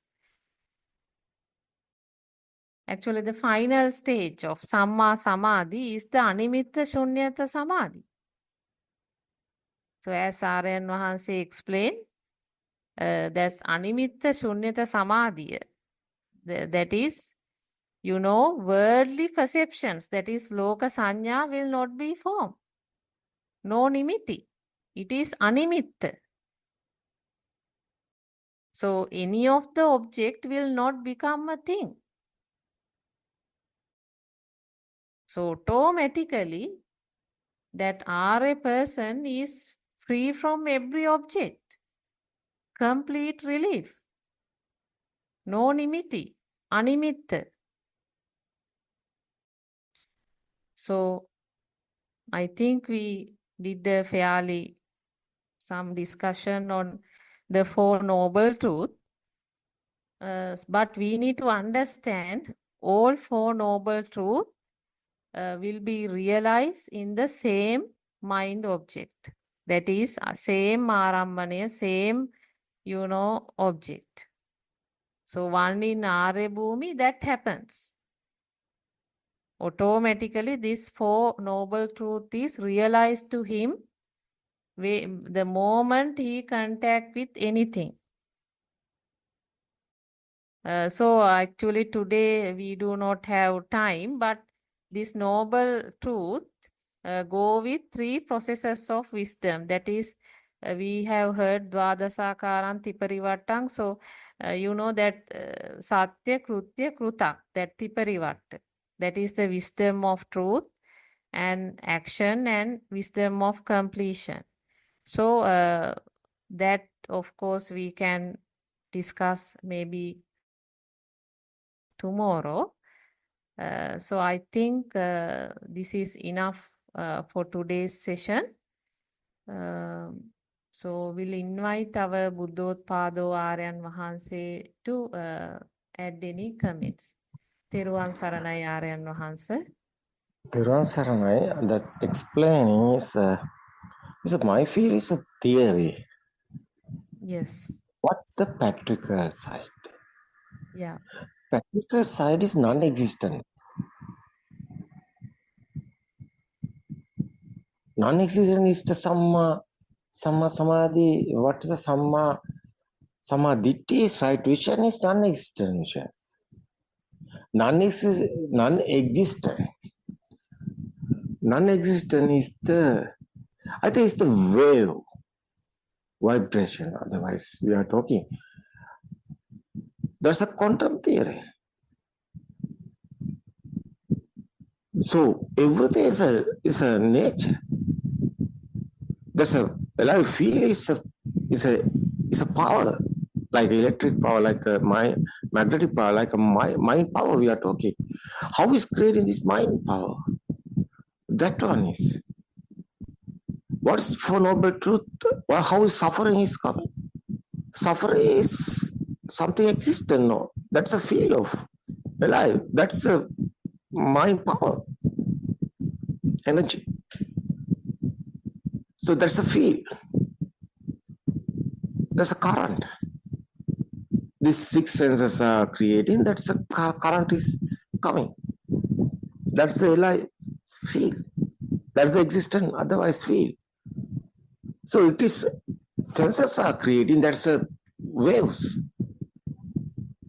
Waves are so vibrations, no, sparking. This light and sound and the other sensoring, that smell, taste, and skin sensor. The every sutras there is what's that sutra's meaning is there's six senses. Six senses are creating. That's what we are explaining. Sutra there's the Nikaya third one and Santa Nikaya fourth one. What is this 40 sutras we are explaining? Every sutra senses creations. Senses creations is what is the effort is the suffering. That's the Four Noble Truth. Sense creations. This sense creation is that no one is here. Nobody is here. Who is the suffering? Someone understood this one. Right vision. What is the right vision? What's the true Dhamma? What is the real dependent origination? That is why you be careful explaining, because where's the targeting? It's okay. So theory is a theory. Practical, we want theory. That's a message. What's the practical? We want to compare and we want experience. No? What is our experience? Our experience is our sounds and forms and this smell and this taste and skin. That's hot and cool. That's the world. Is six sense of the creating world is. How is coming suffering? Suffering is coming. The alive feel is here. Someone is here. That's the feel is soul. Nobody is here who is the suffering. No one is the suffering. Oh, it's a simple. Yeah, Four Noble Truth also simple. That's a dependent origination included this Four Noble Truth and the that's a eightfold path. It's the same. Everything is one Dhamma. What is that one Dhamma? Is non-existent. Existence is the lay people's going misunderstood. That's the misconceptions. That's illusions. So what is the real one is? What is the truth is? Non-existent. There's no one is here. No being, no living being, nothing exists. That's how is coming that. That's the vibrations. Senseless creation is how is happening. This is the want to be a compare. That's a want to be that's a I think it's want to be think. Realize. Special. What is suffering? What is the origin of suffering? Origin is how is it creating these senses. Our senses are creating, that's the coming attachment. That's the origin. That's an Nandi. Existence is something there. Chair or table or mother or father or son or moon or anything. That's a thoughts, not a real. Thought is not real. That's the origin. Someone understood that. Crave is not coming. No, nothing value is coming. Anything. That's one is the that's a tranquility we are talking about. That's a peaceful mind is coming because nothing anywhere. That's why everything is a thought. That's a sparking. The senses are creation. It's a light also, sound also, light and sound. What is that? Sound and forms together. That's a thought. So charitable, everything is. It's a mind, mindful world. We are living our mind, not outside. Let people thinking outside. They are living. They are thinking the body is him. But someone understood this Dhamma. Body is not you. It's your mind. You are thinking, I am living. What is that living? Living is the feel. Feel is existent feel. That's the life feel. So your breathing is ending. That's your death. No. So senses are not working. So there's no any feel. That is why body is not you. That's the origin of suffering. That's not crave is coming. Not attachment or disattachment. So because it's nothingness there. So that's a cessation. Way to the cessation is someone understood this after every moment, every thought is not existent. That's the way to the cessation. Cessation is happening because nothingness is there. That's a Nibbana. That's the Four Noble Truth. It's a practical side. So all of this Buddha's explanations, one pointed, that one is non-existent. Everything is sensory. Senses are creations. Everything is thoughts. It's not real. That's, I think, realize what to be practical side. That's the experience side. So we are reading books, but we want to be careful because there's a theories. Practical, you have experience. That one is the specialty. That's a senses. That's a senses. Nobody is here. Normally is you are working. Normally is your day-to-day activities is going, but no incoming pain. That is very worth. Not incoming pain or incoming any vibrations, any stimulus. It is very worth. That's the tranquility there. That's no one is here. Why I no worry or no anything. It's okay. No suffering, no sadness, no anything is okay. No. Who is here? Nobody is here. That is why. It's okay. That's the Nibbana path. So say every Dhamma is there. One Dhamma is here. So the appointed one is non-existent. It's vibrations there. We are talking vibrations, but not a vibration is not a suitable word. Is a word is that waves, sparking, sensors are creations. It is good. Someone can realize this. You can experience it. Yes, it is very good. Okay, everybody. And tomorrow we can explain again. Oh, this one is how is the practical side? It is very well, everybody. So you can realize this. So people sometimes inside they have problems. Where's that problems? It's mine. That is the case.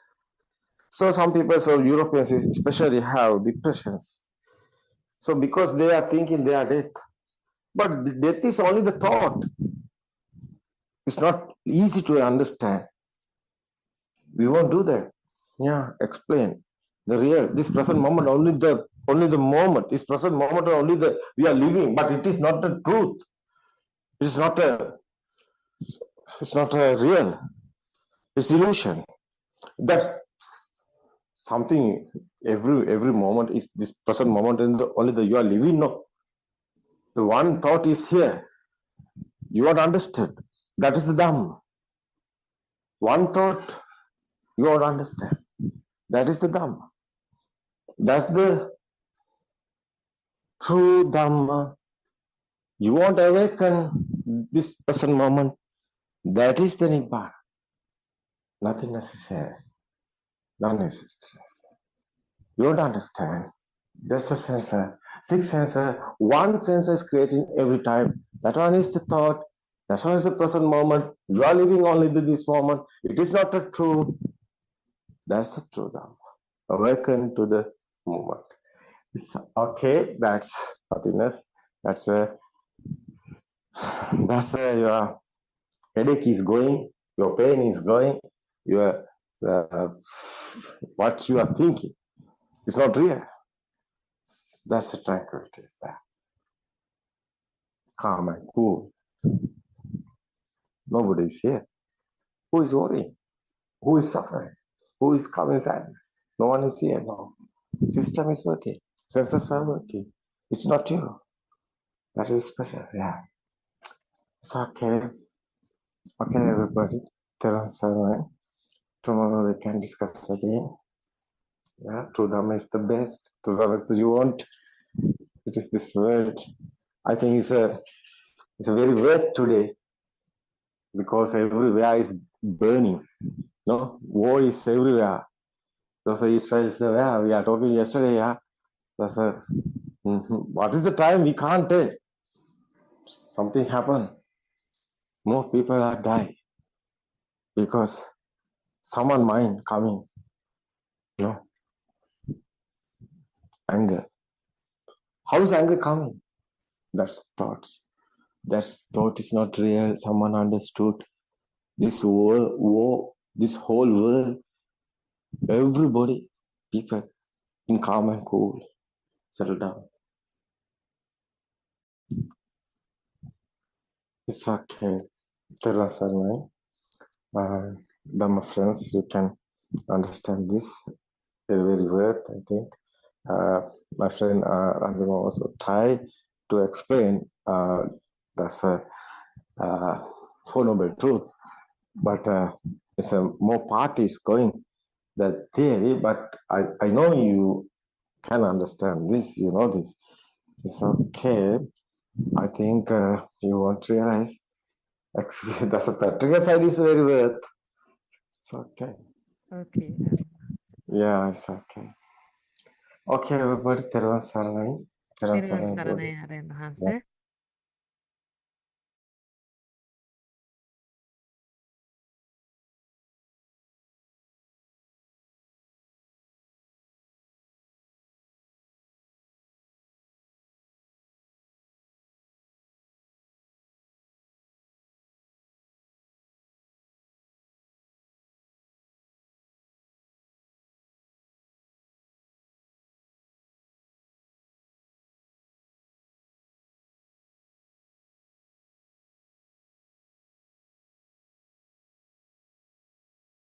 Welcome to our English home talk.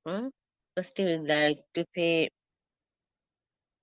our Buddothpado spiritual Dhamma guidance teacher, and we also like to thank you all attending this Dhamma Zoom talk.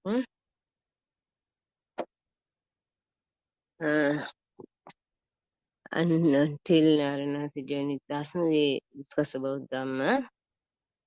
The Buddha has preached in the Sambodhi Sutra, monks in the land of Brahmas, Devas, Maras, and humans are never said that attained the Buddhahood without realizing the truth.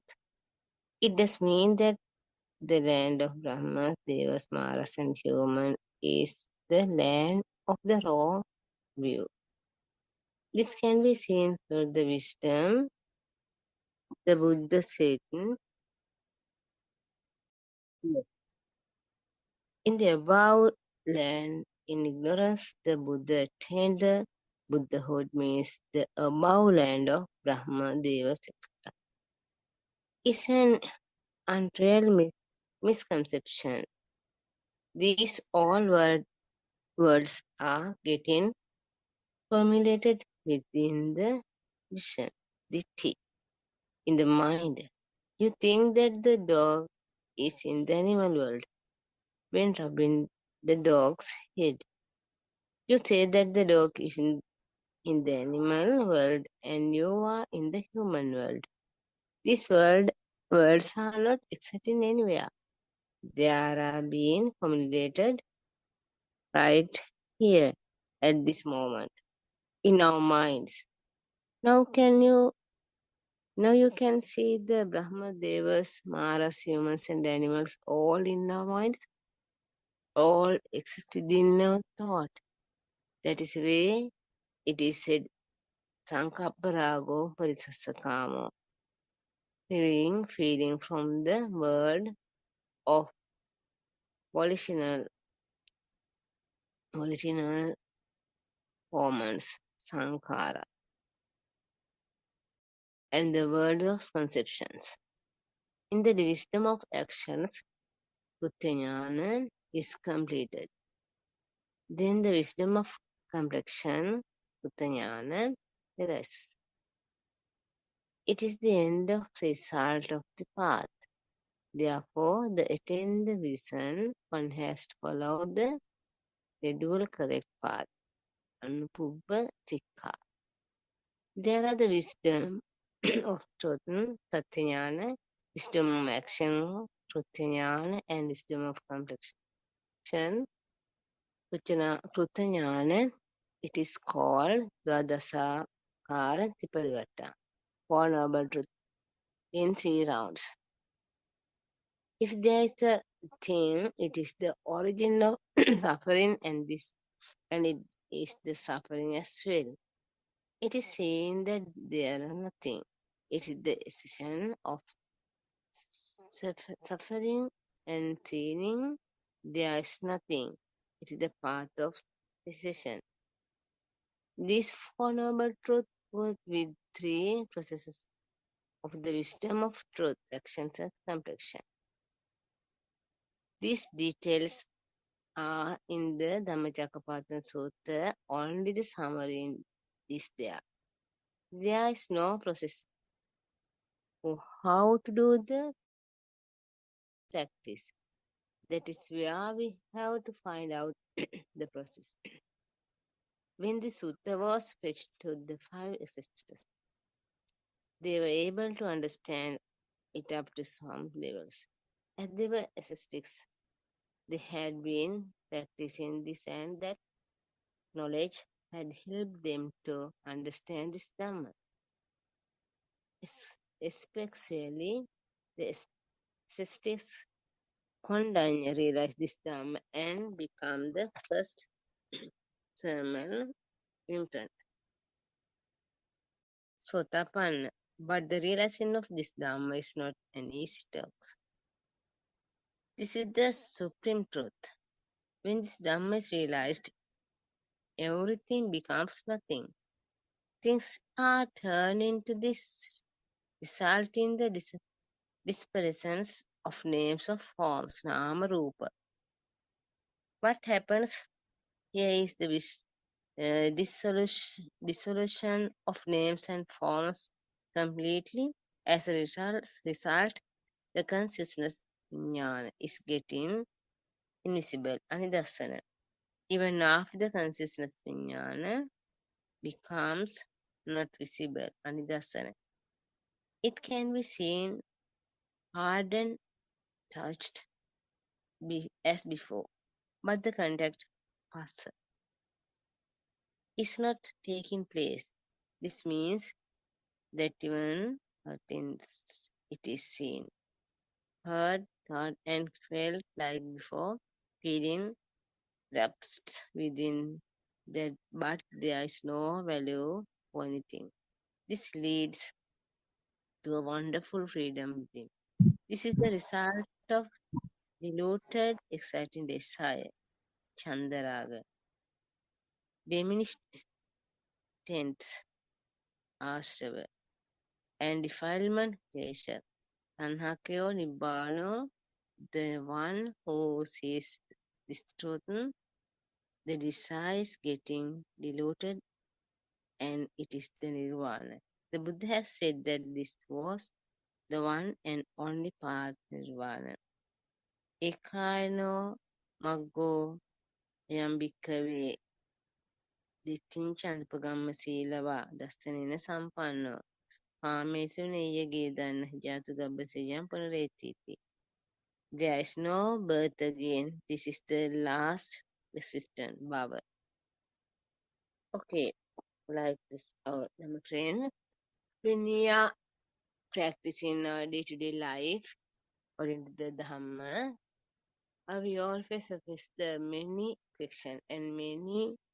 I want to get a solution that problem. So our Buddothpado, our spiritual Dhamma guidance teacher, always ready to explain the correct path to us. Then Arinhanse during this moment, Teruvan Saranai. Theron Sarnai. Teruvan Saranai. Yes. These days we are explaining dependent origination very well, I think.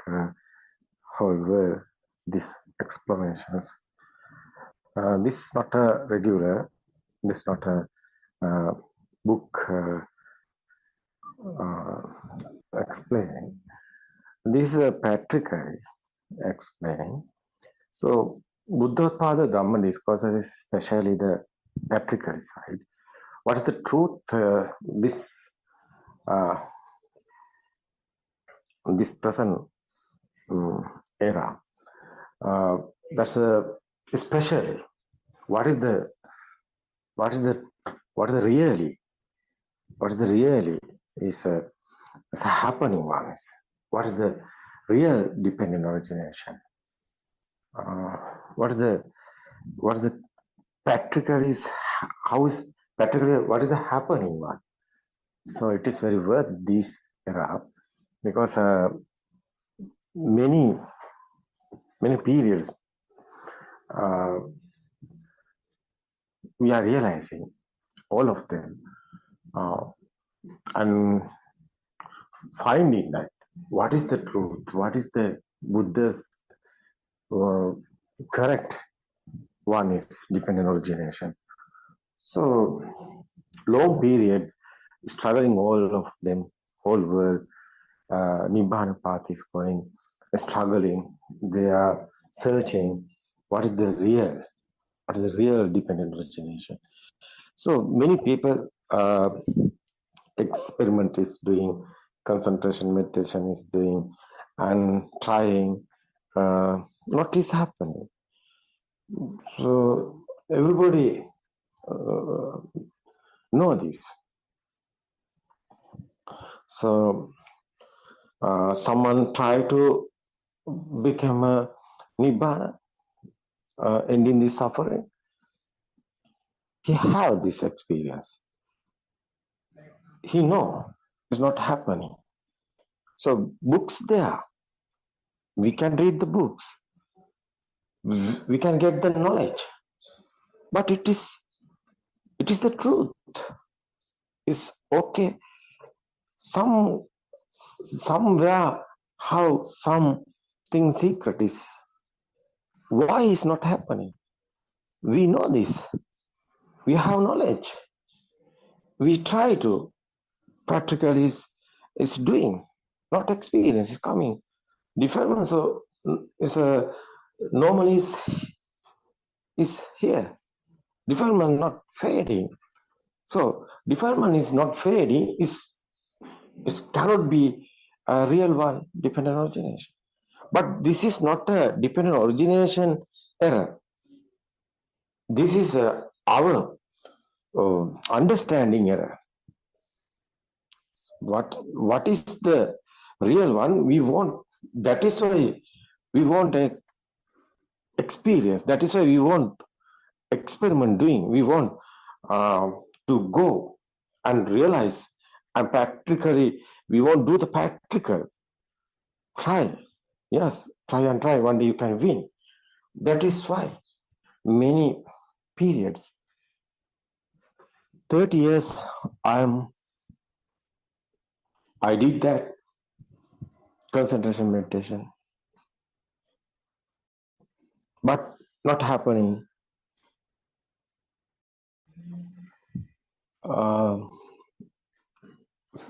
There's a different origination that not happen in the defilements of it. So concentration meditation is not. It's not that one is okay. Concentration meditation, someone doing that's is happening. The samadhi is coming. That's a first stage is okay. Pratama dhyana. The Buddha's word is second stage. Devani dhyana. Third stage. Tungani dhyana. Fourth stage. Hatarani dhyana. Is a nothingness stage is coming. The fourth stage is after coming. You can experience it, but it's not ending the suffering. It's not ending the klesha or desha. It's not ending the craving. It's not ending the defilement. It is not the path. So you know that Buddha's time, 5 teachers also doing that. That's a Siddhartha Tapasa is doing that, but not happening. It's okay. It's a concentration meditation is going that it's a samadhi stages. No problem is there. Samadhi is okay. It's not inside meditation. It's not, your egoistic is not going. Yeah, that is the case. So long period, I also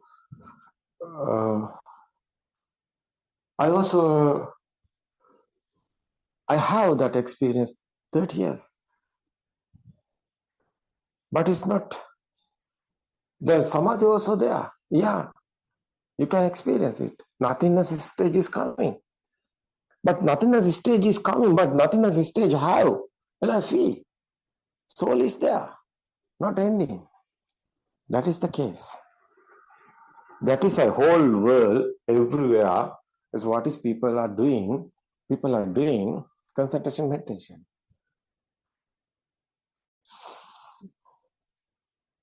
Yeah, Australia, Myanmar, Thailand, so everywhere, India, Sri Lanka, and America, UK, everywhere. What is Buddha's Red Cross sitting is that's a art. Is concentration meditation, yeah. So that is why people think that one is the path, but it is not the path. You can realize this. You try. You can. You can get this experience. It is not the Buddha's real dependent origination path. It's not the inside meditation. Inside meditation is the other one, understanding one. How is this mind is creating? That's how is your alive feel is coming? How is this soul is coming? You won't understand. Someone understood this mind is not real. These thoughts are not real. These are illusions. That is the way. Non-soul Dhamma.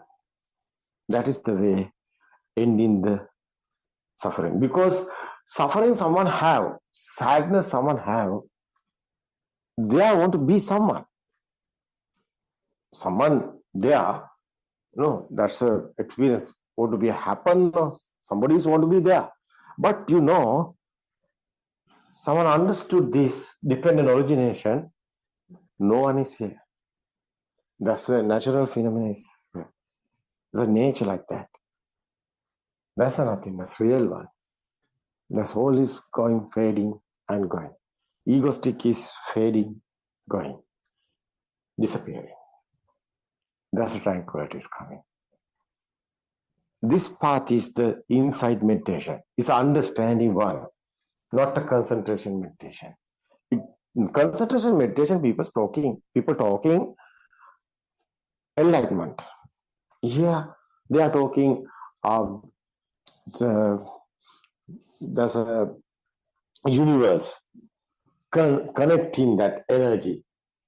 They are thinking they are in the universe same level. But it is wrong. It is not truth. That is not the Buddha's words. Enlightenment is not a Buddha's word, it's a Hindu's word. That is the misunderstanding. Concentration meditation path is going there. Hindu's path. Universe. So connecting the energy. So it is not the Buddha's path. Enlightenment is not a Buddha's word. That is why we explaining, understand after different origination, how is this mind is creating, how is alive feel is coming, how is this soul is coming. The nothingness here. No being, no living being, nothing exists. This is the way. This everything is your mind, everything is your thoughts, not real. That's the correct way. Understanding one. After you know what is the illusion. What is the illusion is? This mind consciousness is given you to this world. It's not real. It's sound and forms together. That's the consciousness is creating this. These senses are ear, eye, nose, tongue, skin. These five senses are creating. That's the world is creating. It's the sensoring. It's the sounds and forms. What is this? That's a together, combining, that's a thoughts creating. This thoughtful world is only the sound and forms and other censoring. Nothing else here. So this, how is creating this energy? What is that power? Is alive feel. That alive feel is coming this creation. Someone understood this creation, this process. That's alive feel is the energy. That one is the fading and disappearing. That's the craving. It's disappearing. That's the defilement fading. It's your soul, alive feel is disappearing. This is the only the one path, not another way. Only the one way to Nibbana is explained in the Buddha. You can experience it. It's not a believing. This mind, how is creating, how is happening this defilements. Defilements are fading. That's the Nibbana. No one is here. Nobody is here. Nothing connecting universe, any energy or anything. Energy is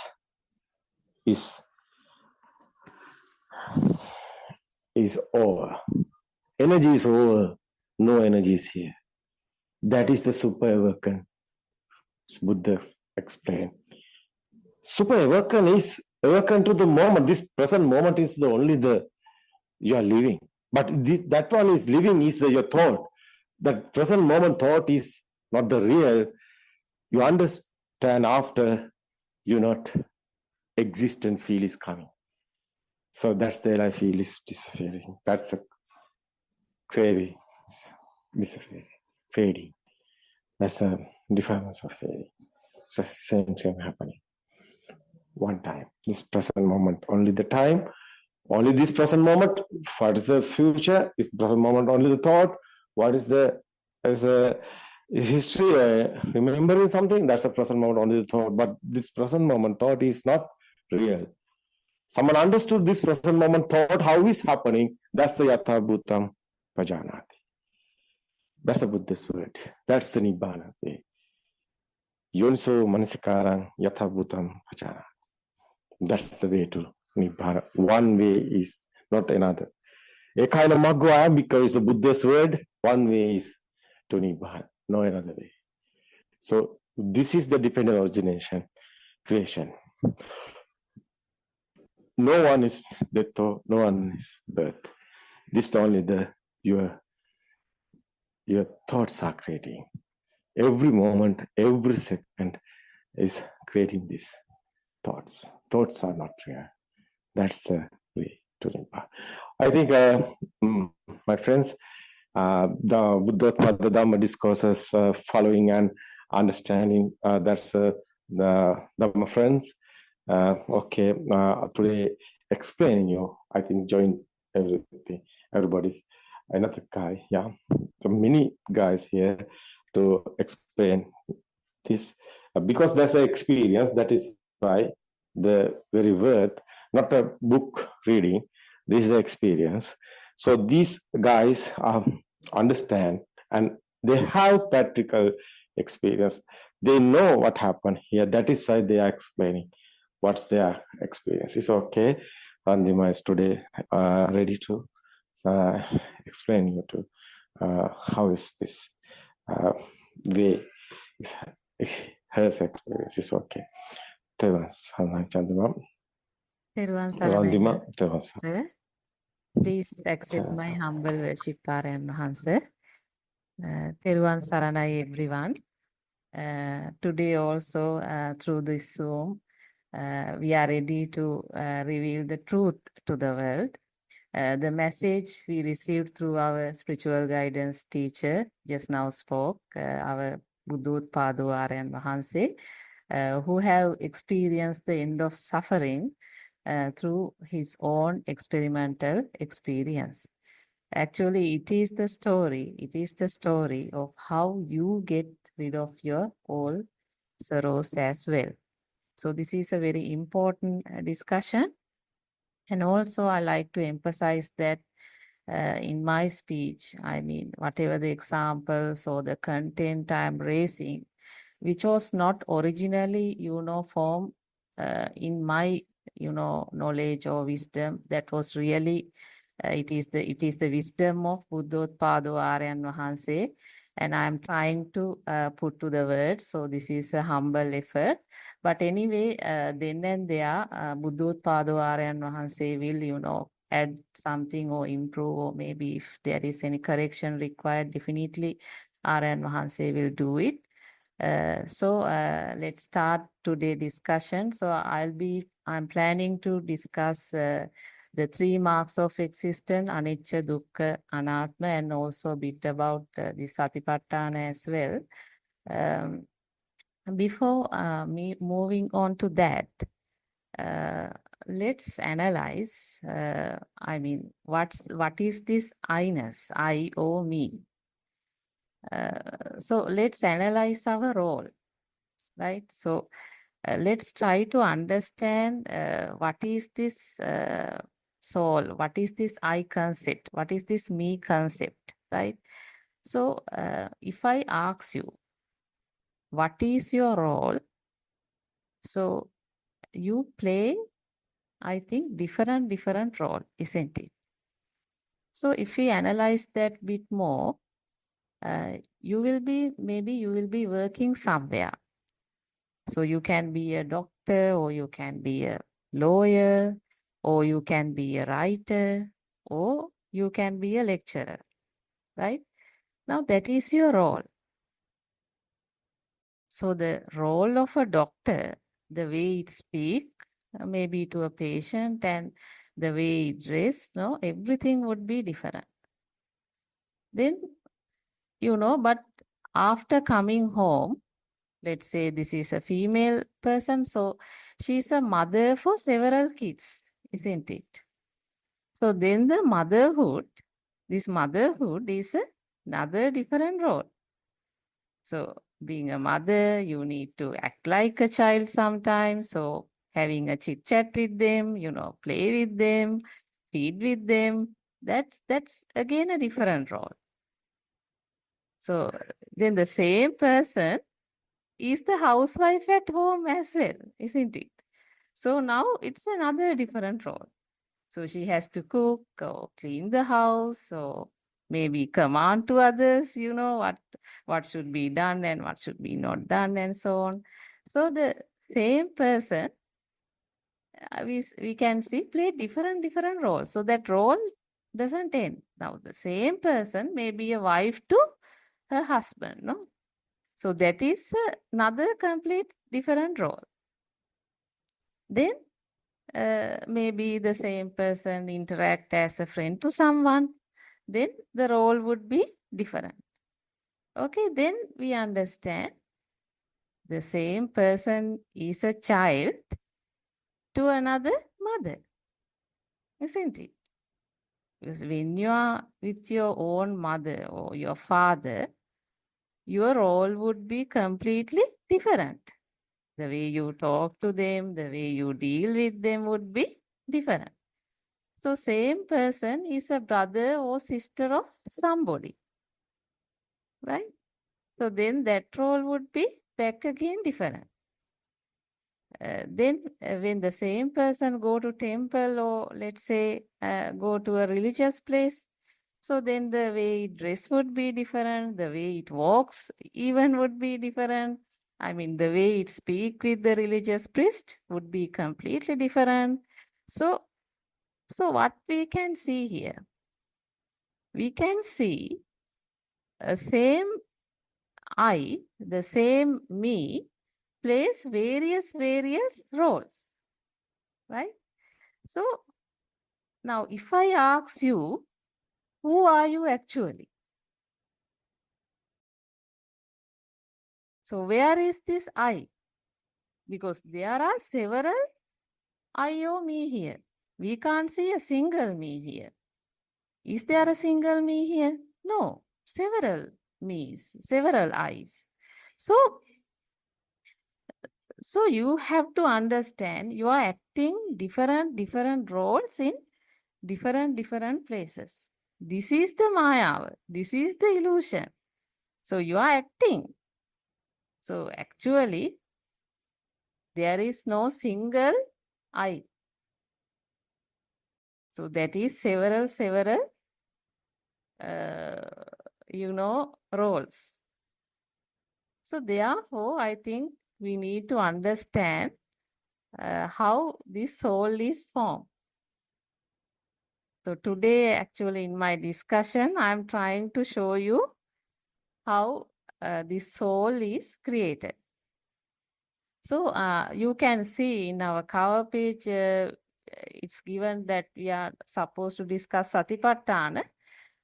But you need to understand this Satara Satipatthana, that is mindfulness of the body or the mindfulness of the feeling, Vedananupassana, mindfulness of the mind, that is Chittanupassana, and mindfulness of Dhamma, Dhammanupassana. I mean, there is no meaning if somebody is doing this Satara Satipatthana without having the Yathabhuta Jnana, that is Satya Jnana. So one should understand how the mind is formed, because mind is a Sambhuta Dharma. Without understanding how mind is formed and how the soul is formed, if somebody tries to do Satara Satipatthana, will not be meaningful. So we'll discuss about that later. So therefore, it is very important you to realize this Yathabhuta Jnana or Satya Jnana. Because one who has Yathabhuta Jnana can only experience Krutak Jnana, or that is the practical stage, and the Krutya Jnana. So you need to understand this Yathabhuta or Sambhuta. What do you mean Sambhuta? Sambhuta means, now from the word itself you can understand. Everywhere in Dhamma we find what Yathabhuta Jnana, which is being discussed everywhere. So what is Yathabhuta? What is Sambhuta? So the mind is a Sambhuta Dharma. That means what? Means Sambhuta means what? Sambhuta means something which was, it is like some form. So that some form which is created at this moment. Something which is created at this moment. And it was not existed before. That was not there before. It is arising now. And at the same time, we have to understand it will not exist for future too. There is no continuation of that to the future, because that arises. Sambhuta means what? That arises. Something arises at this moment, and then there itself it disappears. That is Sambhuta. Then if you ask yourself, what is this form? Because some form is created at this moment, and then that disappears. So that is none other than, as Aryan Vahanse explained very clearly, Rupantiko also Rupa. So that Rupa or form created due to speed of vibration. So Rupane means what? Rupane means vibration. So there is a form which is created at this moment due to the speed of vibration. This is the basis of the mind formation. So you need to understand this. This Rupantiko also Rupa. This is a Sambhuta Dharma. Mind is a Sambhuta Dharma. So in Dhamma, you get Salayatana Loko. I think now you are familiar with that word. The world is created or formed this moment due to Rupane or vibration, and then at a fraction of second, the world disappear.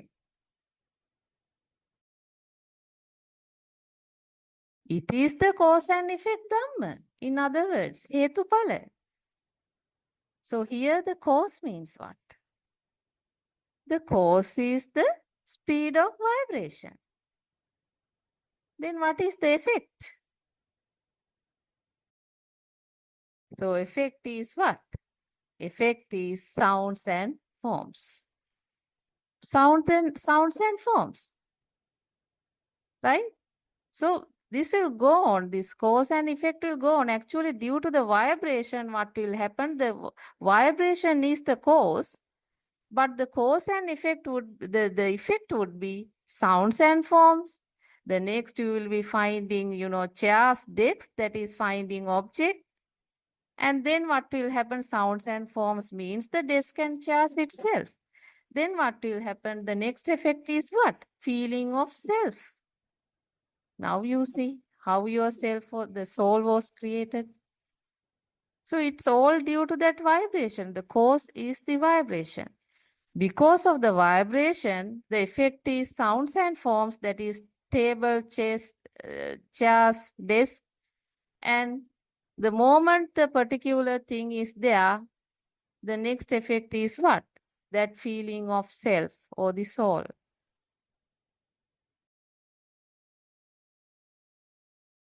So now we'll try to understand this Sambhuta. So we now understand there is a Sambhuta of sounds and forms. In other words, it is the Sambhuta of chairs, desk, or any object. It can be any object. And also it is the Sambhuta of self or Atma. So the soul is a Sambhuta thing, which was not there before and which will not continue. When the cause is present, that arises, and when the causes diminishes, that ceases in the same place. So the moment means that. Moment means actually you have only this moment only. In this moment, everything arises, and in this moment, everything disappears. So we have only this moment. There is nothing other than this moment. So everything created this moment. Now, if we look at this more, we'll try to discuss this cause and effect more. So the cause means what? The cause is the speed of vibration. Now, if we take example, for example, eye level, so the effect would be what? Creation of a form. So the cause is the speed of vibration, but the effect is what? The effect is the form is created, that is the light object.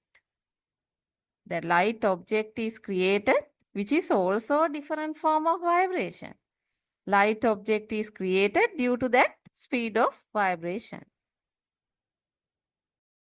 So this means what? As we explained you last couple of days, the light is created in the sensor, the birth of the eye, in other words. So now you need to understand this is Sambhuta. This light object means what? That is a Sambhuta Dharma. There's nothing material here. So therefore, you can't take this light object, Varana Rupa, as a thing. It is some kind of a form which is generated at this moment only. So in other words, this light object or Varana Rupa created at this moment when the condition present, which is a Sambhuta Dharma. Right? So, so this light object is itself is another form of a vibration. But this the discussion of the vibration will not end from here. Then what will happen? That there itself, there will be another kind of a vibration. What is that? That is the alive field of awareness of the light object in the system. So which is the eye consciousness, or we call Chakku Vinyane. So everything occur at this moment. You have to understand at this moment together. So in other words, this field of existence, this field of existence of light is what? That is also a different form of a vibration.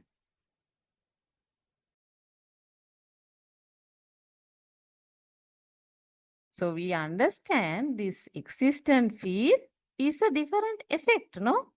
Force is the vibration. So this is another effect.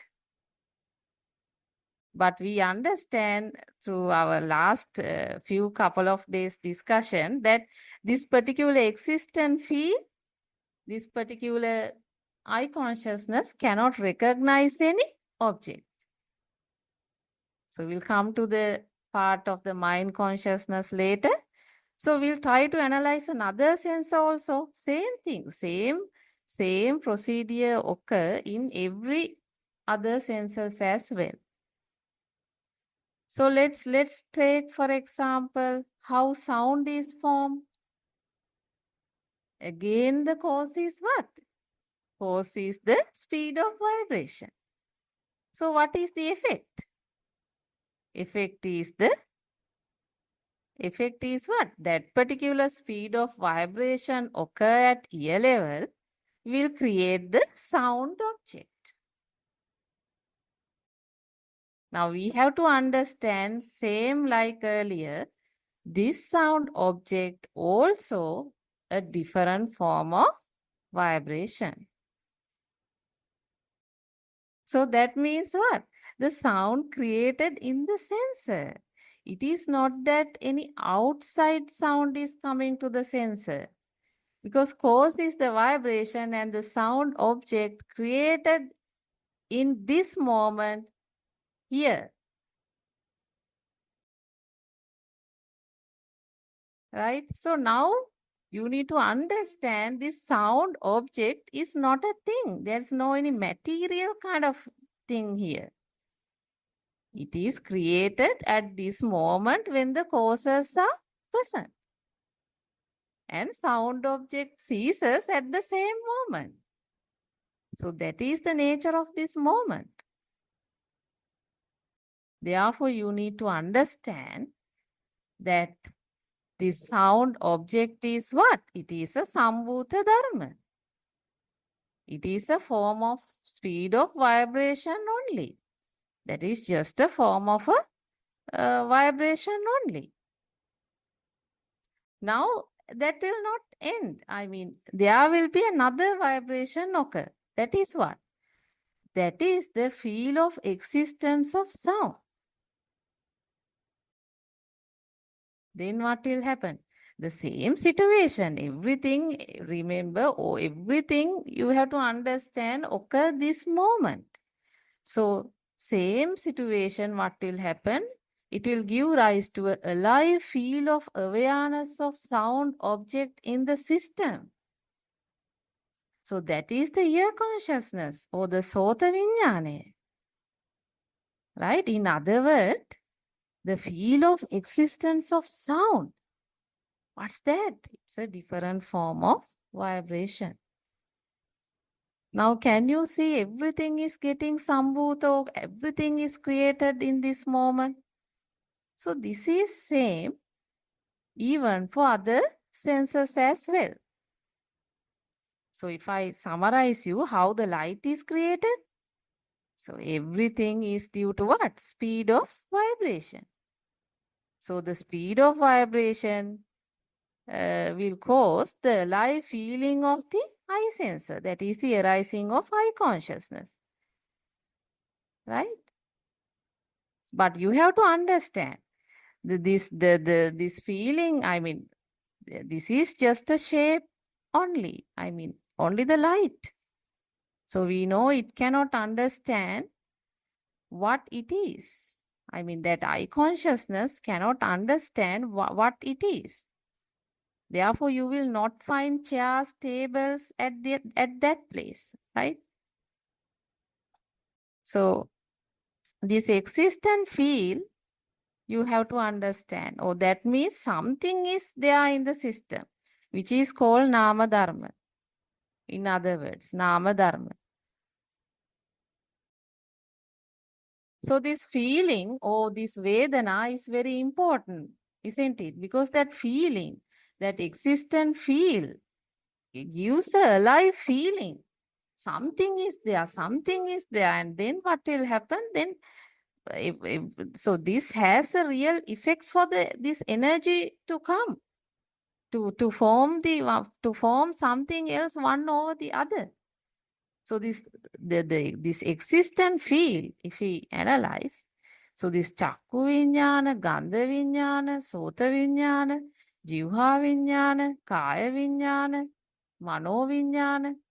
So that means what? Eye consciousness, nose consciousness, taste consciousness, body consciousness, mind consciousness. So in every place that alive feel will arise. Actually, this alive feel or Vedana will cause Pancha Upadanaskandha next stages to happen. That Vedana, then Sanya, then Sankara, Vijnana. Right? So, this is the starting point of occurrence of everything. And rest of the Pancha Upadanaskandha also arising because of these Sambhuta Dharma. So, vibration is the all cause for everything. Now you understand. So it is the vibration. It is the vibration is the cause. And all these Pancha Upadana Skandha followed by that. So if I explain you Sanya, now we discuss about Vedana. Now this Sanya or the perception. Perception means what? That is the reflection of Vedana or feeling. So that sanya will be aloka sanya, gandha sanya, rasa sanya, shabda sanya, pottabba sanya or dhamma sanya. Now we need to understand we are trapped. We are trapped in this perception world. Sanya loka, sanya world or the perception world. So everything was given to our system through a sound, isn't it? Through a sound. So what I'm trying to say here is everything is sound and form. So you will not find anything else. So we have given basically sound for everything.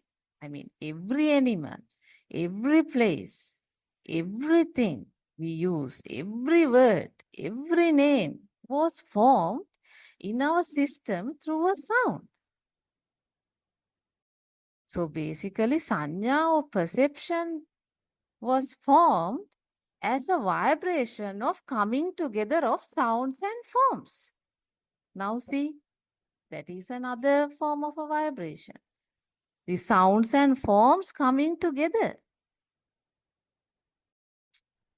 So we have to understand this sanya, perception. It is one Dhamma. It's all sounds and forms, isn't it? So it is we segregated it as animal, places, things by putting, sound or a name. But all this is what? Vibration only. It is a sound and forms. It has no value.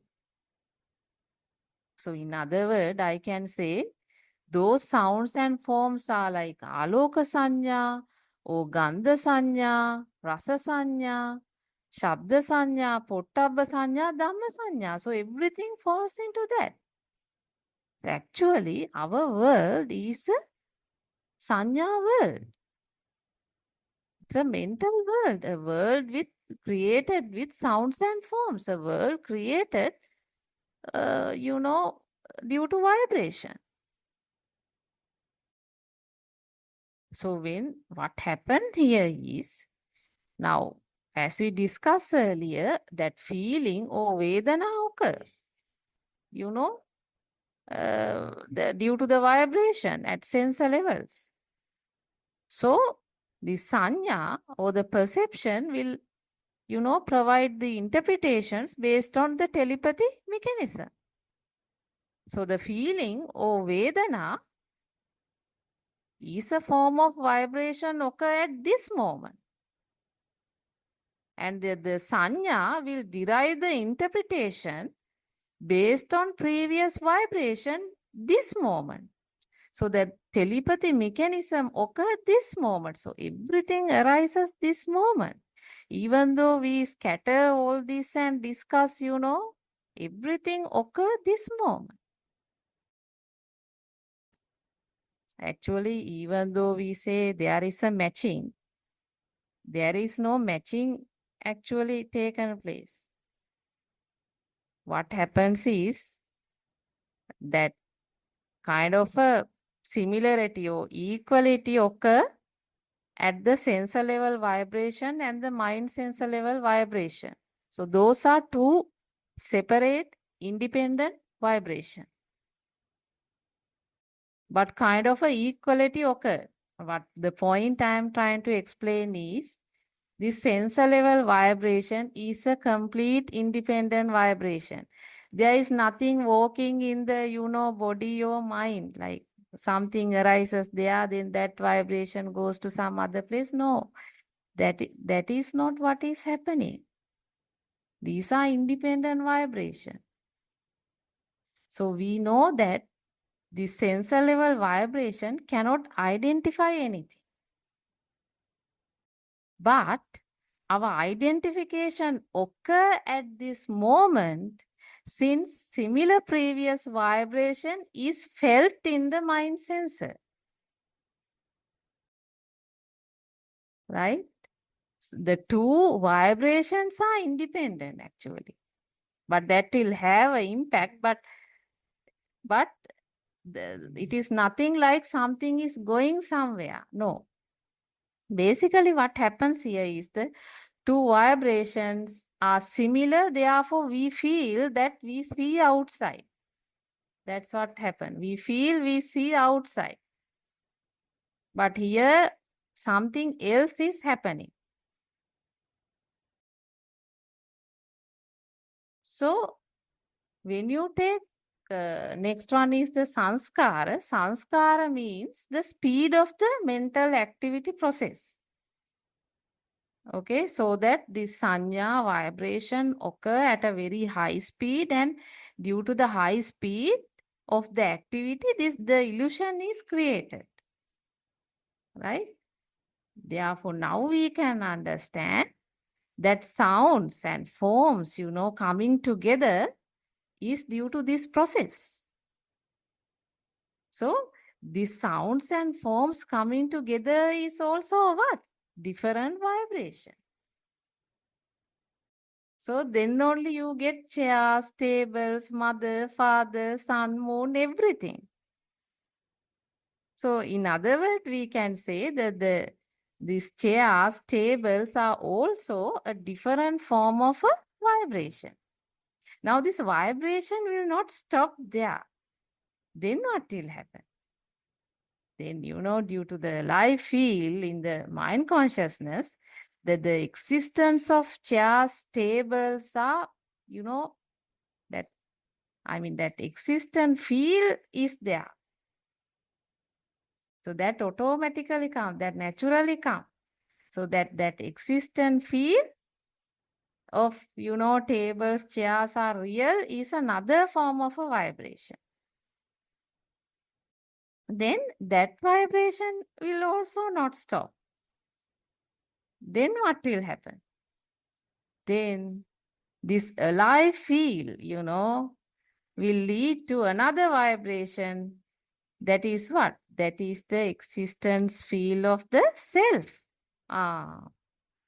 That is how the soul is created. Now you see, that's how the soul is created. So soul means nothing. This is Sambhuta. Clearly cause and effect. Cause is the vibration. And it is the vibration which caused the soul to create at this moment. So all what I have been explaining here, remember, it is not several things. Everything, even the soul created in this moment. So everything created in this moment and disappear itself. So you have only this moment. So if I summarize that part, I can say, now we'll try to understand what I have been discussing. So that sound at your ear level is a one type of a vibration, right? And then the feeling, the existent feel, the feeling that the sound object is real is another form of a vibration, right? That is the second. Then third, you see that the light created at your ear level, that light created, that light object, Varna Rupa at your ear level is a one type of a vibration. Then fourth, the live feeling of light object, that is that existent feel, is another form of a vibration. All these are vibration. Then what will happen? The Tinnan Sangati Passo, Ditta Sutta Mutta all coming together. Then what happened? The sound and form comes together. And rise of table chairs are a different form of vibration. Look. And then what's the fifth one? Fifth one is the existent feel or the live feel that table chairs are exist. So there is a now live feel, that feel of existence of that particular table and chair is a different form of a vibration. Now this vibration still not end. Then what's the next one? Now the most important one. That is what? Then it creates, your system creates the existent feel of self, because the moment a thing is outside there, automatically your soul is created. Now there is a existent feel only. There is a existent feel of self or soul. That is just, vibration only. It's a different form of a vibration. Now you see, the self is this, soul is this. This is cause and effect Dhamma. So now you have to understand all these steps I have been discussing here arises at this moment which occur.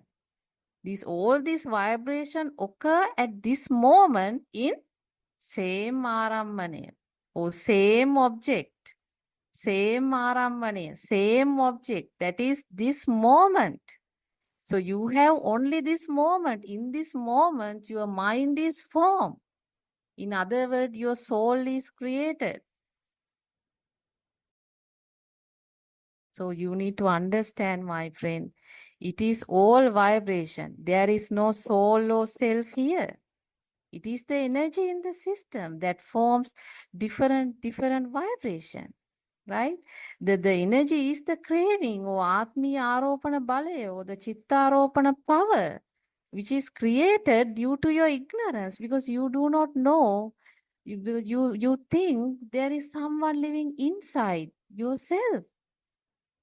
You doesn't understand this Sambhuta Dharma, this Yatabhuta Jnana, or the Shana Sampatti, or the Darshana Jnana.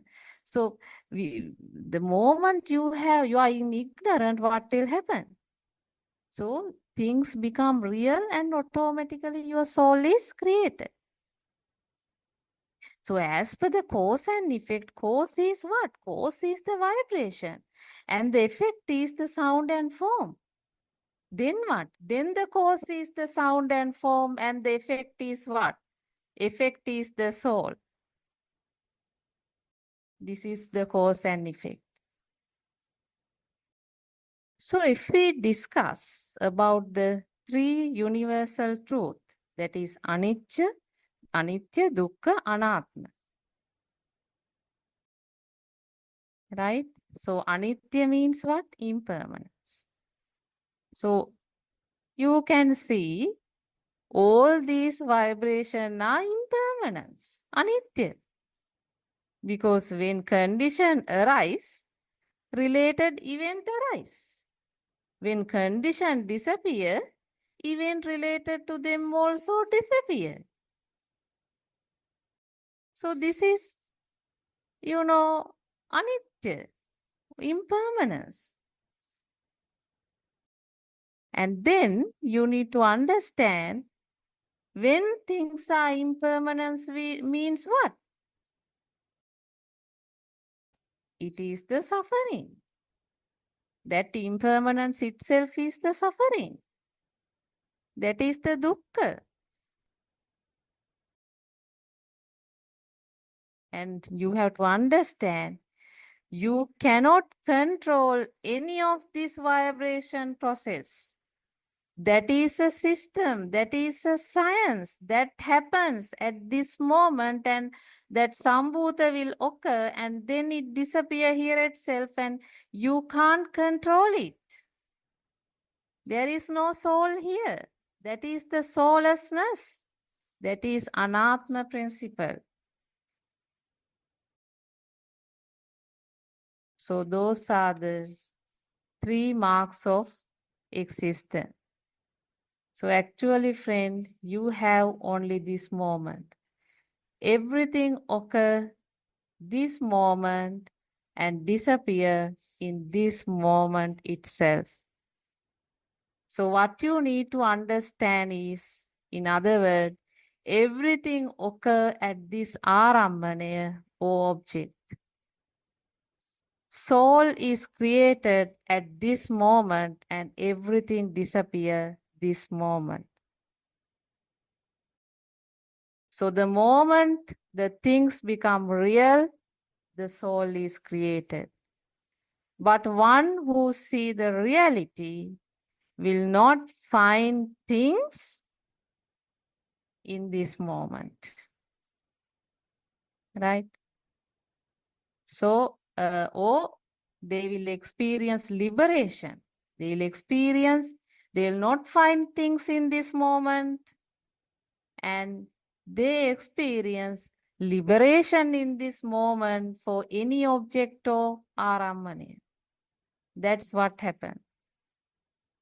Actually, that is our message. The message is to give you this yathabhuta jnana. So jnana is the wisdom. It is not a knowledge. First, you will get this as a knowledge through a noble friend. But then you need to contemplate this Dhamma yourself, and you should know in and out the truth of your existence. That is the of your mind formation, right? Therefore, it is very important to gain Satyajnana or Darshanajnana, or we can say Yathabhuta or we can say awaking to the bliss of moment, or we can say something like Udevaya Jnana. That is what? Seeing the arising of an cessation of a thought. One thought. It is one thought you need to see. Now, all this refers to what? Satya Jnana part. All this refers to Satya Jnana part. In other words, seeing the formation of a thought. So one would realize that it is the vibration which causes everything. So due to the speed of vibration, sounds and forms are created, and the moment the system takes these sounds and forms as thing, or it is as a thing or a real, the duality is created. So in other words, it is in this moment, the particular thought or arambhana or object become a thing. Then automatically the other side, self, is created. So you have to understand this Satya Jnana is a wisdom and it is not of another thought. Because entire Nibbana path is based on understanding. Jnana means that. So the Satara Satipatthana, we know people are, practicing nowadays without this Satyajnana part. They do not know the Yatabhuta Jnana, the Yatabhuta part, Sambhuta Dharma, they do not understand. But they straight away go to Satara Satipatthana. So can you do it? First, you need to understand the truth. So what will happen when you practice this in the Krutya Jnana? What will happen? Satya Jnana, Krutya Jnana, and then Krutak Jnana. So at Krutya Jnana, what will happen? Automatically you will experience this Yatabhuta Jnana. So that's what need to happen. So you will not find things in any particular object. So entire Nibbana path is based on understanding. And that means what? Jnana. Jnana means actually not a thing. So you have to completely realize and feel the truth in and out. We are telling it again, friends. This is a wisdom. This is not a thought. So you have to gain that wisdom. So that is not just another thought. So one who has Satya Jnana can do the Krutya Jnana. So where it will apply the Yatabhuta Jnana for its day-to-day life. So we say Savitak, it will practice that in its day-to-day activities. But, so they will understand everything is a process. Everything is a system. This is what happens. So one would contemplate Dhamma also at this stage. That is the contemplation of Yatabhuta Jnana. And its practice continue in day-to-day work, and then it will understand everything is a system. Everything is a system. This is a science. This is what is happening within me. So it will understand. Then what is Krutya Jnana? Krutya Jnana is a different stage in which one would automatically free from himself from any outside things, for him will not be real. So we call it avitakka.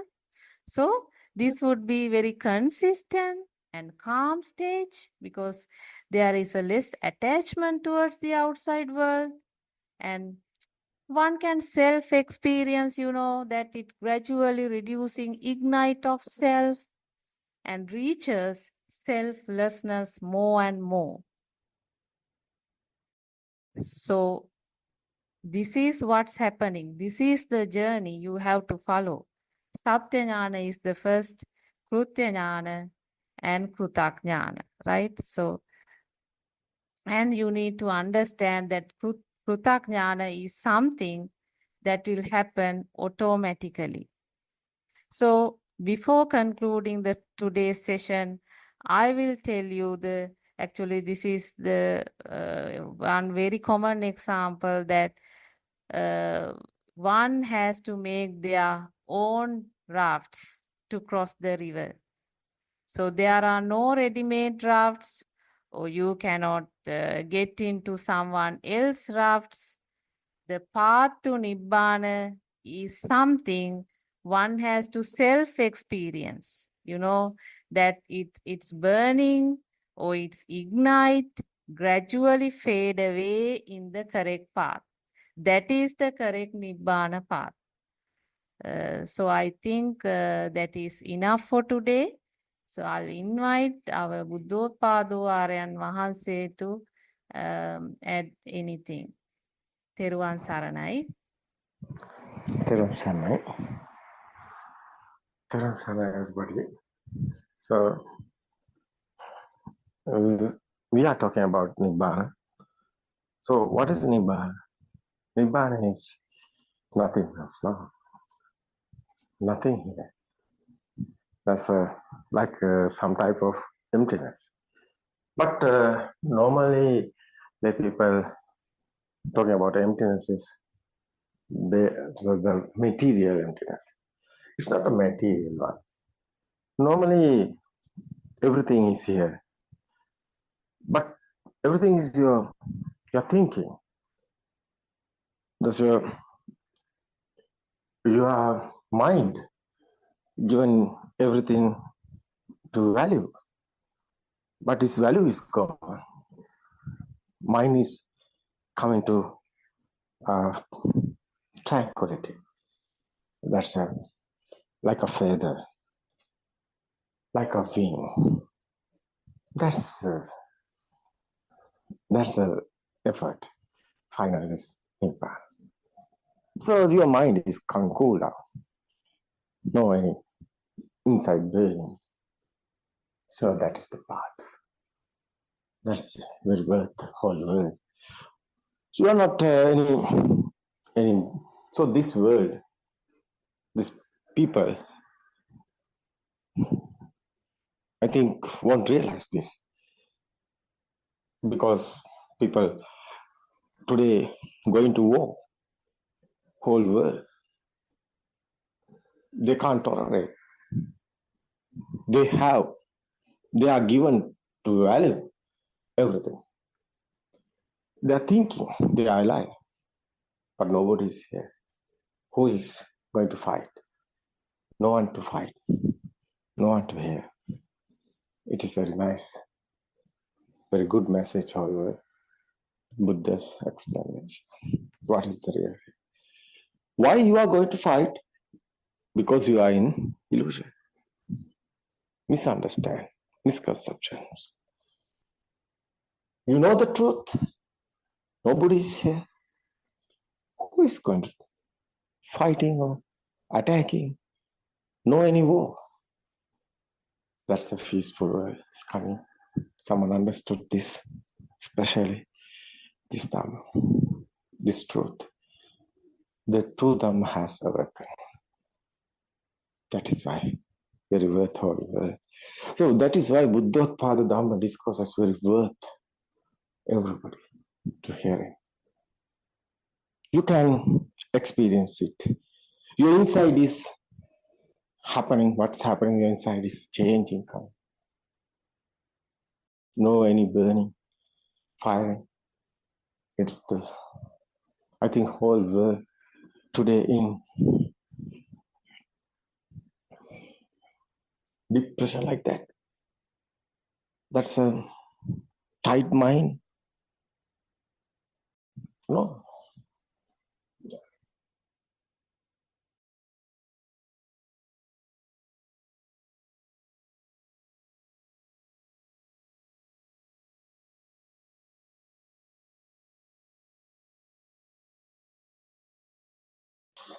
This human bodies, that's a system is working. That's a creating this power. This power is your feel. It's not real. It's like electric power. It's like magnetic power. This is the mind power. It's not anywhere. It's constructing every moment. Someone understood this process, mind creations. You are the guy. Endless happiness in this world. You are the hero. It's okay. You haven't a death or birth. Endless happiness. Why we are talking? That's an Nibbana way. That's a path of your peaceful, your liberation in your mind. It's okay. Tell us, we can discuss tomorrow in the type of this mind creations. It's okay. Tell us, everybody. තෙරුවන් සරණයි ආරණ්‍ය. Period 7 answer.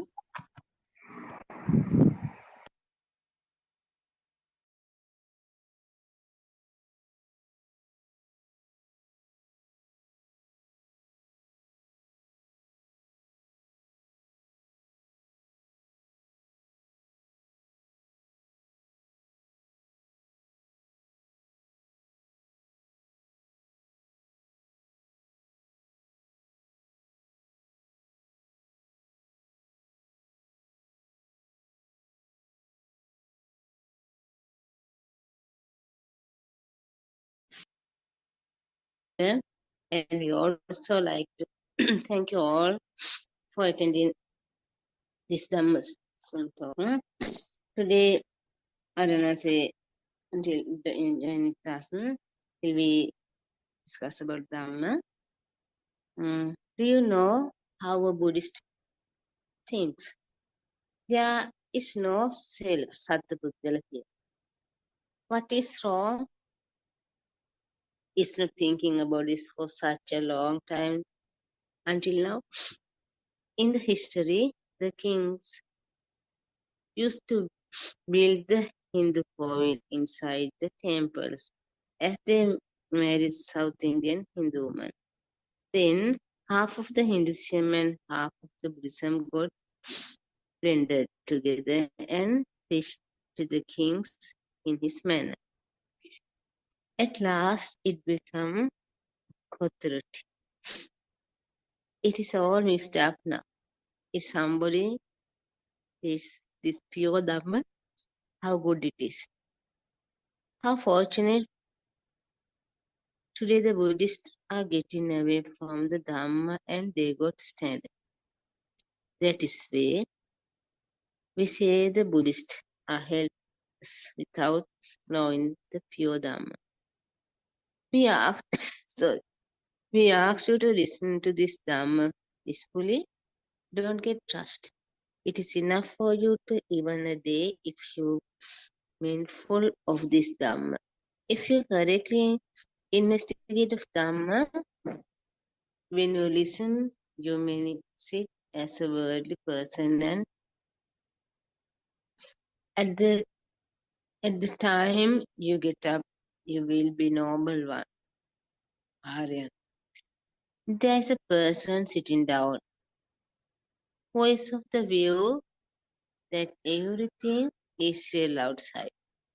We say that there is nothing as such outside. Everything is the mind. If he realizes that nothing is outside, his attachment to outside disappear and he got this relieved from the outside. Now he is heading towards the stream entrance, Sotapanna. He realizes that there is no truth outside. There is no heaven or hell in. Then there is no place to go. Here only he means mind appears and disappears. Only that. There is no exciting mind in a person. Can you understand that this is non-self, anatma, no person? Chakku nityato anichato, nicham bante. The Buddha asks, is eye permanent or impermanent? The bhikkhu replied, impermanent bante. If the eye is impermanent, it is suffering. Therefore, can it be taken as self? No reason. This is an anatma dhamma, only this moment, nothing else. We preached this dhamma while associating with the Tripitaka. The Tripitaka evident that you are telling the truth. The reason that all sutras in the Tripitaka say about the anatma dhamma, non-self, anatma. We need to bear in the mind only the pure dhamma. Otherwise, do not have a path to go.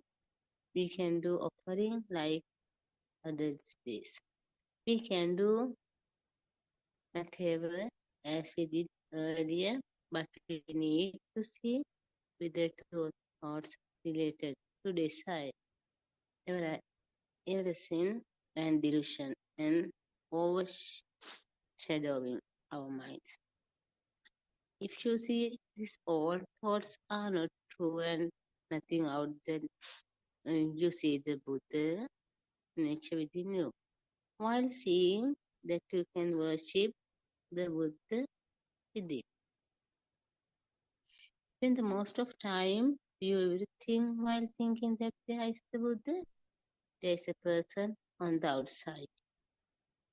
Do you worship by remembering that when Dhamma is recalled, the flame of desire, anger, and illusion, and the time and the mind is getting extinguished?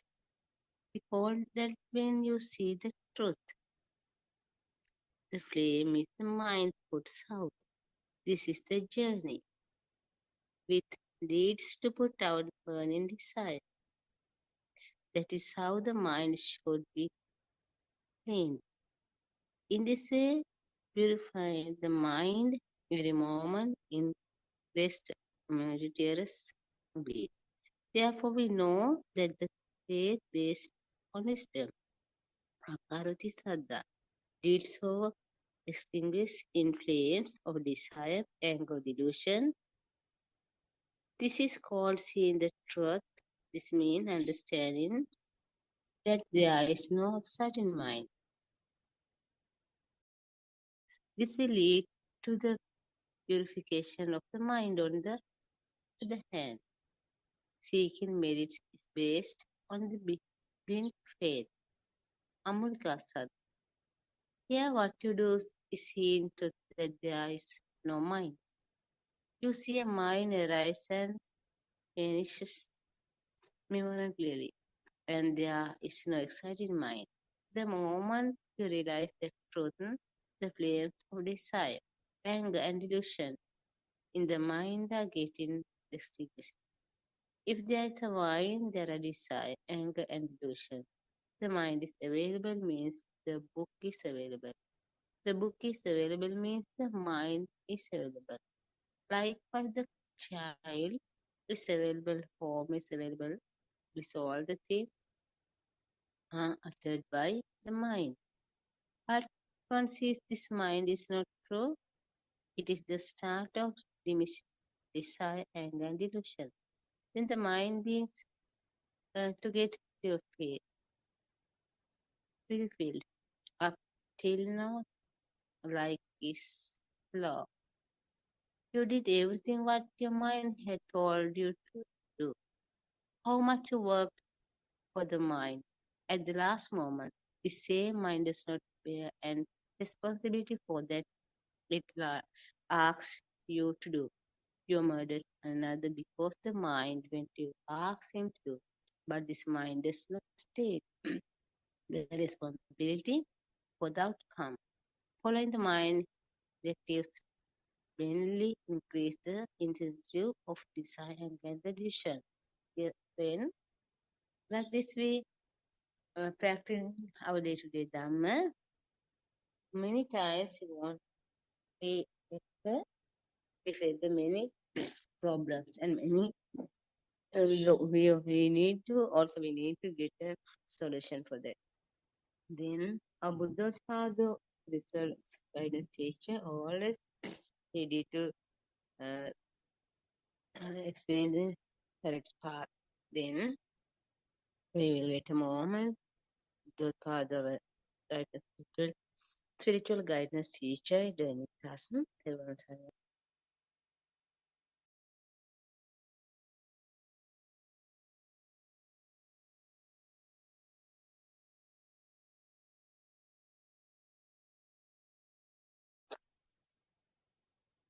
Much merits, Pavitra, Venerable Paritra Manual, Aryan Hansi, Thiruvan Saranai. Aryan Hansi spoke to me last night and asked me to commence the discussion. Aryan Hansi might join during the discussion, or like yesterday, we might have to uh, conclude without Aryan Hansi if Aryan Hansi I couldn't find some time. Um, so first, let me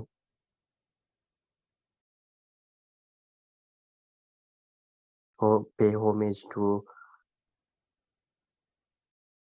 Noble Triple Gem, and may us pay homage at the feet of Venerable Buddothpado Aryan Vansa, our spiritual guide and noble friend.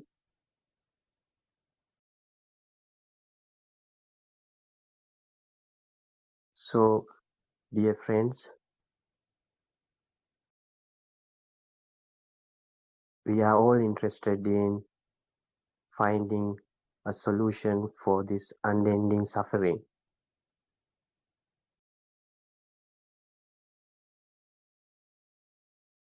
As we discussed yesterday, this suffering begins because of the ignorance, because we don't know the truth.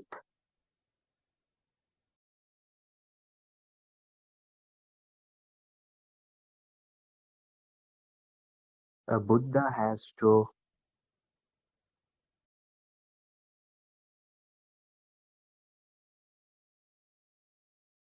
attain nirvana and explain the truth to mankind for them to understand it and liberate themselves from the suffering.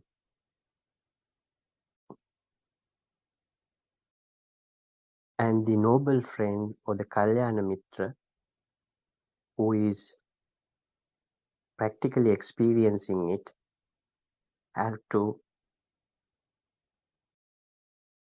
give the guidance to the lay people or people like you and us.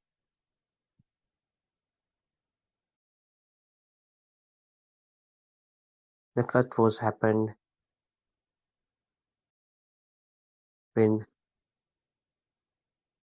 our Samma Sambuddha, Tathagata, Lord Buddha attained nirvana, and it's such a difficult thing to explain.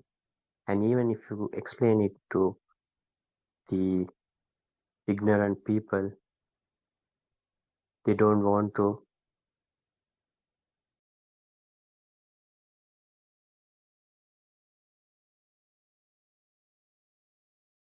stop the rebirth. That is the craving for rebirth. In Pali, it's called Atma Tanha.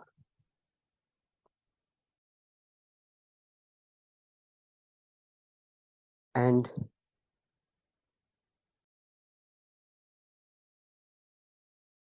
this Dhamma was not encouraged by our Lord Buddha to write down and practice after parinirvana or the demise of the Lord Buddha. Because this practical experience, you can't write it down in a book.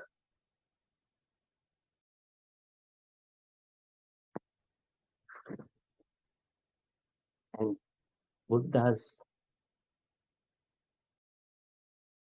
instruction was to the monks,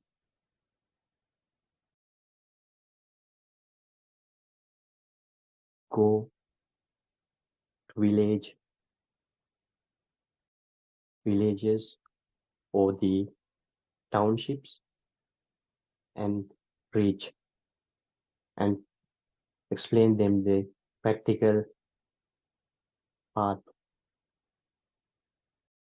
And his advice was not to travel two monks in one road.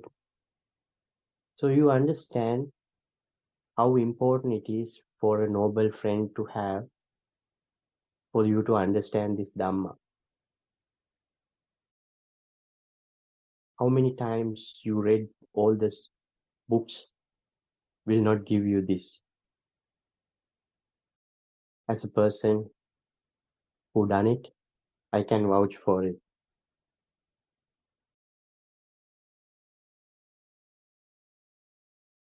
If you look at the Buddhist history,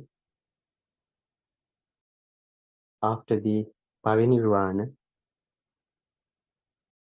even till Emperor Ashoka's time, no Buddhist statue or anything was established. There is a reason for this.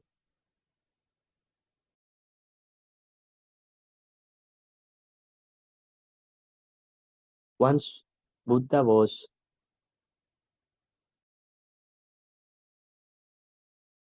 not in the temple, Venerable Ananda Thero,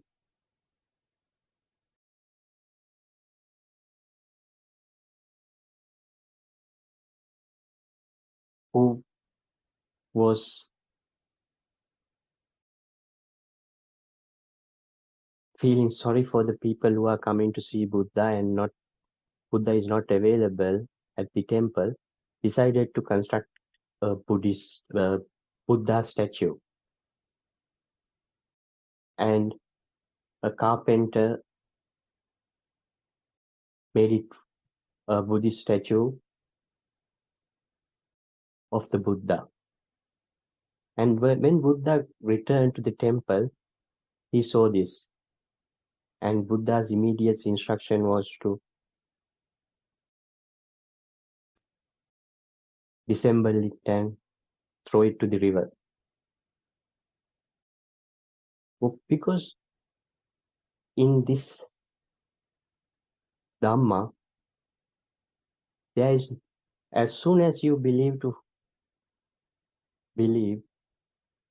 there is something in existence, even a Buddhist Buddha statue, in return, is feed your ego and the soul. That's why Buddha never allowed to construct statues or write down the sutras.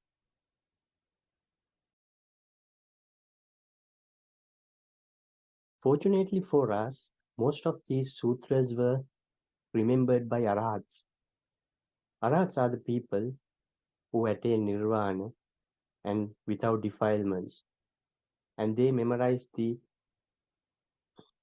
sutra from Buddha, and same time they show the practical guidance to the lay people how to attain nirvana or how to eradicate suffering. So these teachings of Buddha came from mouth to mouth, and these are actually practical experiences of individual monks who were in a much more advanced level than the monks you find nowadays, majority of monks. And unfortunately, with the invasions to India and to Sri Lanka and many other countries where the real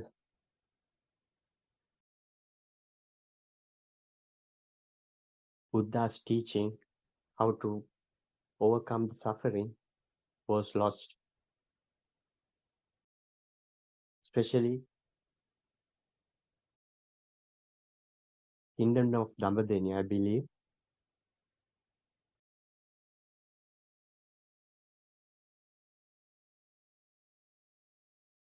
The books were not written, and there was a famine, and there at that time 60,000 of arahats had no choice but to write it down because they knew they are going to parinirvana or demise. This is how we got the books. Books are very important. Nowadays,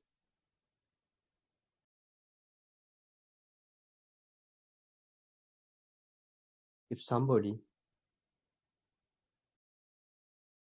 managed to understand the true Dhamma and read out these books, you will see how they are matching. So these Tripitakas and books are very important. So my friends in Dhamma,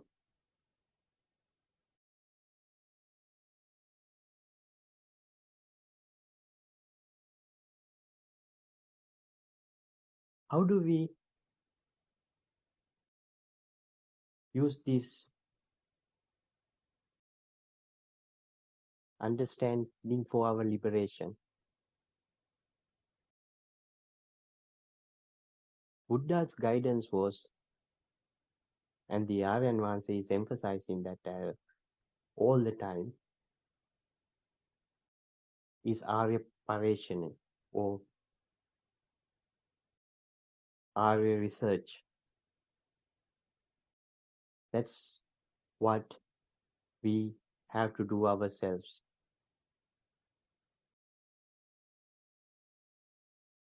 Understanding the truth.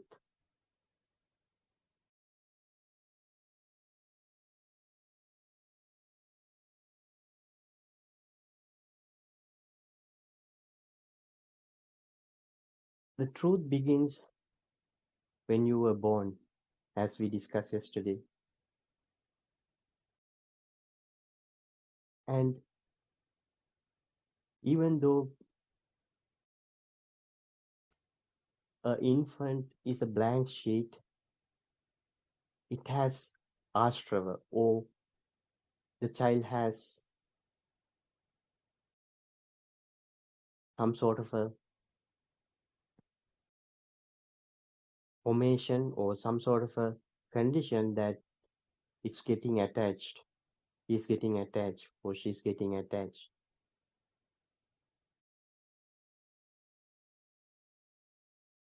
And that's why a child is hungry. He used to have mother's milk, would try to cry and get it. And as soon as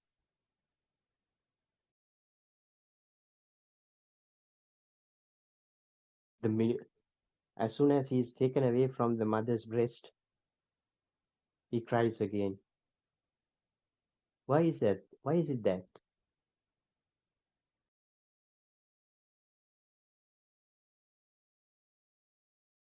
This is because it is the essential core for continuation. And then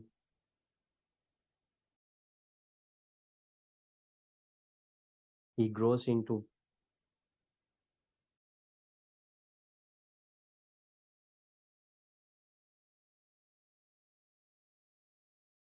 he grows into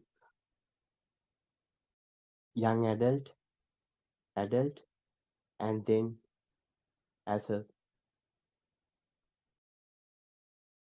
elderly person and die. Let me ask this question. What the purpose of life? Do you want to born and eat and have a family and then die? Is it having any meaning? Or is there more than that to your life purpose as a human being?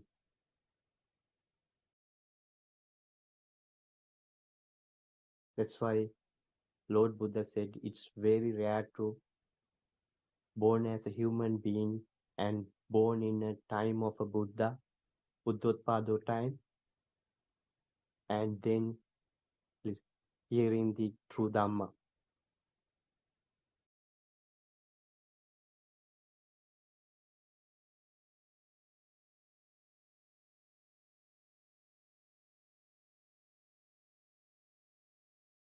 Coming back to the example of the child, I'm going back to the child because this is the inception of how we come into existence. And this is how the suffering created, starting point of the suffering. Even a bird is suffering, but you can see clearly, visible to you from your childhood, how this was gradually turned into a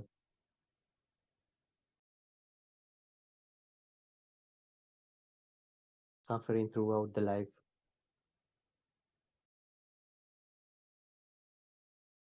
Dear friends,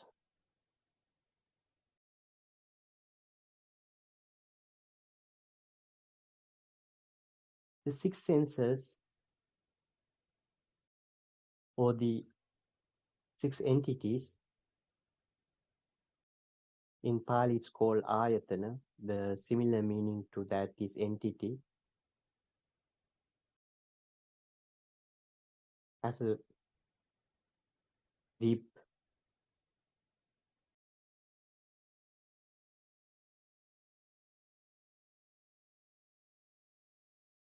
meaning.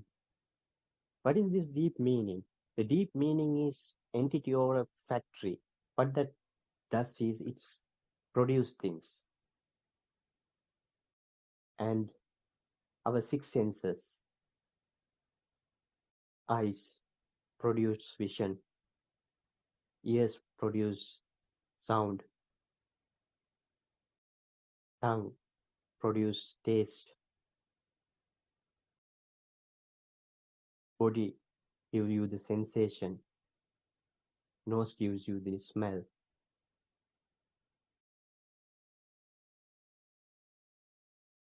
And these entities,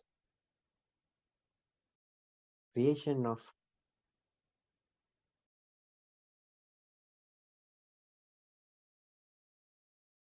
feelings or vision or hearing, create the world. Going back to the mother's example, as soon as these entities recognize the profile of mother, the child start to believe there is mother. Same time, the ego is created and the soul is created. Actually, is there a soul? It's just a thought, isn't it?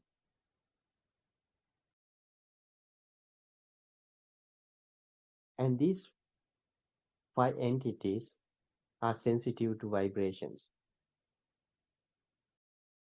And hearing is a vibration. That's common knowledge. And eyesight is same. And sensation in the body is same. Taste as well as the smell.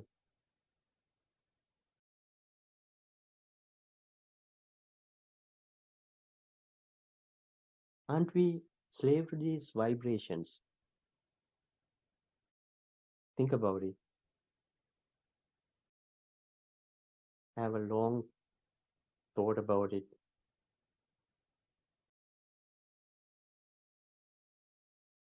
We are more smarter than this, isn't it?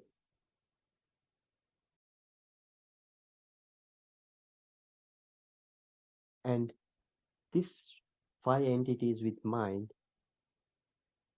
continuously work as a process.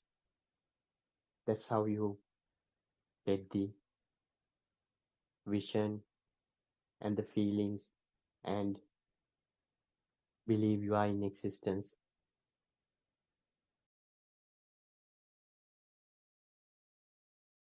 As Buddothpado Aryan says, examples, when you have a river,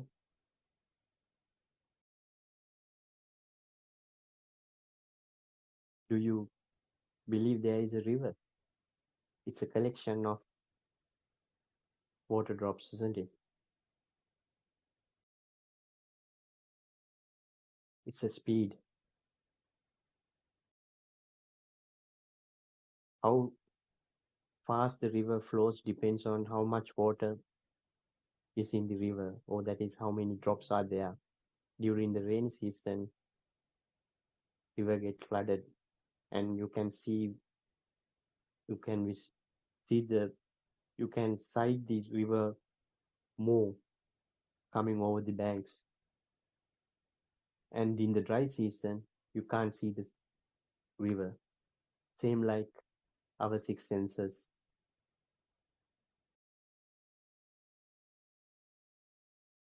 With the vibration, these six senses continuously work,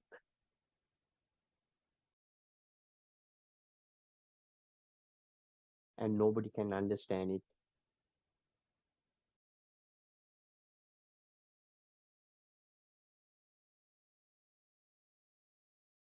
Coming back to the childhood, for us to understand the truth,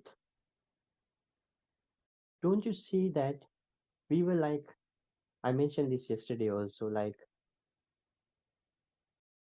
dolls, winding dolls when we were small, like we were wind up,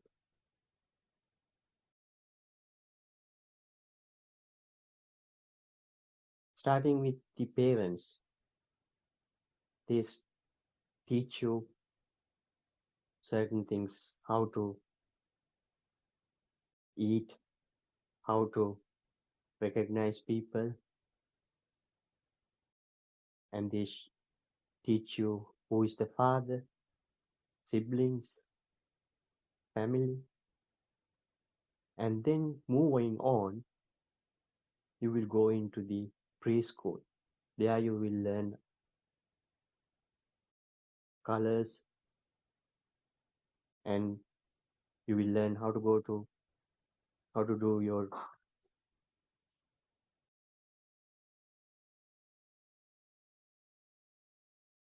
you will learn how to be independent, like going to do your toy, trying to go to toilet.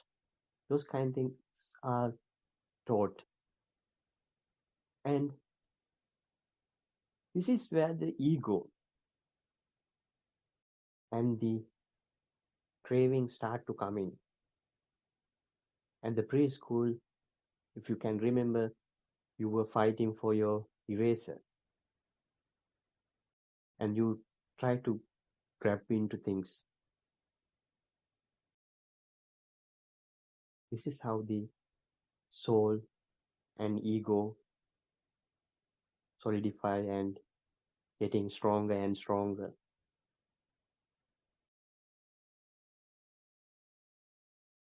And when you go to school, they will ask what you want to be one day, and you will get that signal, I want to be this and that.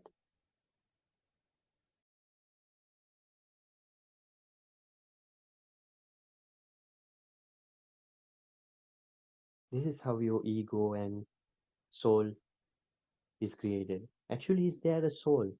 That's why anatma, non-soul,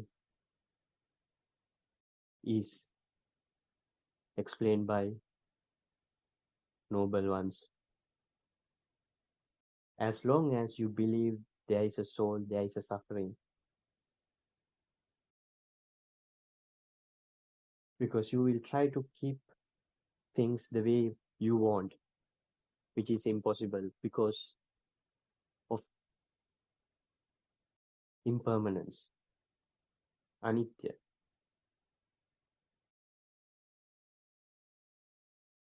How do you explain impermanence? Take a moment and see how many thoughts are coming to your mind at this time.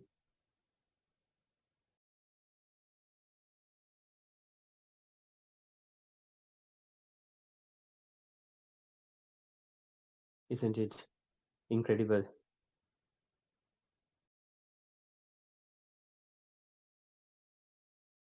That's a speed. You can't count the thoughts and you can't be control of it.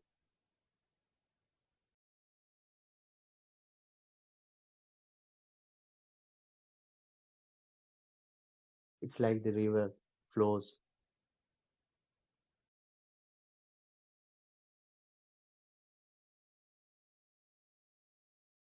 and we are also being floated away, isn't it?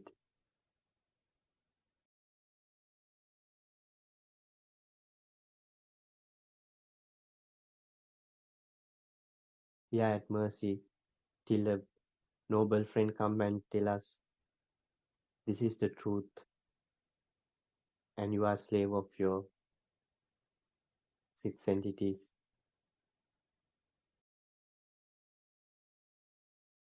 And these six entities are creating a mirage,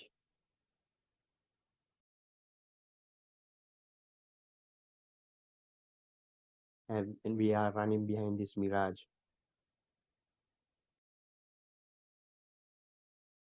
throughout our lives, isn't it?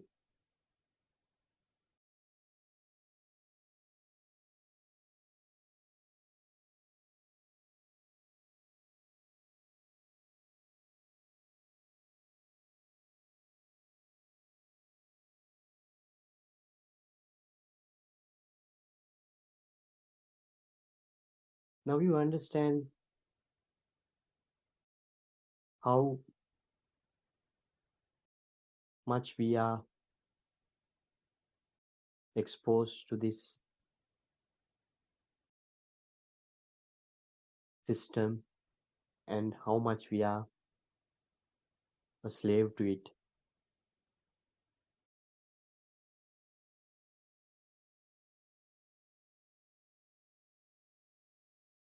How do you overcome it?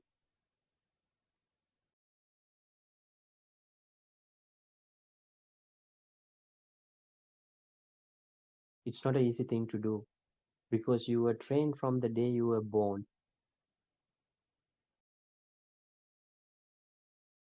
or you were brainwashed to believe there is a world in existence, and you were groomed to dream. And even if you know the truth, it's not an easy thing to unwind or turn it that way, turn it around and liberate yourself.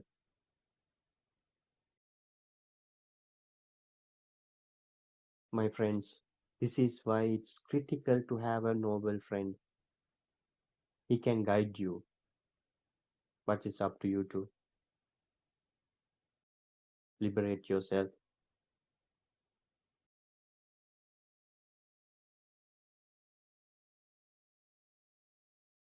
We are very lucky to born in a Buddothpado period and understanding this truth.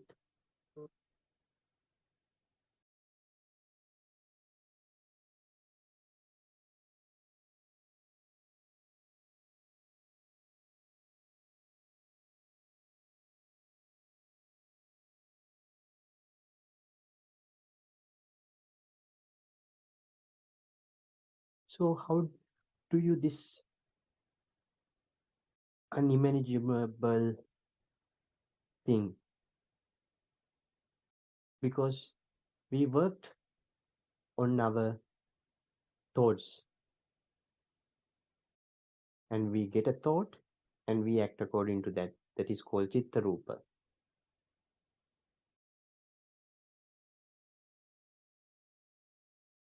And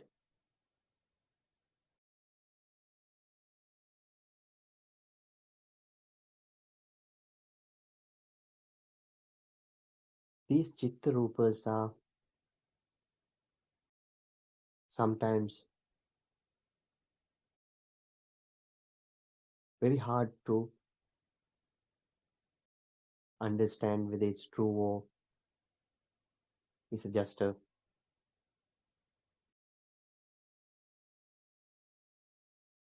that's the flow of thoughts. But none of them are true. They are all based on your six senses and flowing at a very fast speed. This is where you are being shown by the noble friend and a spiritual guide to awaken your insightful wisdom. Those are not thoughts.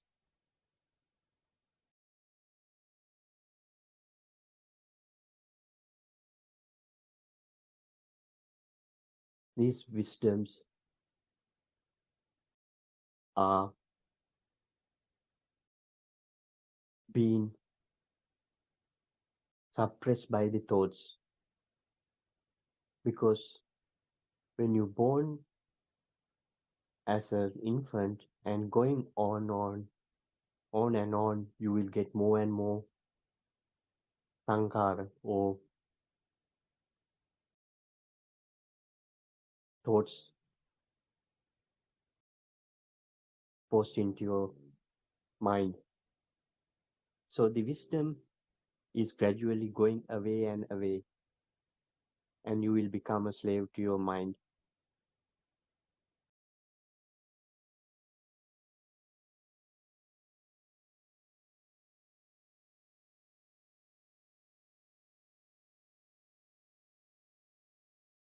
To get this insightful wisdom, you have to have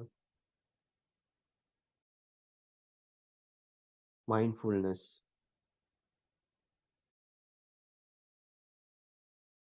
What is this mindfulness? I believe you have heard it a lot of times in your workplace. Even Western countries are now picking it up in a different way, which is not the mindfulness. In Mahasati Satipatthana, depending on origination doctrine, our Lord Buddha exclaimed, and what we learn from our spiritual guide, Venerable Buddothpado, is completely different to what mindfulness, which is taught in most of these workplace trainings.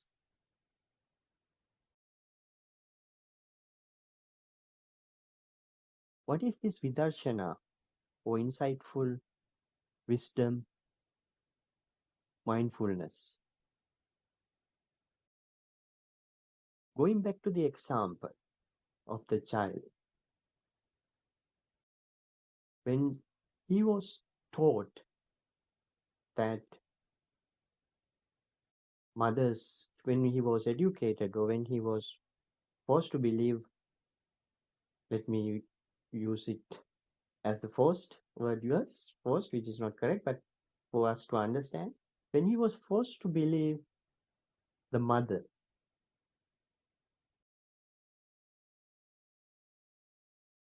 this is the place you believe that you are in existence. And continuing on, everything you learn from outside, colors, when you believe there is a yellow outside, this is the feed to soul. That vibration create the soul or the ego. And as long as you want to be this kind of a professional, you believe there is a professional of this kind outside, and your ego is fed with this to be professional or the scientist or whatever. So this insightful meditation, what it does is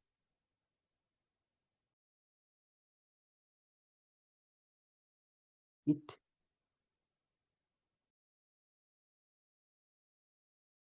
allows you, or it make you to focus on your six entities or these senses. And for example, right now, I'm looking at my computer and talking to you. And if I believe that, if I say that there's a computer in front of me, that's how the soul is created. So what Buddha said was ditte dittamattang. That is, if you seen, just only seen. And you shouldn't process the see what you saw further up. I believe you have experience like when you see something suddenly with that vision, you will get something totally different visionaries visions from nowhere. If you see that this is how the system runs. So this continuation of thoughts with the vibration coming from outside, these five sense entities captures it, and then the mind run the pictures. So in the insightful wisdom, you see just it's a system and you just see it, and you are not taking as your me, mine, myself.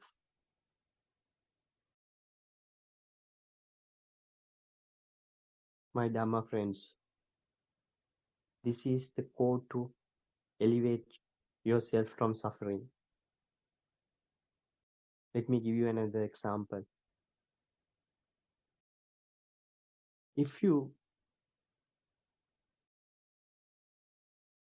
hear a sound which was a bad experience for you, for example, if you have met an accident before and you heard maybe 10 years back, when you hear accident or see accident on the road, immediately that sound and vision takes you to that bad memory, and then you go and relive that bad memory. Then it's suffering. This is a simple example I can give you, but it's up to you. It's our research. It's your own work. What others can do is give you guidance and share their experience.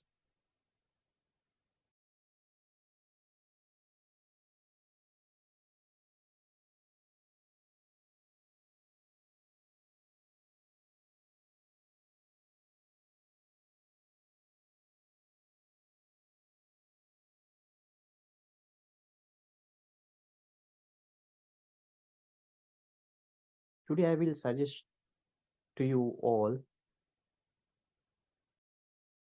take few minutes of your time, sit in one place, maybe facing nature, a tree or something, and look at that tree and see how the six senses are working. You will see the tree,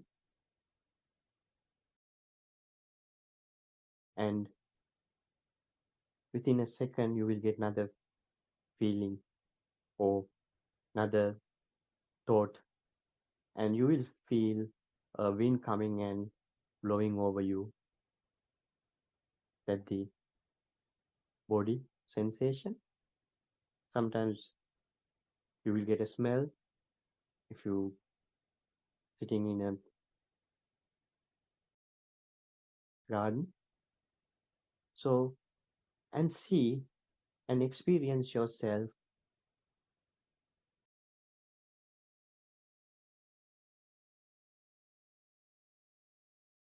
how the mind is running.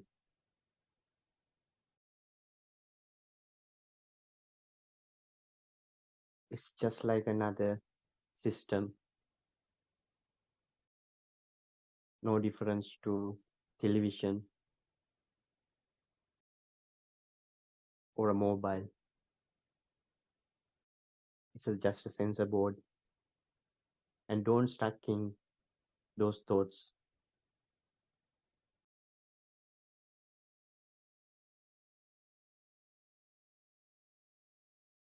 And when you practice this continuously,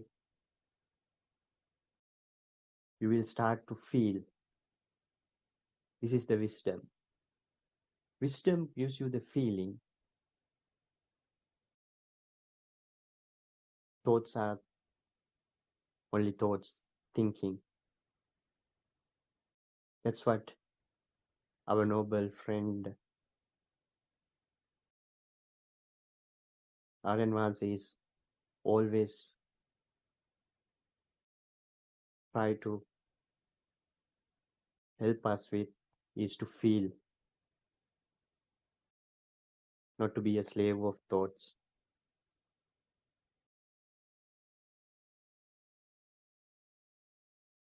Then gradually your suffering will fade away. With that, also your defilements for cravings, all other things bothers you.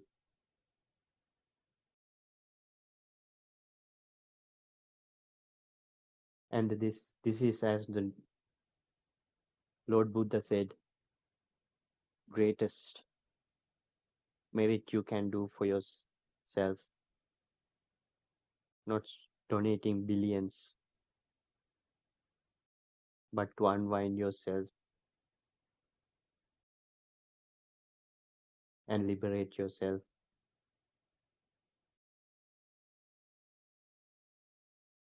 And this is non-soul, anatma.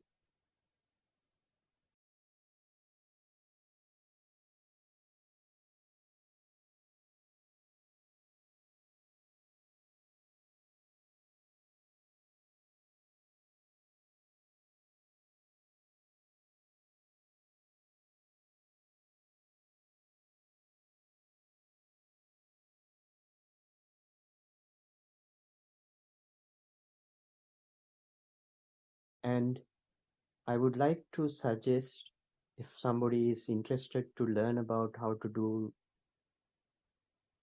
practical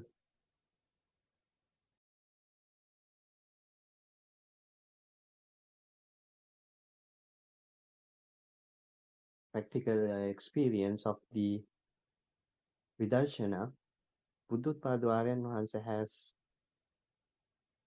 given 7-day practical pathway. And if you go into Buddothpado channels, you will find the guidance and you can practice it yourself wherever you are.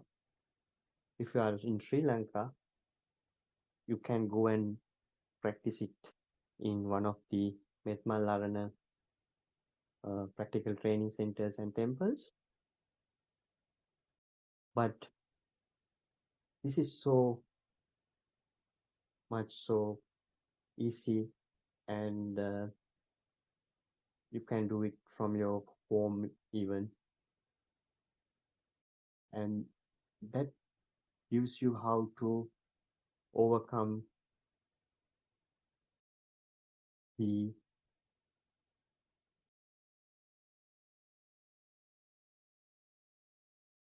six senses and just to understand it's.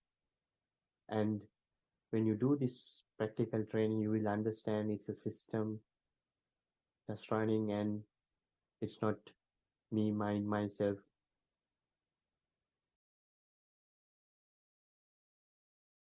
And there are some telephone numbers as well. If you want, you can contact those Venerable Mehenin and Venerable Theros, as well as some professionals are getting involved and helping out people.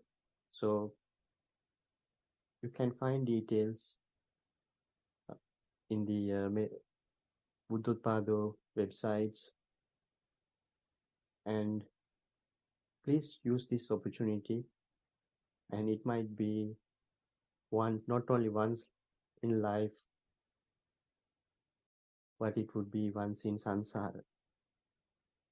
And this is the reawakening of Buddothpado era. Thank you for listening. May this meritorious deed assist you in attain blissful nirvana. Thank you. Venerable Manu,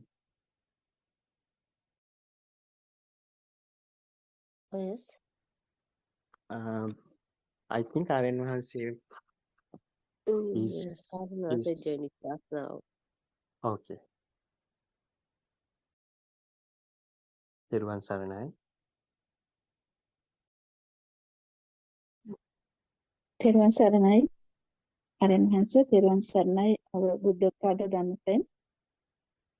Thiruvan Saranai. Just a little thought. Now, as our spiritual guidance teacher, Buddothpado Aryan Hansa always and repeatedly explains to us the place, the Rupantiko Ayuso Rupam. I think that's the most important place where we have to clear up, isn't it? Before we have to come out of the mundane world. We have to contemplate on that, isn't it? Yes, Yeah, that's right. Each thought is the birth, isn't it? yes, And so, I think it's clearly, this is my feeling, and that's how even you lose your breath in this body. What was the thought you had last time, and it will be telepathy into another place where Samanantare, or where it's Samanantare means is the telepathic uh, system. yeah, it's telepathy, and in Pali Samanantare means something similar to where Samanantara, it, 2 points Samanantara. have, Yeah, yes, where the 2 points are having equal wavelength. yeah, And so it's obvious, isn't it? When you lose breath in this body, what was your last thought might be vibrating with somewhere you never know. So that's the danger of samsara as well. yeah. Um, yeah, and um, So and uh, actually, yeah, what we and have to do. Narendra, Yes, yes, sorry, go ahead. Sorry, go ahead. yes. I just want to say that we have to understand the system, isn't it? The sensor level and the Yes, vibrations. All happens due to the vibrations, no? The existence yes, feeling, how the yes, soul is made, and yes, we and think there's something, and how we get mm, attached or disattached. All the yeah, things happen to these vibrations, no? So yeah, exactly. Exactly. And even if you understand it, you are by now you know, after practicing it for years, still how difficult it is to unwind, isn't it? Go that's against it. It's like yes. uh, try to swim in a flooded river. Other Mm. side, like going uh, try to swim opposite direction of the flooding river. Yeah, So that's why it's very important to have a noble friend to guide you. You can easily get lost anytime. And coming back to that Samanantara and telepathy, Aryan was his example of television where you can capture the signals coming from the US or coming from Pidrutalagala, staying in Colombo. And so that's the classic example. That's the best example I have seen. But till that Aryan was till I started to listen to Buddothpado, I didn't understand what is this Samanantara. And we are very lucky nowadays. All these things what we find in our sensor system are being built as equipments. So if you are smart enough and if you are ready to do RA research, you can realize it yourself. So there are ample of examples for you to see and understand um, Satyajnana, or the true wisdom, isn't it?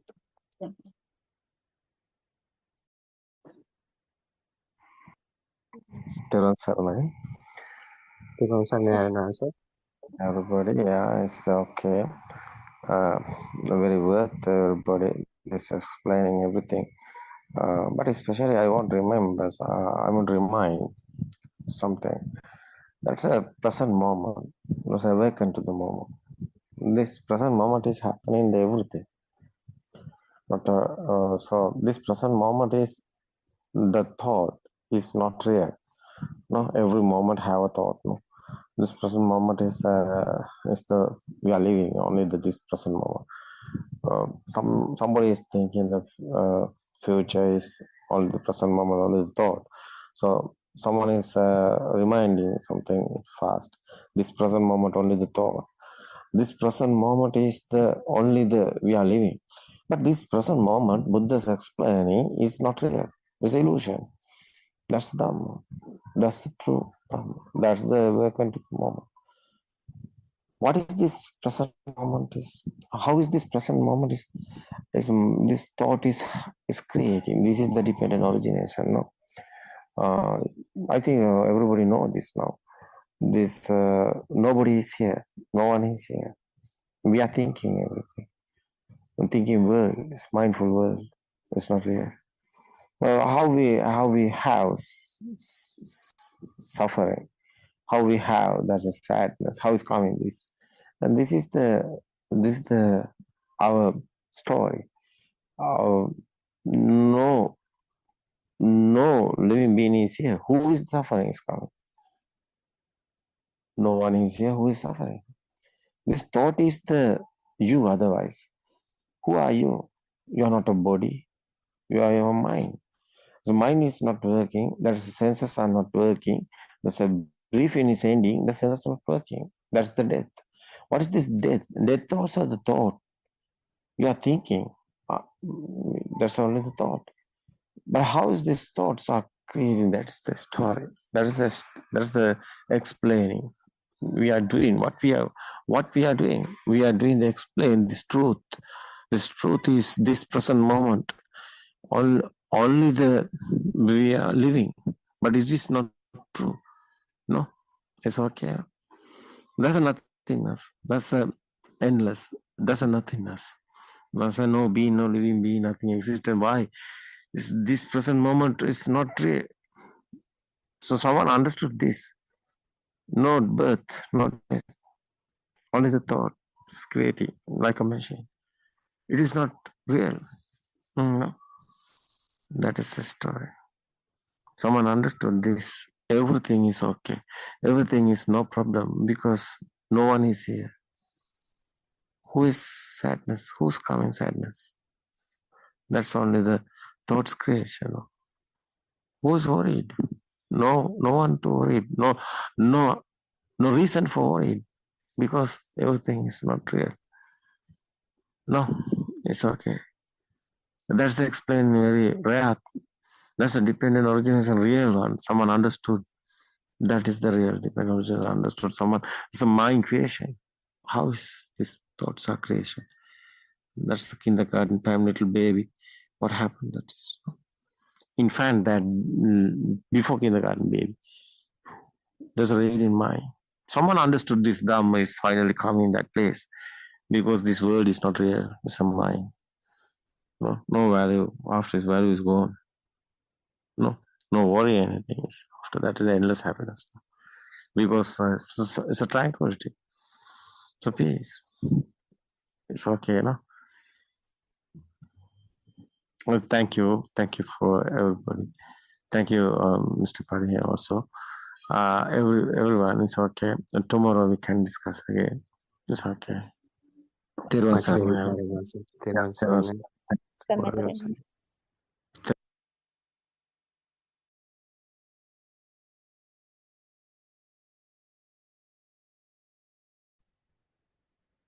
I worship Triple Gem with the greatest respect.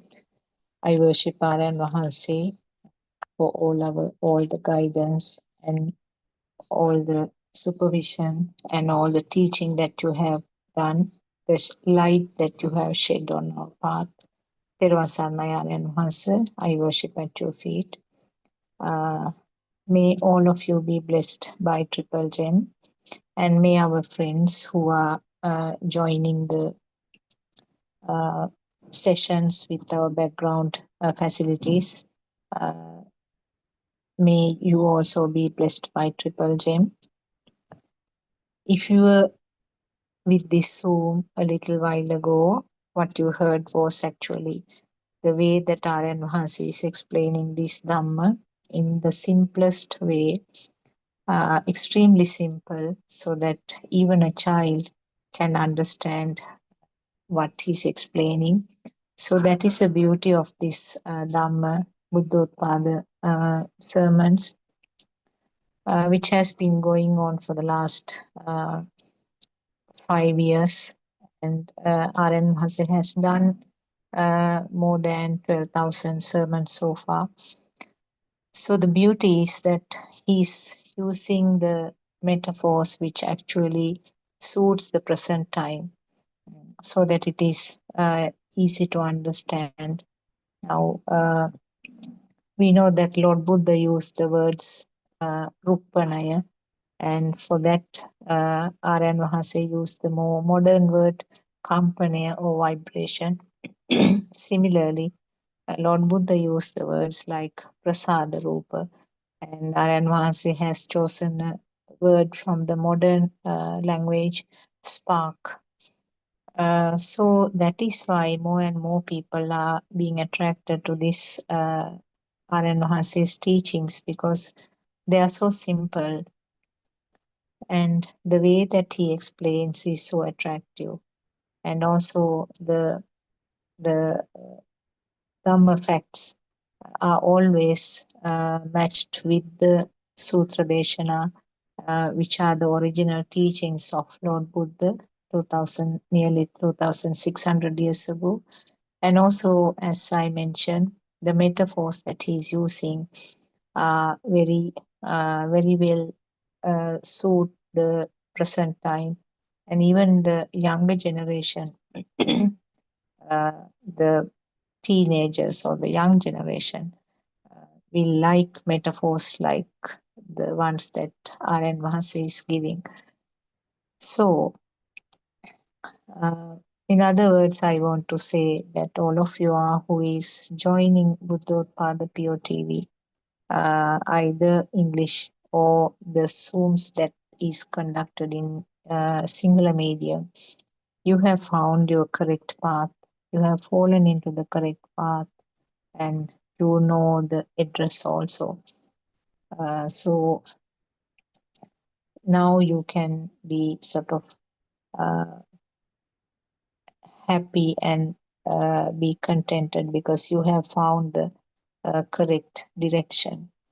And not only that, you will be getting regular, frequent guidance, supervision, and there are so many opportunities for you to talk and get the areas which are not clear clarified by R.N. Mahansi or some other noble friend who are joining these sessions. I do not think any other venerable has such organized network like this. Not only in this country, in so many countries around the world, this Dhamma message is spreading now, and there are local centers where you can get more information and also get the books if you like. So if I just briefly mention the websites just for the sake of completion, for our English speaking friends, the website is the www.wisdomofasia, which is written as one word, wisdomofasia.com. www.wisdomofasia.com. For people who can communicate in Sinhala, out of the number of websites, I will give the main one, www.buddothpado-dhamma.com. www.buddothpado-dhamma.com. So from those websites, there are QR codes also for you to find more information and the details about the closest center for you.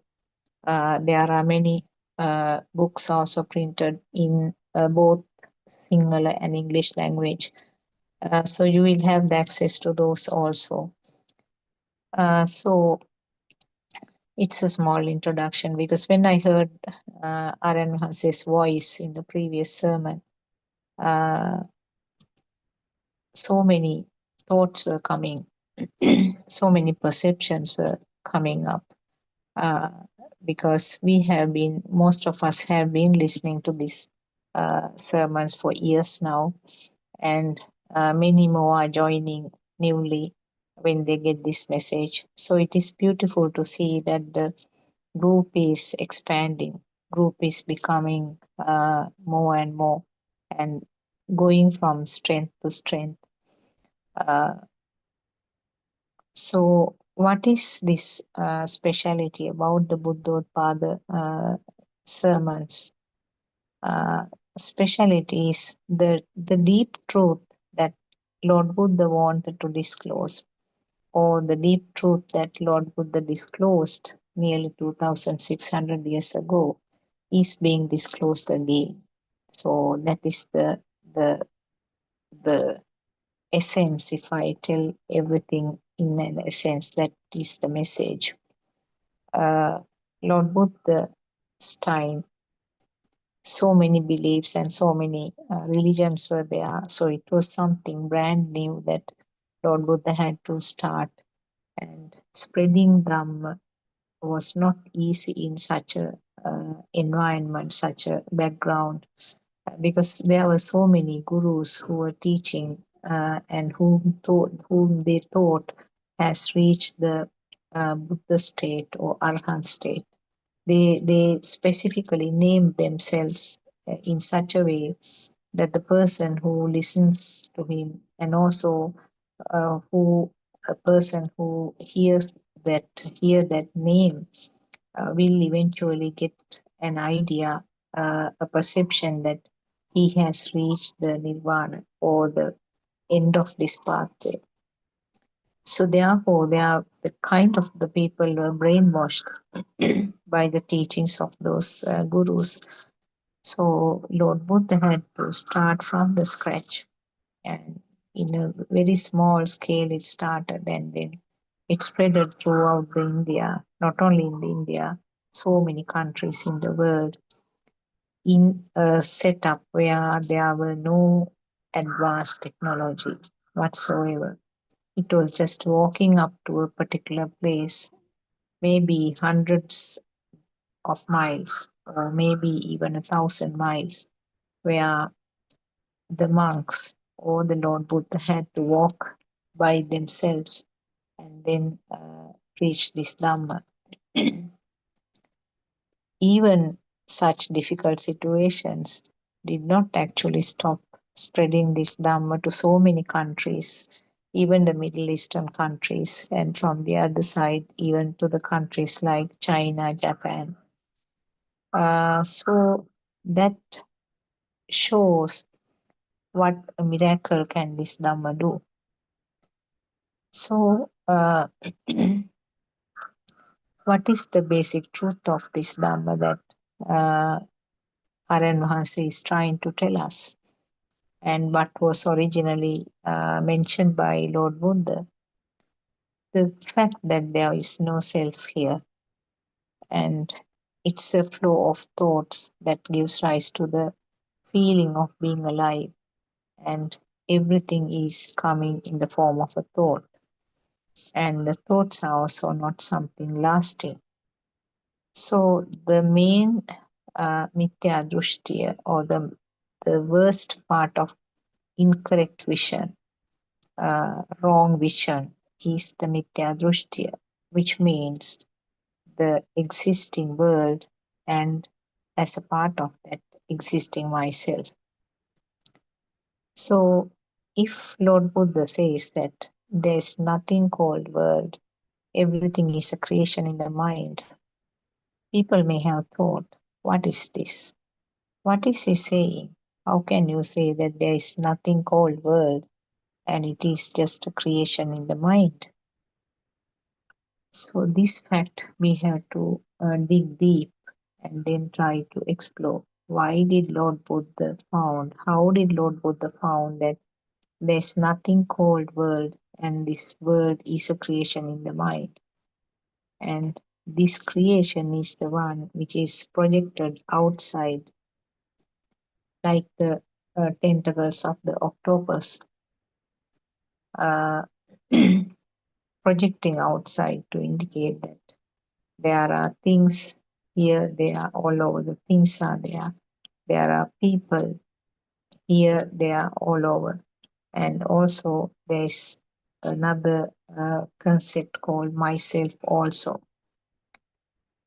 So this can come as a knowledge at the beginning. It's so difficult to reverse this flow because we are used to go down the river with the current.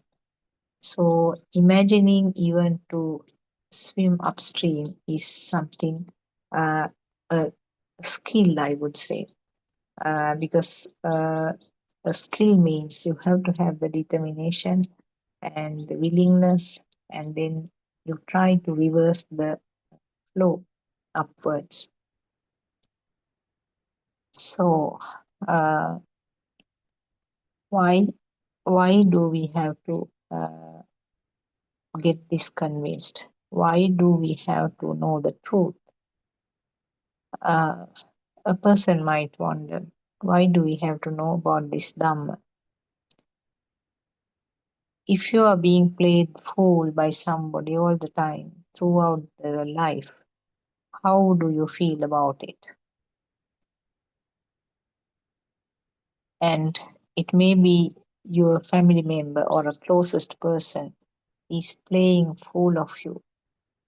Always you are uh, being fooled by, you are played fool by that person. Every minute, every second it is happening.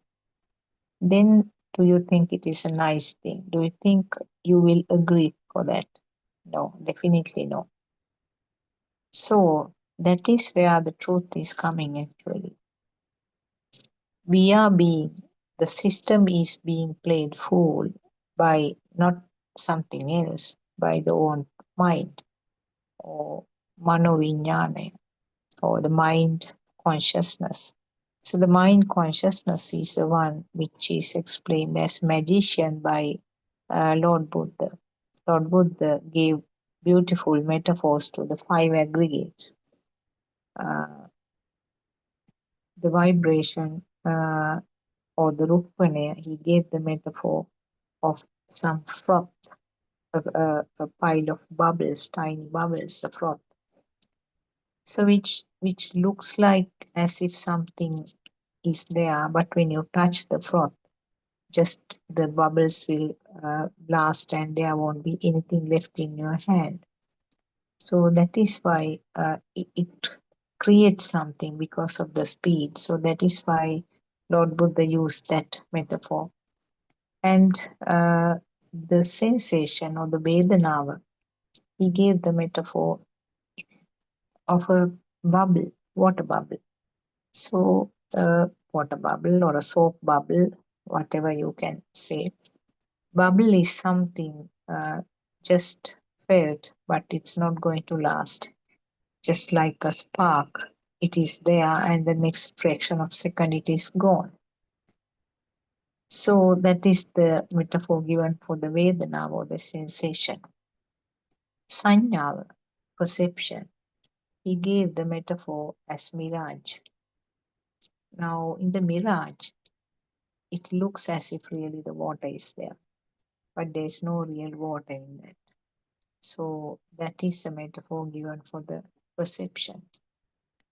Construct or aggregate or sankhara, very beautiful metaphor.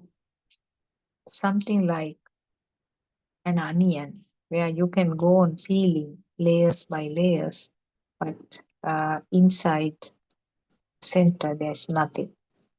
Similarly, the trunk of the banana tree, it has no hard core, just some layers and layers of softish peels are there. When you remove those layers, center, there's nothing basically. So actually, sankhara means construct. Perceptions are constructed or packed together to make it more powerful, to make the current more powerful.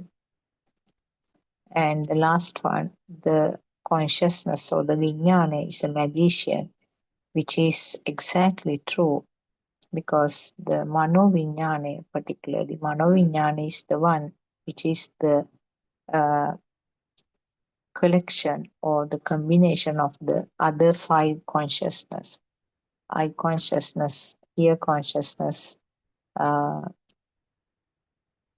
smell consciousness, taste consciousness, and the skin consciousness.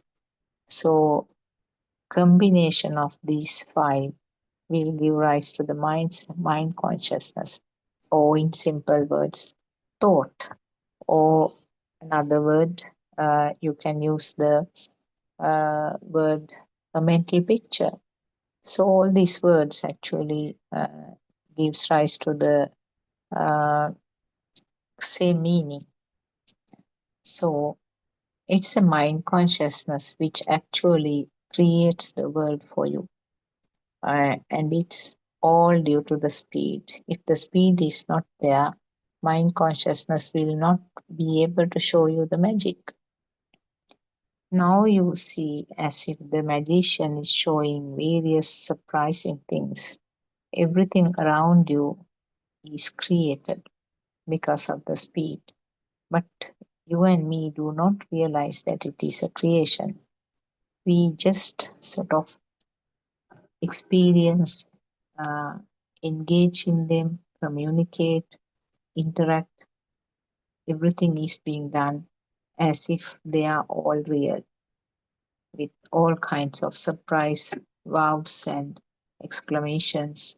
We are experiencing them as if we are watching a magic show and experiencing the tricks that is done by the magician.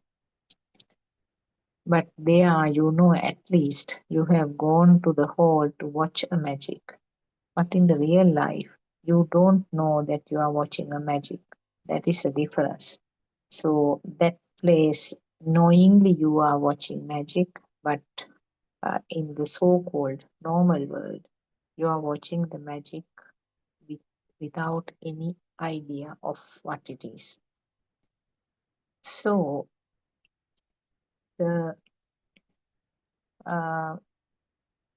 we are taken away by this magic show, isn't it?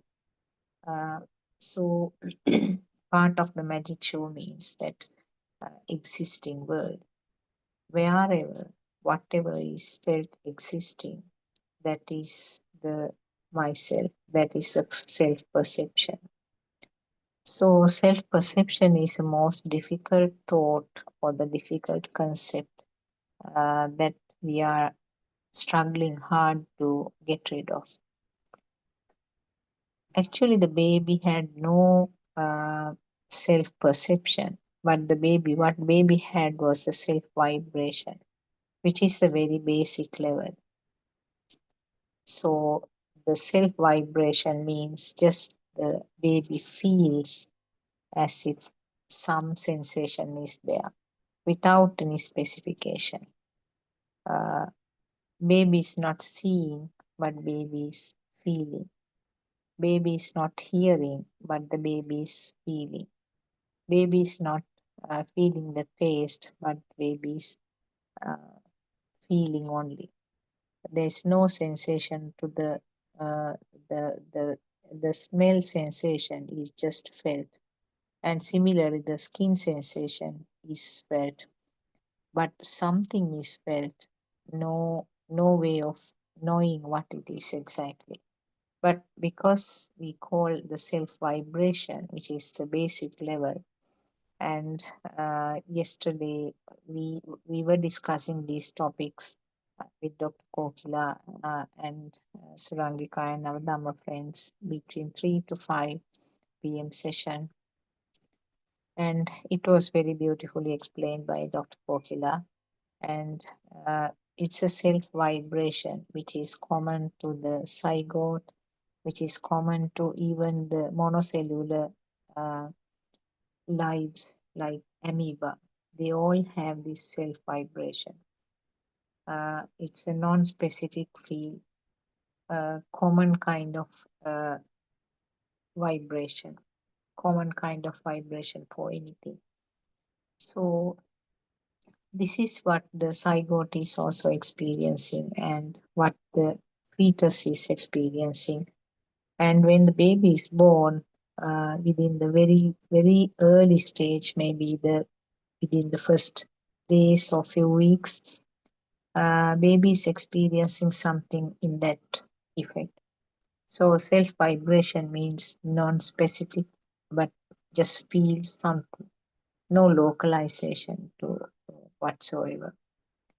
It's the it's a beautiful metaphor. It's actually the formless level. That means that uh, feel that there's something is there, something. I mean, no specification. Uh, Not even identifying the sense of faculty, whether it is eye, ear, nose, tongue, or the skin. There's no separation, but something is felt. So that is a formless level. Or in other words, something is felt means uh, some vibration with relation to the self. So that is what is described as self vibration. So because of that self vibration, even the tiny monocellular organism, if there is some sort of kind of harmful stimulus, maybe in the form of pressure or some kind of something stimulus which indicates that some damage will occur, it will try to move away. And we know the earthworm also has only one sensor, skin only, but that also tries to maintain that life. So even with one sensor, it is happening. So in the brain, the newborn baby, and also to the zygote and in the fetus level, what is existing is that sasava nature or the formless level. That is because of the vibration which got communicated or the vibration which got telepathized to the zygote at the level of the single level, at the level of the single cell. And that vibration will be included in each and every cell which is multiplying and forming. Uh, so, uh, so the formless world, I remember that once Aryan Mahasi gave a very beautiful uh, example, a metaphor, where uh, uh, early morning, he explained early morning, very early morning. Uh, you will see some shadows if you look out of the window, but you will not be able to recognize there is something. That is a perception that you get or the system gets. There is something, but not identifiable, not named or not specified. So he gave that metaphor to explain how the formless world is felt. So this is what I am trying to tell now. Formless world or the Sasava nature is that original or the very beginning level where the self vibration is the name given to that feel. It's a feel, nothing to do with the mind or the thoughts. So from that level, that self awareness or the self vibration is there. That is what is being built up to the level of self perception, which means a sensor level. And further, it becomes a stronger thing, and now it is a thought. Now you and me have the thoughts that I am living. I'm living in Candy, and my job has been like this. This was my profession, and I have my family members, this number of children, and we are living in our house at this address. So those are now thoughts. All are thoughts. So all thoughts are related or centered around this self feeling. Because you are there, the story around that has been built up. You as a person and your way of living and the connections you are having, the things that you like, the things that you don't like. These are all, everything is a thought at the end.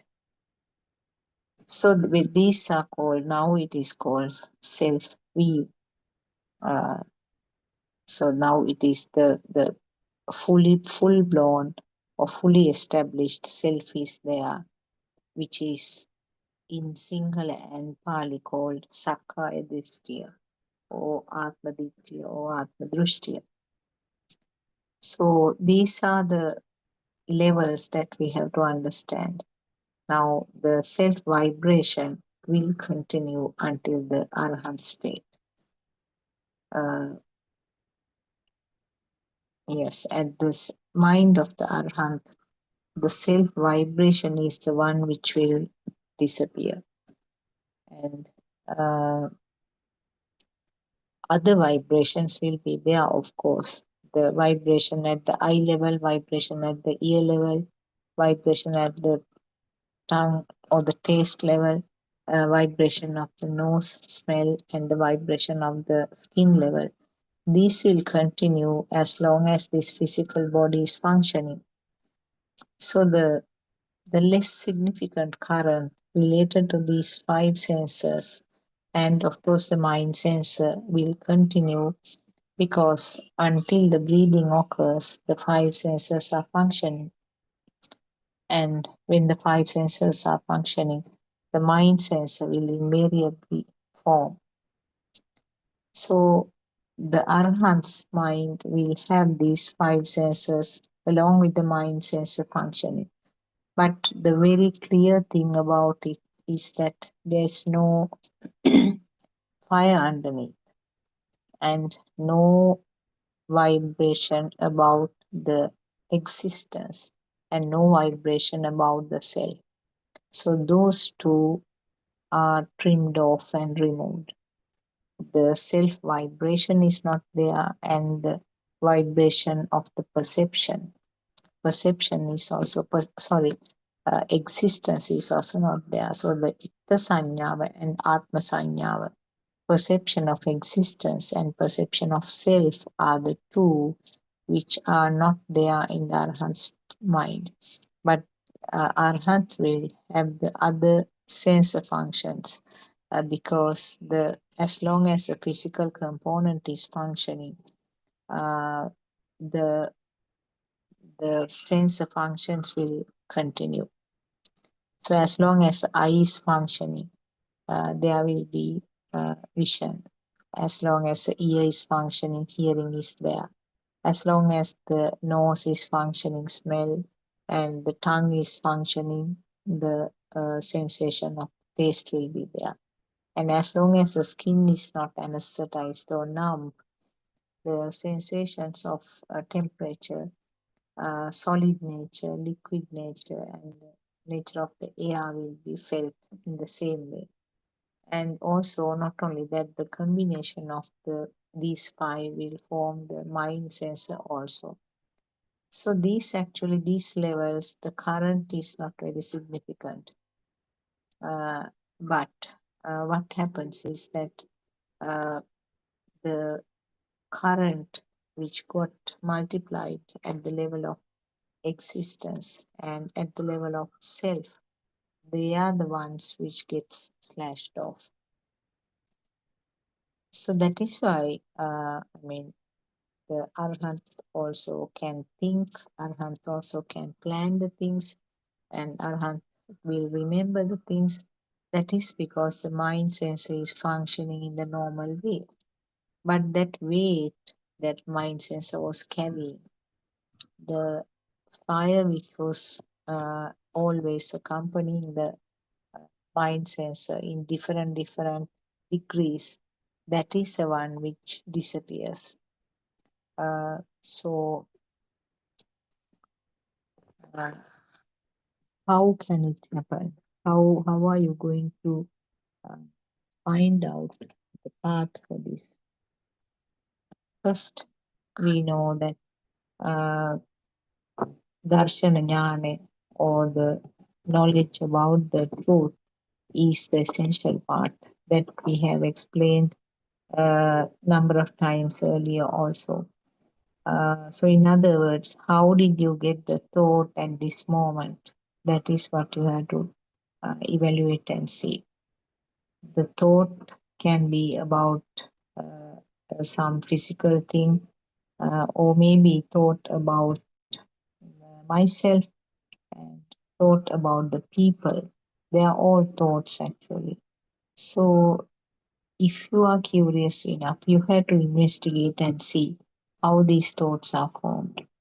Thought is always a creation of a past thought. Is always a creation of the five senses. And not only that, uh, if that similar thought has come up earlier, uh, then it is a repetition of the past thought. So now to study this one, you have to go to the level where the very first thought was formed. To go back in weeks or months or years, depending on how old you are. Because we know this Dhamma can be understood even by a child of 7 years. That was a cutoff point given by Lord Buddha. He said a 7-year-old child, because we know that there are 7 years old who even became arahants at some stages. We know there's a even the little Rahula Thero, little Rahula novice monk, he reached the Sohan status at the age of 7 years.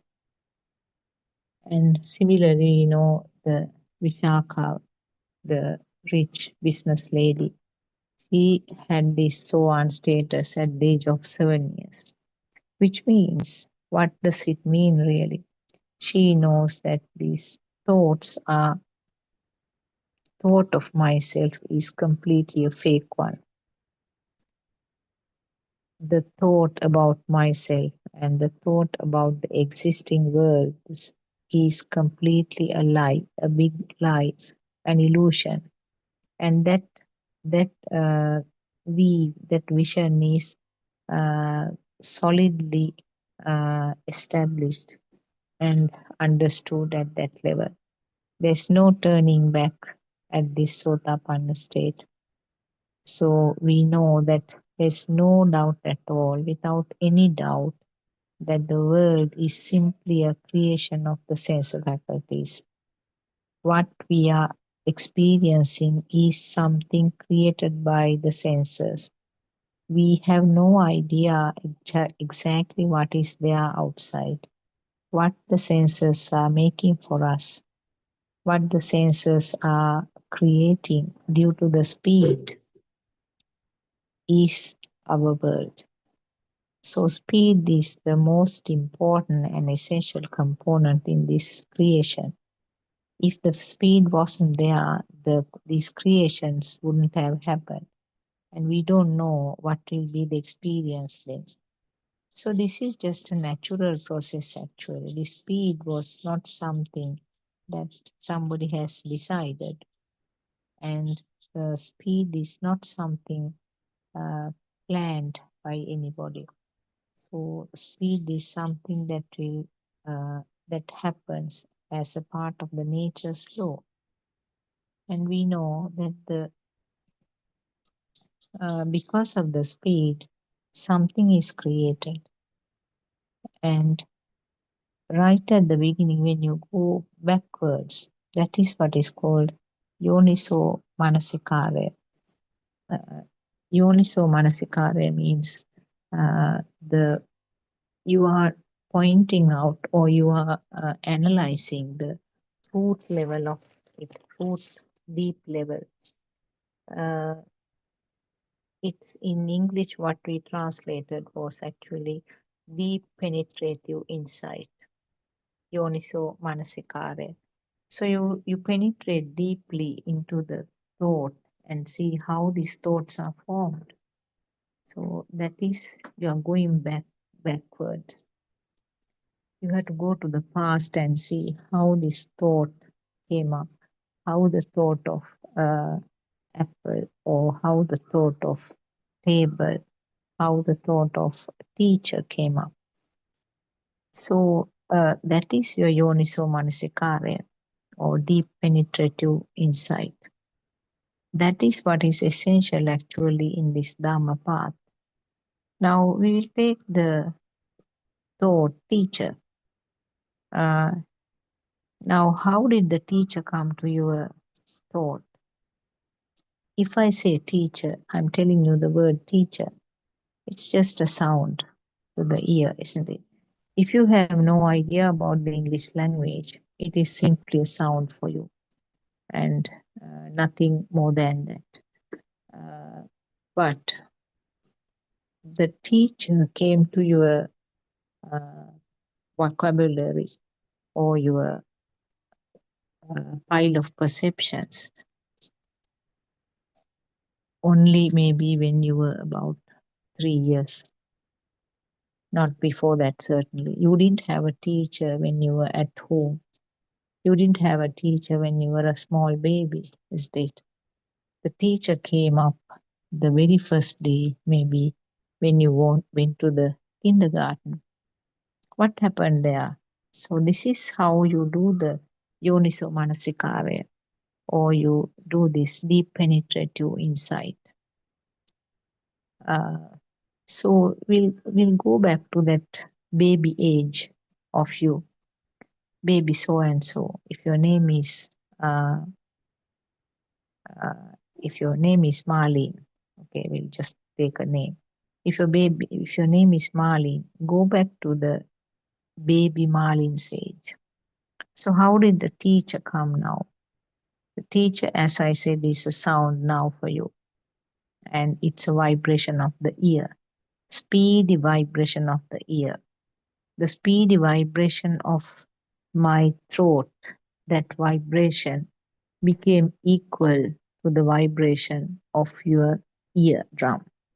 So this vibration occurred at this end, and your ear compatible with the vibration, and it started vibrating. Then we call that concept of hearing. So you heard me. Teacher was the word. And does the ear know that what is meant by teacher? No. Did that sound itself said that I am so and so? No. It was just a sound, isn't it? Just two letters if you write it in Sinhala. So it was simply a sound, And if the ear had no idea what it was, just a vibration only, how was the teacher born in your mind right now? Now, if like 15 people are listening to this word teacher, 15 teachers, not only one, sometimes so many teachers in one mind will be born instantly, right now. There was no teacher in the mind a fraction of second ago, and now teacher was born right now. And what was born? What were the components or the uh, parts of that mental picture of the teacher? You will have a shape, isn't it? Uh, or a light, you can say, yes. But your eye didn't see anything. But you have a picture now of your teacher, maybe your kindergarten teacher or a teacher in your favorite teachers during the school time, or if you are still studying, maybe the present teachers. Maybe so many teachers, one after the other, will appear in your mind, isn't it?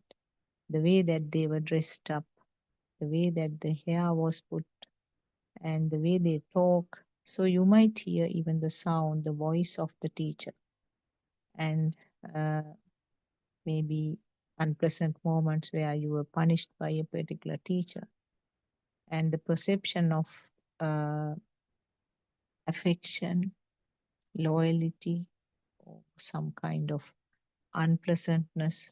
Even occasionally, there may be some kind of even hatred toward a teacher, particularly if the teacher has punished you badly.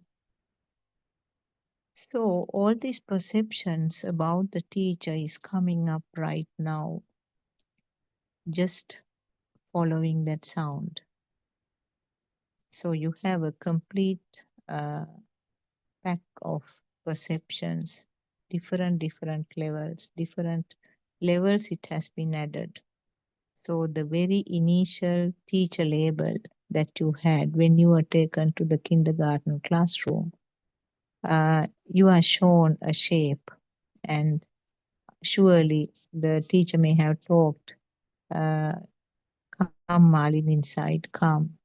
So she may have talked in a very soft manner, and maybe the teacher may have held your hand also, tried to take you in. So there the skin sensor was functioning, eye sensor was functioning, ear sensors were functioning, and that gave the image, this is the teacher. You didn't have a teacher until that time, did you? So what happened thereafter? Every day when you are going to the kindergarten, all kinds of experiences or perceptions were added to this basic image of teacher. Now teacher is growing heavier and heavier in a thought, isn't it? And uh, you may have uh, even being very close, just like to be with the teachers, the small children, the children from the kindergarten classes. Uh, they always like to be with the teacher. They like to hold the hand of the teacher.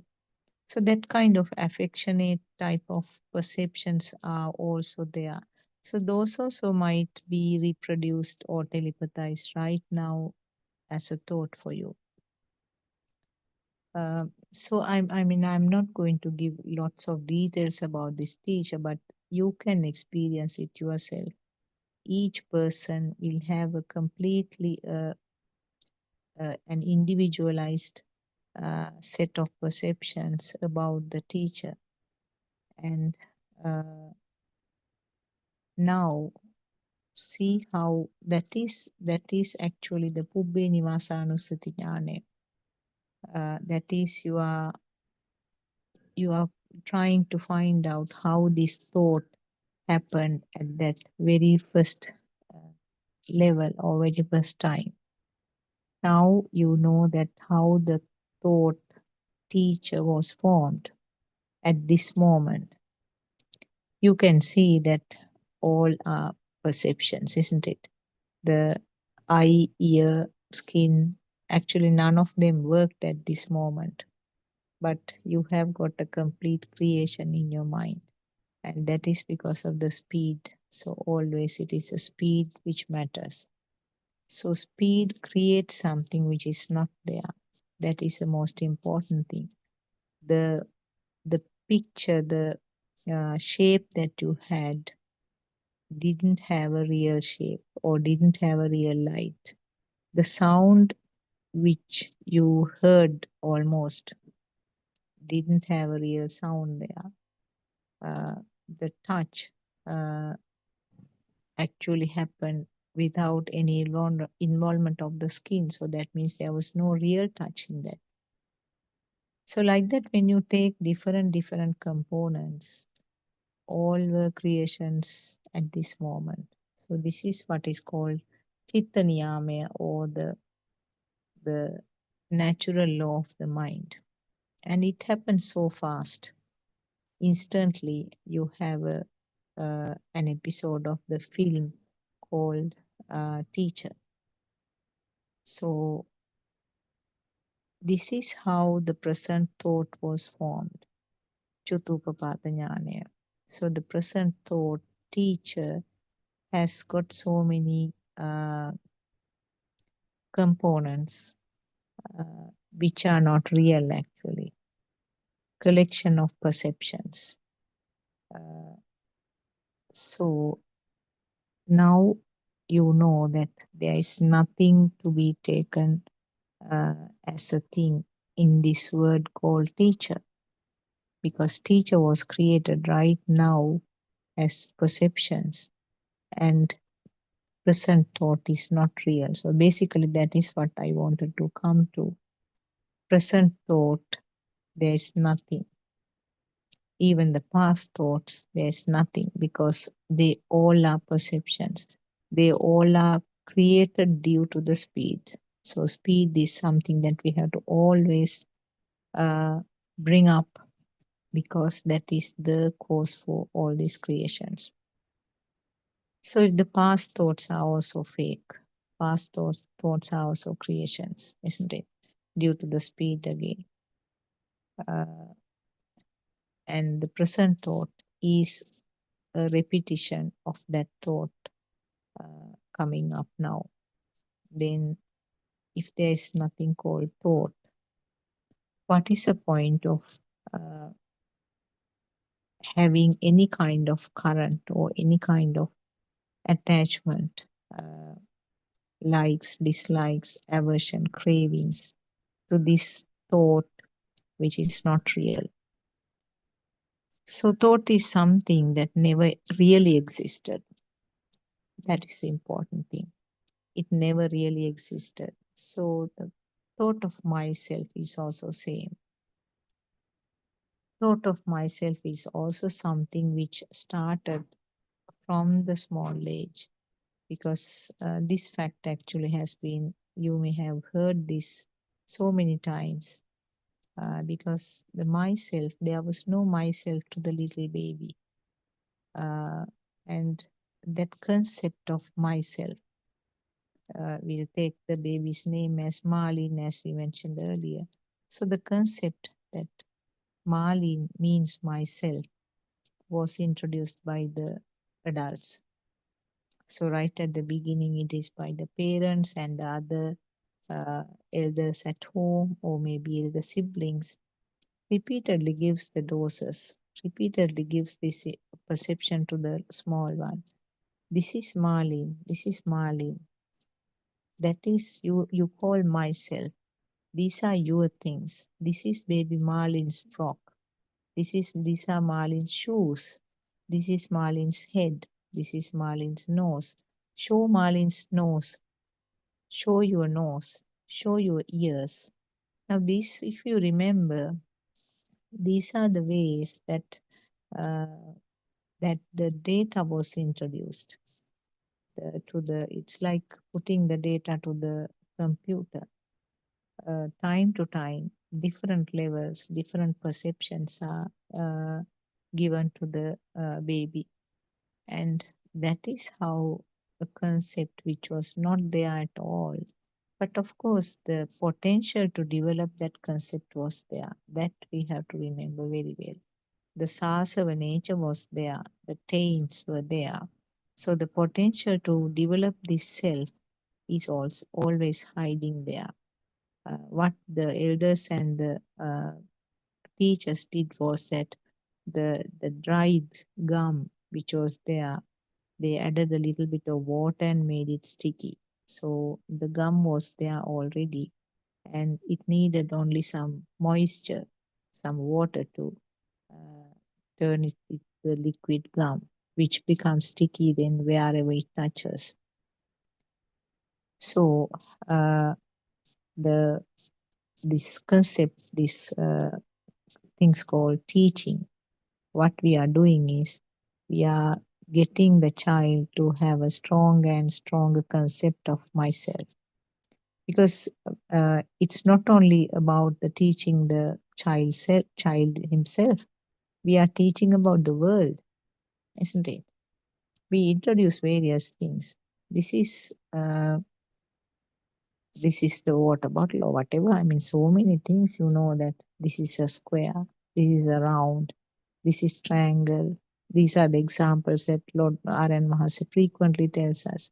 This is red, this is green, blue, and uh, this is the temple, this is the mosque, this is the church. You might remember that you had to buy, you had to provide so many pictures to be taken to the preschool or the primary classes. Bring a picture of this, bring a picture of the something related to your temple, or bring the pictures related to the Vesak Day celebrations. How many things you may have done to your children or your grandchildren, you might remember. These are all actually trying to get the world true. The child didn't have a true, so-called true world, but what we did during this teaching process was that make him to feel that there is a real world outside. See the way how we have sort of supported to move the child away from the reality of what Lord Buddha explained actually.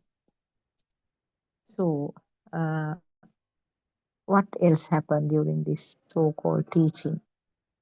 Uh, the, they will bring various things to the school. I'm sure you will remember that right round the classroom on the wall there are so many charts, so many tables, so many things drawn, pasted things, sometimes real things. So many things are around. So they are helping the child to have more and more vibrations of the senses, isn't it? More you see them, the more frequently the vibrations occur, and then that will establish as a thought. That is the purpose of hanging all these charts and the pictures right round the classroom. That increases the possibility or increases the incidence of having the vibrations of the eye or vibrations of the ear if the names are mentioned. Uh, so that is how the child will come to the so-called memory or the thought of red color, green color, yellow color, or the shapes and various names of the flowers, anthurium, roses. So this, and then maybe the uh, Candian dancer, low country dancer, uh, clergy, different types of clergy, maybe a monk, Christian father, a clergy from the Hindu temple, from the mosque. All kinds of pictures are there, and they help with the vibration of the eye, and the sound is given. So the eye vibration and the sound means the ear vibration. Those two will combine and then form the thought. This is the mark. This is Swamin Vahanse in Sinhalese we call it. Swamin Vahanse. Or this is the mark.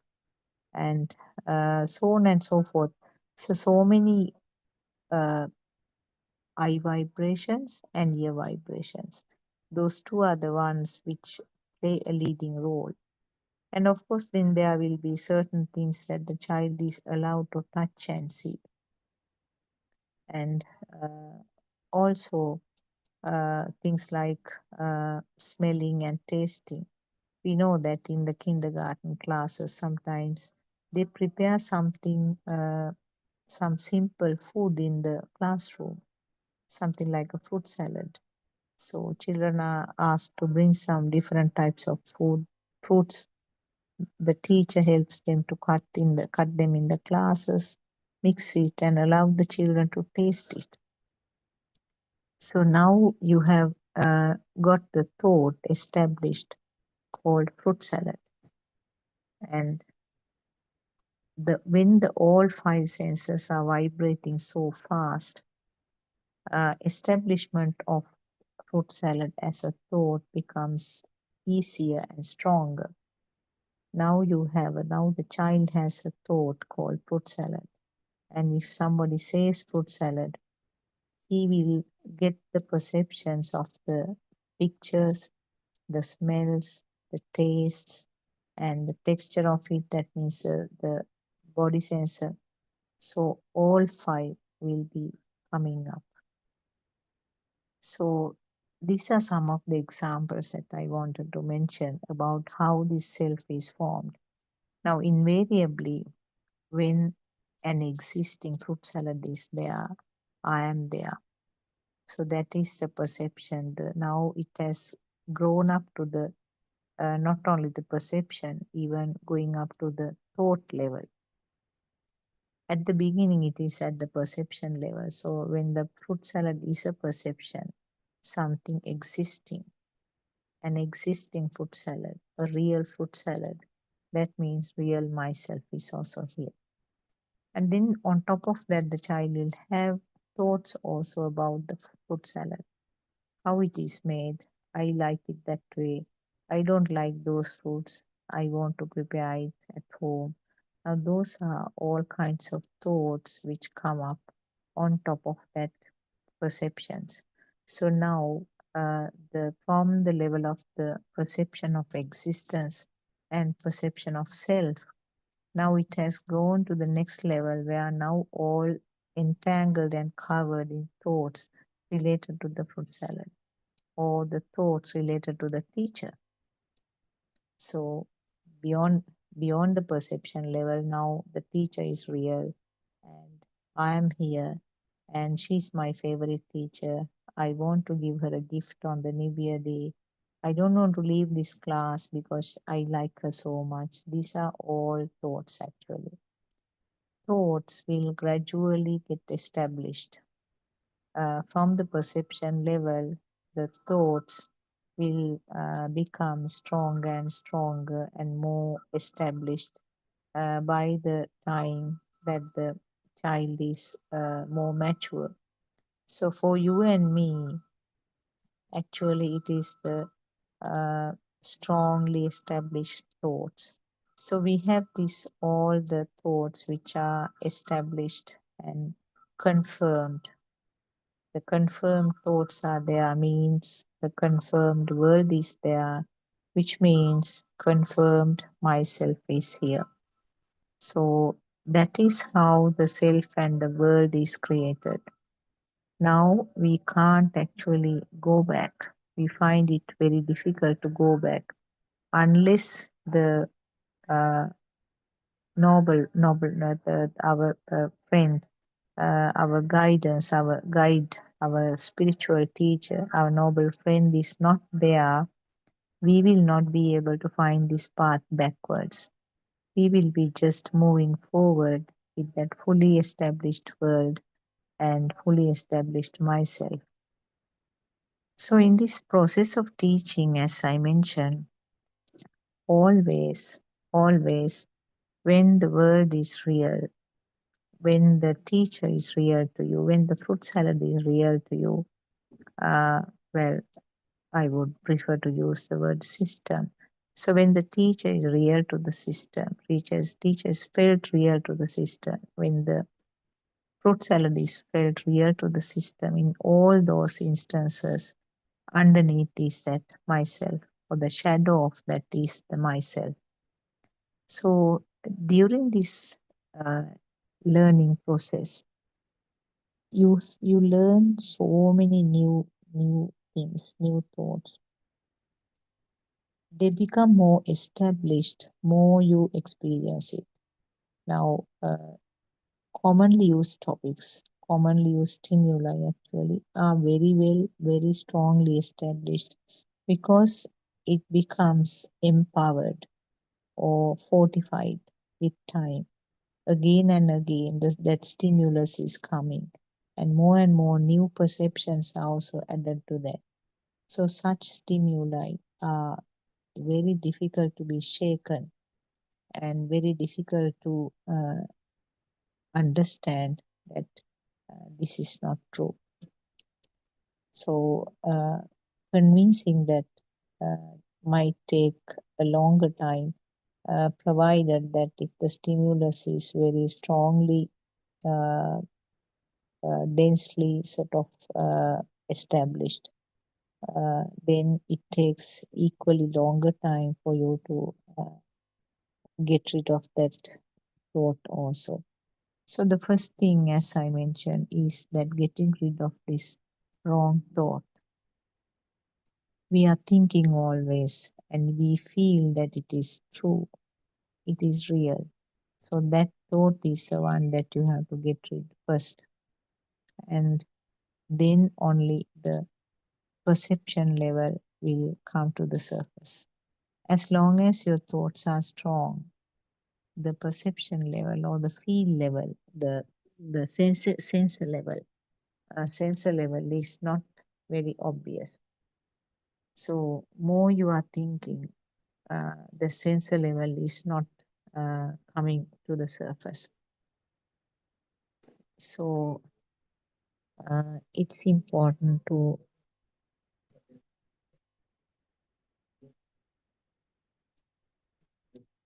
sorry. Yes, it's important to know your Dhamma first by the knowledge. That means the Darshana or the Satyajnana, having the basic knowledge about what is happening in this system, how it is working up. So that comes as a knowledge first. And more you purify this knowledge, it becomes clearer and clearer, particularly when you learn that how the thoughts are formed. That part has to be very well cleared, of course, how this thought formed.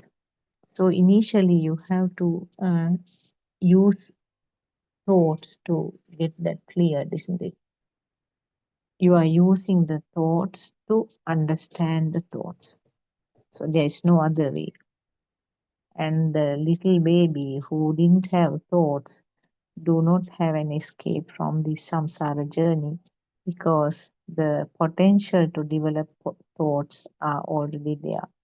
The current or that gum, the glue is there. So because of that, until the thoughts are developed, there is no way of having an escape or understanding these thoughts.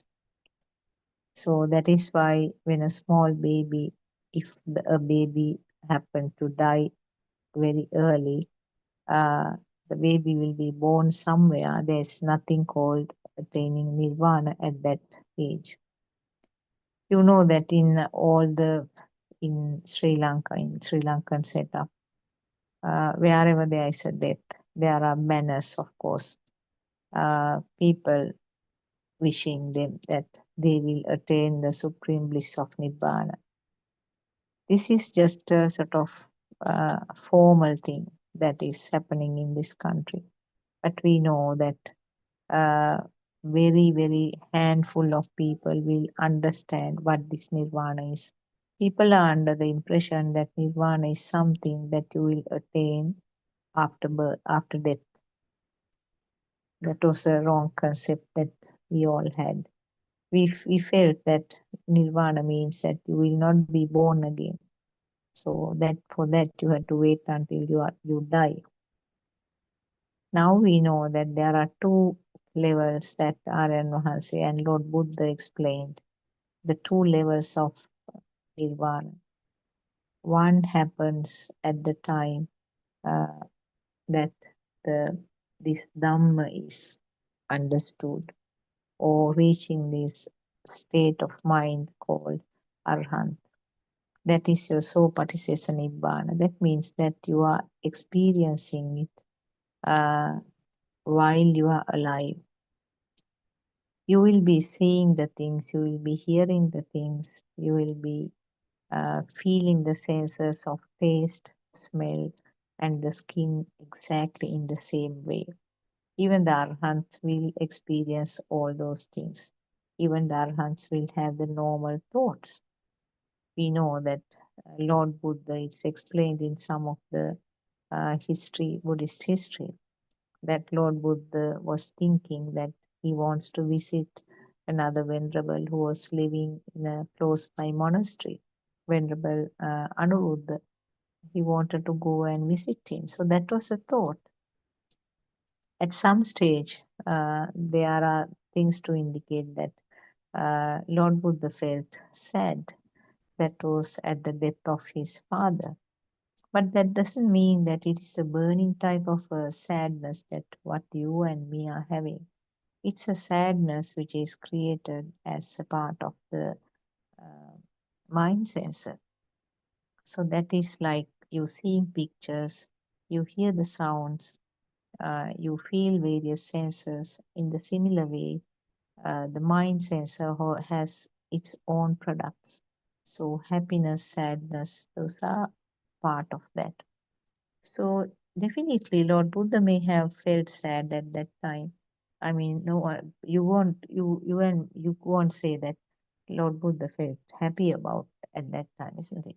So it was a sad event, and we also know that uh, uh, definitely the Lord Buddha must have felt happy when the very first Dhamma sermon, Dhammacakkappavattana Sutra, was done to five of the very first five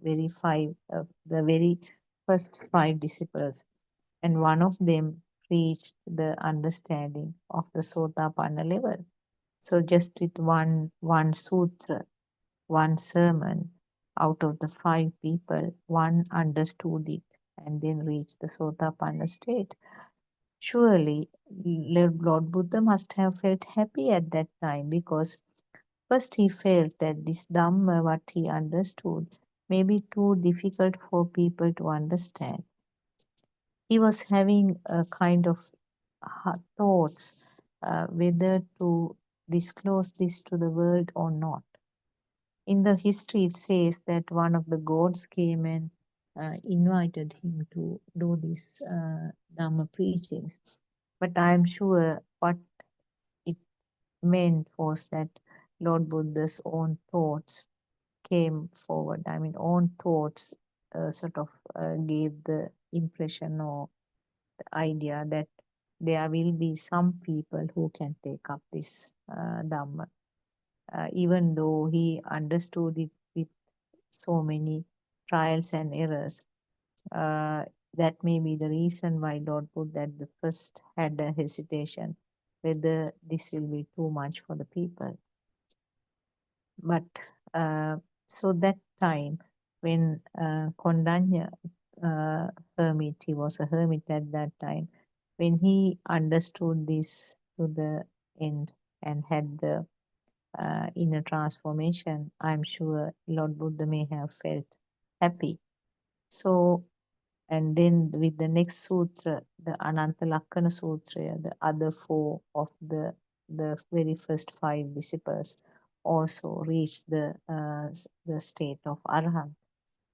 So this is actually, these are the things to indicate that having thoughts without a current is normal even for the Arhat state. because without the thoughts you can't uh, live, isn't it? So the level of Sopatisesa Nibbana means uh, the fire is no more there. The lamp has been extinguished. The fire has been put off, but still the physical body is functioning. And because the physical body is functioning, uh, the seeing, hearing, and feeling the sensation, and also the thoughts, they all will work. And uh, they will continue until the physical body comes to an end. So that is the level that is called Anupatisesa Nibbana. So Nibbana is explained in two levels. One is actually the level where uh, the self vibration stops, but the other sensor vibrations will continue. So self vibration stops means the vibration of existence, that vibration of myself is no more there. The perception of self and perception of existence are no more there. But the sensor perceptions, sensor levels will be functioning. Sensor vibrations will continue. And that is how the Arhants are continuing with their uh, near normal life pattern. And then at the end of the time where the physical body cannot be maintained anymore and the physical body comes to an end, that is a level which is explained as Anupatisesa Nibbana. So the myth that we had that uh, attaining Nibbana is not something that can be achieved during the lifetime is changed now. We know that the Arhants reached the Nibbana state and then they had a life, they had interactions with the rest of the world, and they lived until the time that was ready for the physical body to come to an end. So these are the facts that we have to clarify ourselves, uh, how this myself was formed. So for Arahant, there is no myself. There's no self vibration even, which is the very basic level. But uh, they experience the things. They live a, a simple life. They do not have an excitation. That is the most important thing. They do not have an excitation or uddipanaya in relation to maintain the eye, ear, nose, tongue, or the skin. They are not excited to see more beautiful things. Even if they see more beautiful things, that doesn't bring up any current in relation to that. That doesn't cause any excitement. There's no feeling to see more or to see something better than that.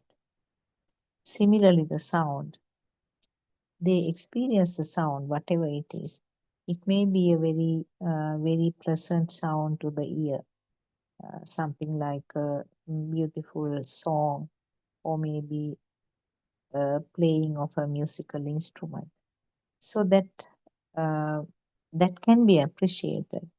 The fact that it is very nice music can be appreciated very clearly even by the Arhant's mind. But there is no excitation, no wantedness to maintain it more, no wantedness to hear it again and again, no feeling of being thrilled when you listen to the lovely music or the lovely song.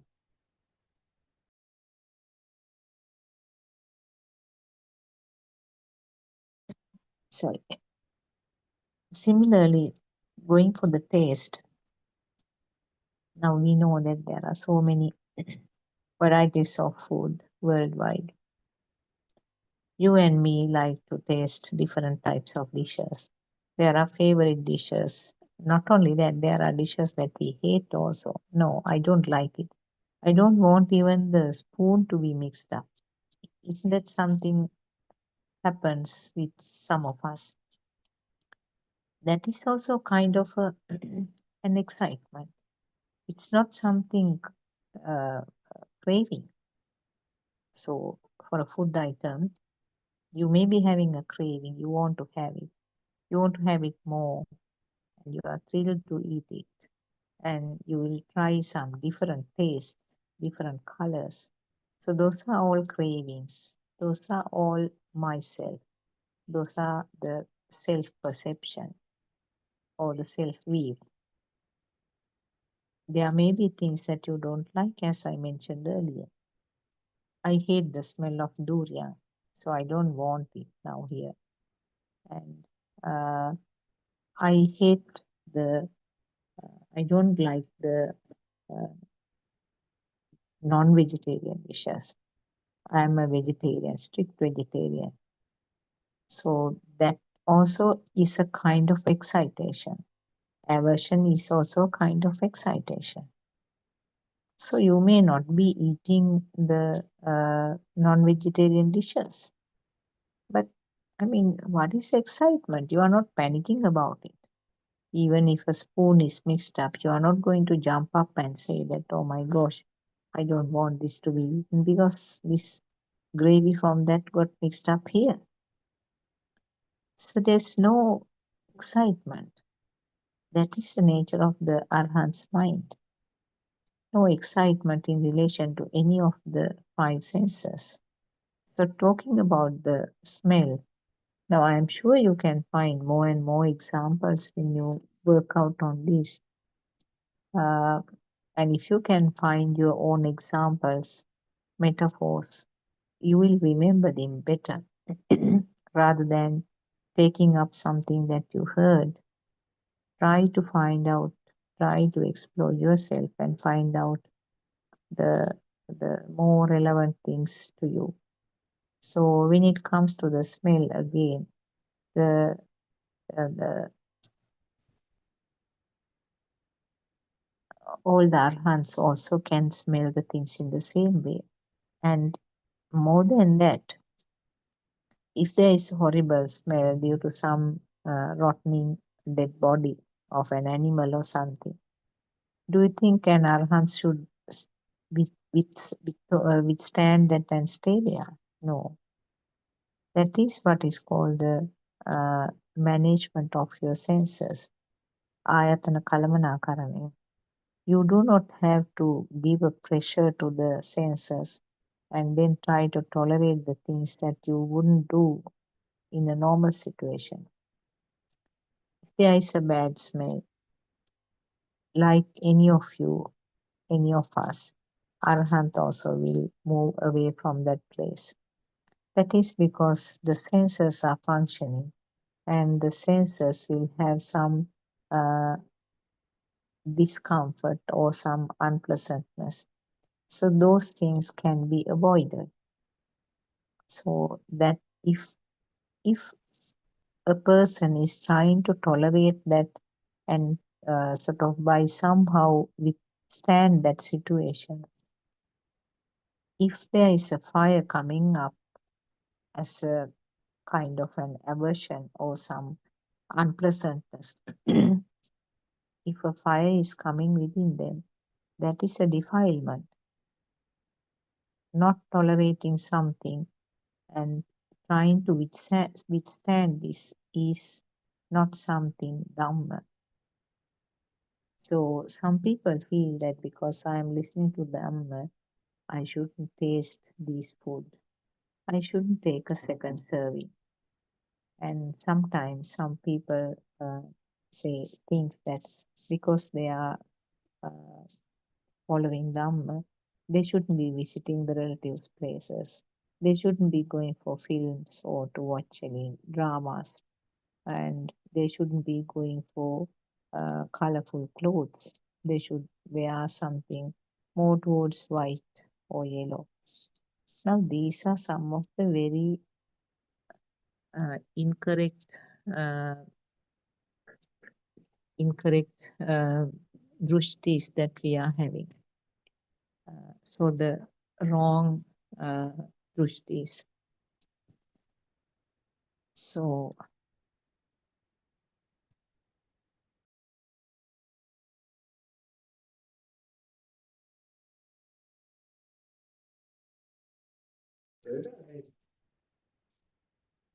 so these are some of the wrong drushtis that many people are having. We shouldn't do this. We shouldn't do this. We should do this way.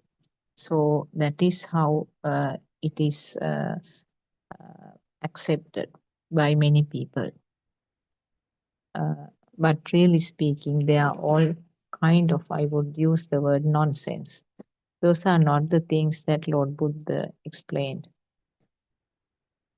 You can do your what is called the ayatana kalamanakarana, or you can do your management of the uh, senses, sensor level, and it should happen in such a way that there is no uh, aversion or craving, and it has to happen in such a way that there is no fire underneath. So so the nirvana means nirvana in Sinhala and nirvana in Pali means that the fire is disappearing, no more fire. You can't find where the fire has gone, but what was burning has disappeared. So that is the beauty of it. You can tolerate many stimuli. You can uh, be very tranquil with calm and quiet kind of attitude to any stimulus. So from the superficial layer, superficially you might experience uh, sometimes unhappiness, likes, dislikes, happiness, uh, joy, or sadness. Those things can happen. But underneath the lower level is actually a very calm and quiet. It's like the bottom of the sea or the deep sea. What Lord Buddha said was that when you understand how these thoughts are formed, how the mind is formed, and the fact that the mind right now, the thought right now which occurred, is something just a simple creation. There's nothing valuable, no weight on that. And then what happens is you know that all these are creations at this moment. And mostly more important thing is that the thought of myself, and that is what will collapse actually. So the thought of myself will collapse. There's the deep understanding of uh, self, uh, the deep understanding that there is no self is established. And when that happens, actually, the incidents will occur, and uh, the stimuli will happen in the usual way, but there is no fire, and it is what is explained by R.N. Mahanse, that you are awakened. The system is awakened to see what is happening. So awakened system means in Sinhala we call it avadiya. You are like watching your own drama. Actually, there is no self watching here. The drama is going on. The film hall, there is no one in the film hall, but the film is running on the screen. Film will run until the physical body comes to an end. So that is the difference from the level of the Sopatisesa Nibbana and Anupatisesa Nibbana. Sopatisesa Nibbana means the self vibration will stop and the other vibrations will stop at the end of the physical body. So between these two Nibbana levels, the Sopatisesa Nibbana and Anupatisesa Nibbana, the film is running. Film is running, but there is no audience. The screen is functioning, but no audience. So the stimuli are occurring, incidents are happening, and nobody to watch or nobody to take the responsibility of the incidents. So just imagine how comfortable will be such a life. A person looking at you from outside may not be able to see a major difference from the look, but from the way that you are handling the situations or the way that you are responding, people will see a difference in you. So when in a household, when one person has this change, that means the non-vibration. That is what is meant by lack of self-vibration, non-vibration. Non-vibration doesn't mean that non-vibration of all the senses, because as long as you are alive, as I mentioned, the other sensor vibrations will occur. But when you do not have the self-vibration, that means there's no self here. Things are happening as action minds or kriyasit, and no defilements. Actually, when you use this defilement word, it has so many levels, and it is a kind of an umbrella word. And so many levels are there under the group of defilements. So even the self vibration is coming under that group. So when there's no self vibration or when the vibration level is zero, uh, it is actually felt by the other people in a non-verbal type of uh, conveyance. Because when one side is calmed down, when one side is vibration wise zero, that system can understand the other systems better. That system will be able to understand the vibrations of the other system in a more clear way. Because if you have vibrations on this side, that means if you have the defilements, if you have the self perception, your pros and cons and kinds of measuring is there about the other system. So it's not the pure, a real metta that you will be able to the, the spread, because you have some restrictions on this side. But when you do not have any restrictions on this side, when you have a kind of a zero level on this side, that uh, helps this system to understand the other system much, much better. Maybe 100% understanding. That is why our Aranvasi also says that uh, be the leaf or be the tree, uh, be whatever the other system. So you are becoming that. You are becoming this. So there's no self here on this side. There's no duality here, and the self, this system becomes the other system. So if I use the words, that is the closest way I can explain. This system is zero now, and then only the other system is left. So in other words, you are becoming the other system. So in such a situation in households, of course, there are obvious changes of the way that you interact with the self, with uh, uh, the neighbors, maybe family members. Earlier, I said that you can't find it externally. What I meant was actually by looking at a person, you can't say that this person has reached the inner transformation.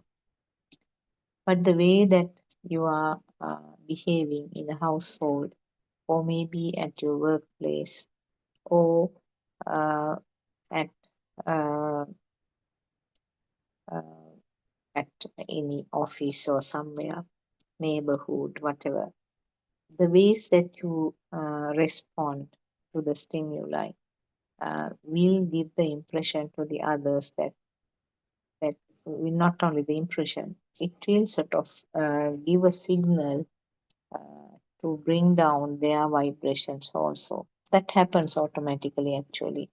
When there is no fire or the significant current from this side, it is felt by the others who are close to you.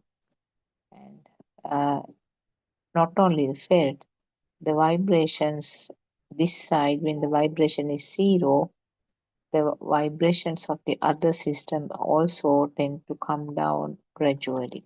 So, in other words, the rest of the systems also will calm down into some extent.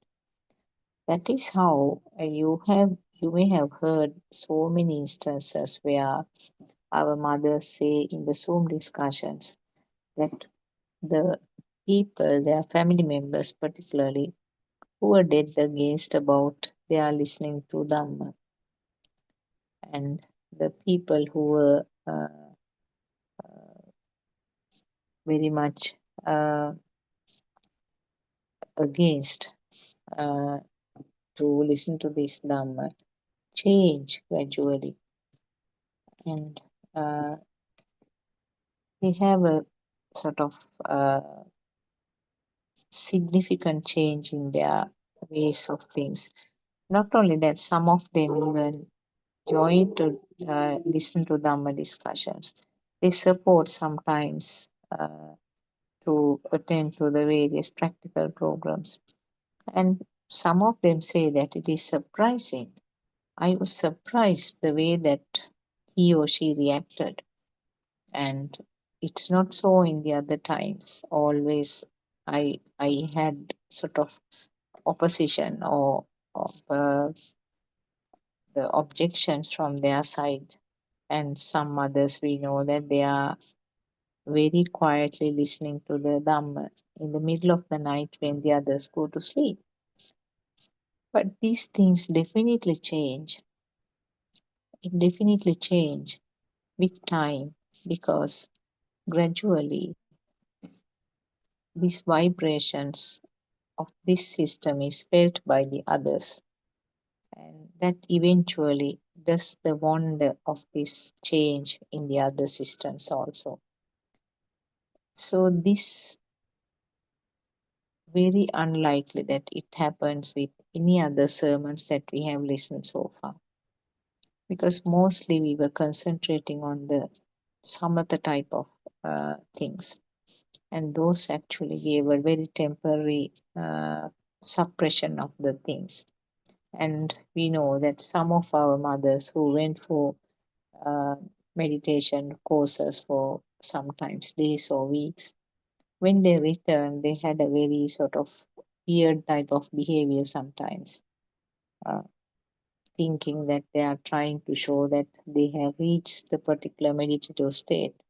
And these type of behaviors actually make the household people kind of annoyed. That is the reason sometimes why that objection is so much. But very clearly, Aranvasi says that you do not have to leave your responsibilities. You do not have to forget your duties and just cling on to the Dharma. Whether you cling on to a person, whether you cling on to another material, or whether you cling on to the Dhamma is not different from each other's.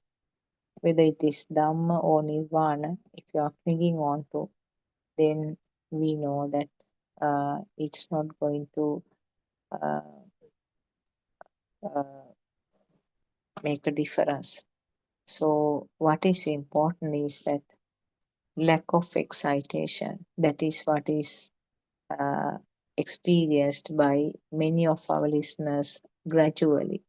It's becoming less and less excitation, and the peak level is at the level of the arhat's mind, where the excitation uh, is zero. But of course, the arhats can uh, experience them and also identify them as a good thing. Uh, the arhats will be able to see beautiful pictures or beautiful scenery and say, "Oh yes, it is beautiful." And arhats will see some horrible scene of a death or some destructive work, and then may say that it's sad, it's not nice. So there's no excitement in both situations. Similarly, the arhats will be able to taste any kind of food and also will be able to enjoy that it is a tasty food. And also, not only that, the ones that he doesn't like, arhats doesn't like, he will be able to say that no, I wouldn't consume this.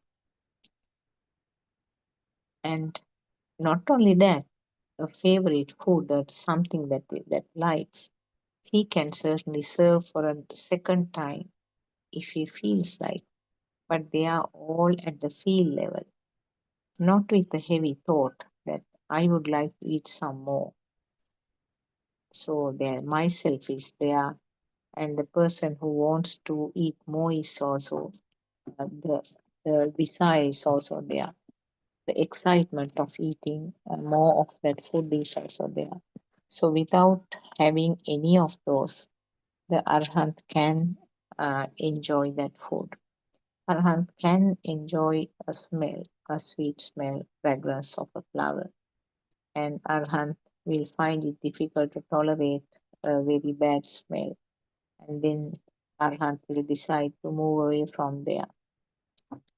Arhat will be able to feel the cold and the uh, warm temperatures in the equal manner, and arhat will be able to tolerate them.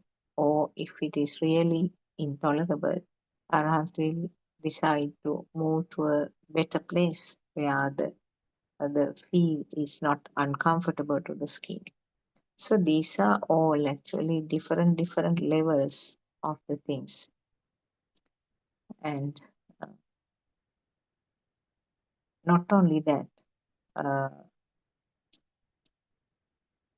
without the excitement, arhat will be able to uh, experience all those things at those levels. So those facts are, of course, all explained very well by R.N. Hase, very beautifully explained. We know very clearly that he's doing it through his experience. It is uh, really beautiful to listen to this Dhamma and uh, get these facts undone and get these facts more clearly explained uh, during the sessions, Dhamma sessions, or maybe at a discussion session. You may be already knowing that every day we have this discussion session from 3 p.m. to 5 p.m. Sri Lankan time. That will help you to discuss the facts that was not clear uh, in these sermons, or any other doubt, any other thing that came up when you were trying to uh, revise these facts that you heard. So you are mostly welcome to join us between 3 p.m. and 5 p.m. in the evening. And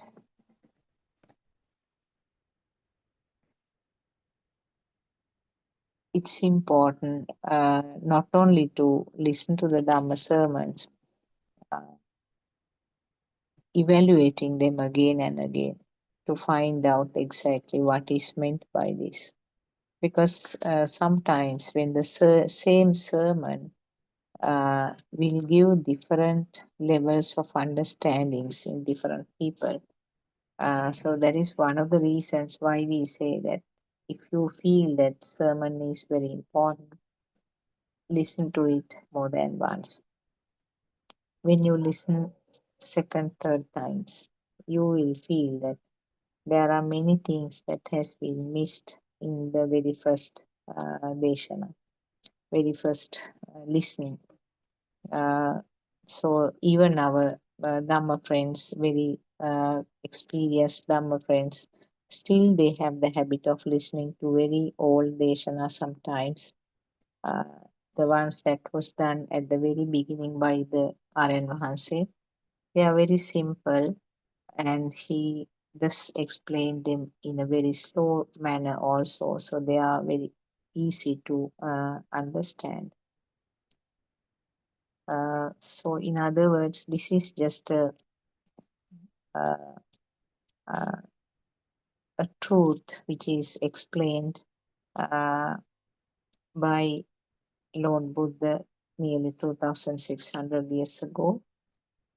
So truth means truth is applicable to any person. Truth is not only applicable to the human beings but to the animals also, all the living beings, or the sattva. Use the word sattva. The sattva means a living being who feels as if there is something existing. So that is why the two words, itta and the sattva, always come together. Itta means a perception of existence, and when the perception of existence is there, definitely the sattva sanyava, or the perception of self, is here. So they are not two things also, but they are not the same also. There should be itta sanyava to have the sattva sanyava. That means the self, that means the perception of existence must be there for the self perception to occur. So, whatever the stimulus, if it is felt as real, if it is taken as real, if there is a form of a current generated, felt, that is you the self. So, always Itta and Atma Sanya, they are the ones to go together, and those are the two which are not there in the Arhat's mind. So at the level of the Arhat's mind, the Itta Sanya, or the perception of existence, is gone. Along with that, the perception of self is also gone. So both are not there in the mind of the Arhat, or the state of Arhat. So this experience, mm, Lord Buddha, the Aryan Mahansa says that it is experienced by many people who have the Sakkaya Ditya.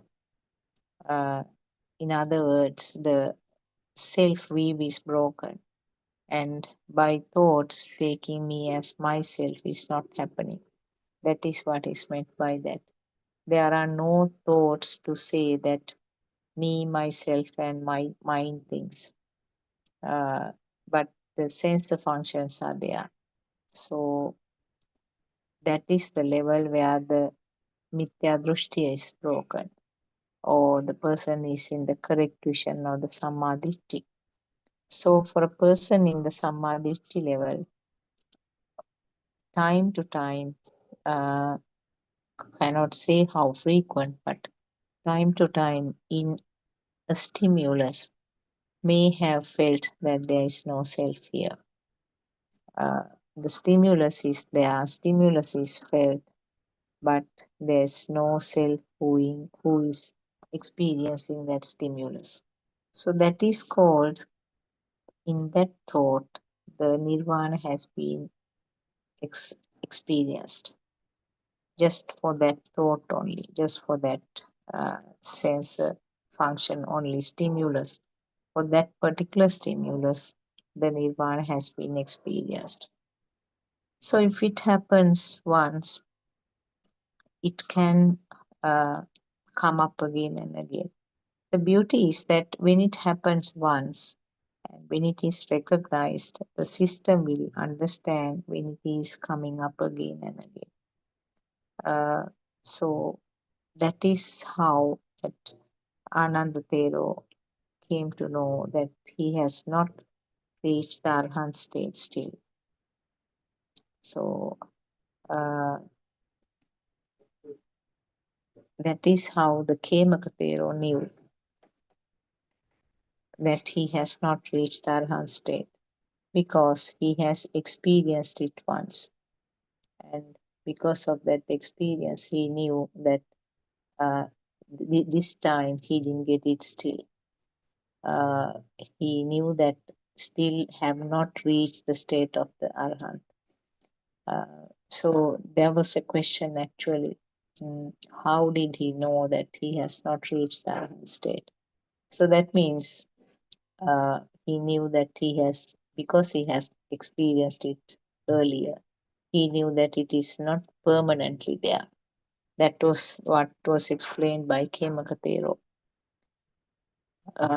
It's something like that. Now, if you have tasted salt once, you know how that taste is, isn't it? So if you have tasted the salt, you can say that I have tasted it, but you can't explain to another person how the salt is tasted, isn't it? Uh, and when you taste it again, you know then this is the taste of the salt. So it's something like that. If you have experienced the nirvana in some way, at least once in your inner stimulus, then you know that when it is experienced again, then you know that this is what I felt earlier. So that is how Kemakatero explained that I haven't still reached the Arhat state.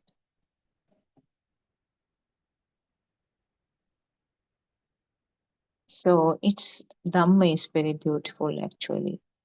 You uh, try to get it more and more clear by listening to more sermons. And the way that you feel, that relaxed feeling that you experience by day and day by day, is really rewarding to your efforts and your interest, of course.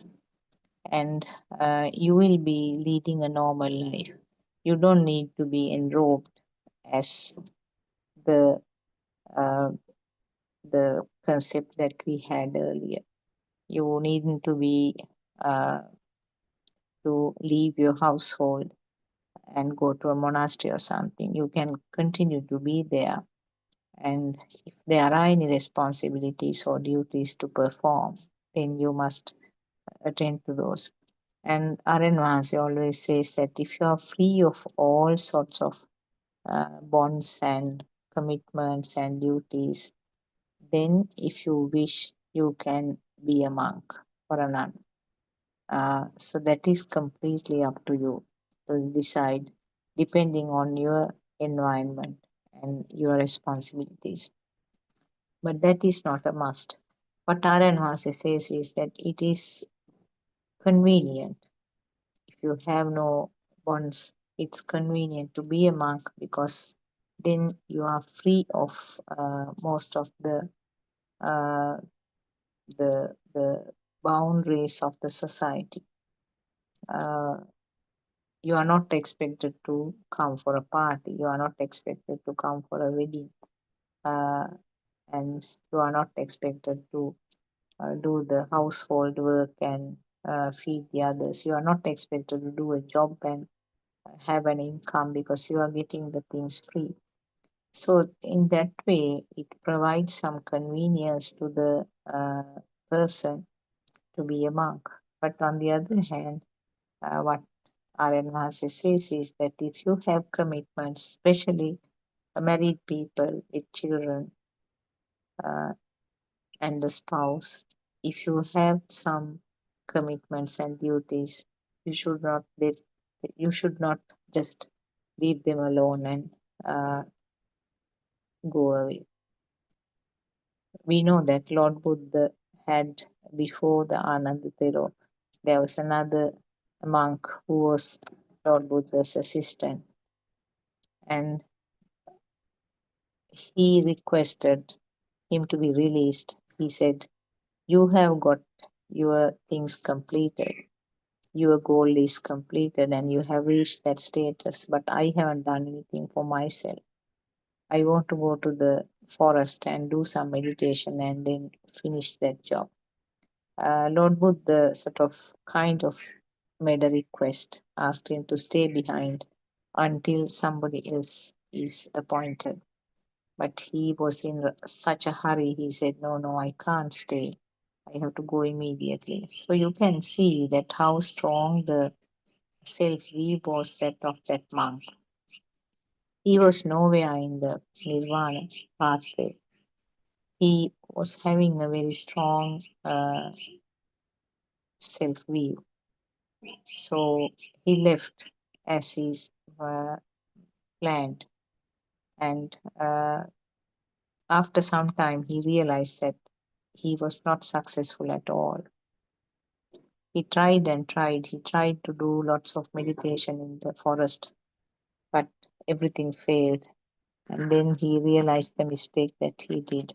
He came back and worshipped Lord Buddha and apologized for his wrong action. So these are some sort of stories that are coming from the Buddhist history. Lots of examples are there, such situations are there.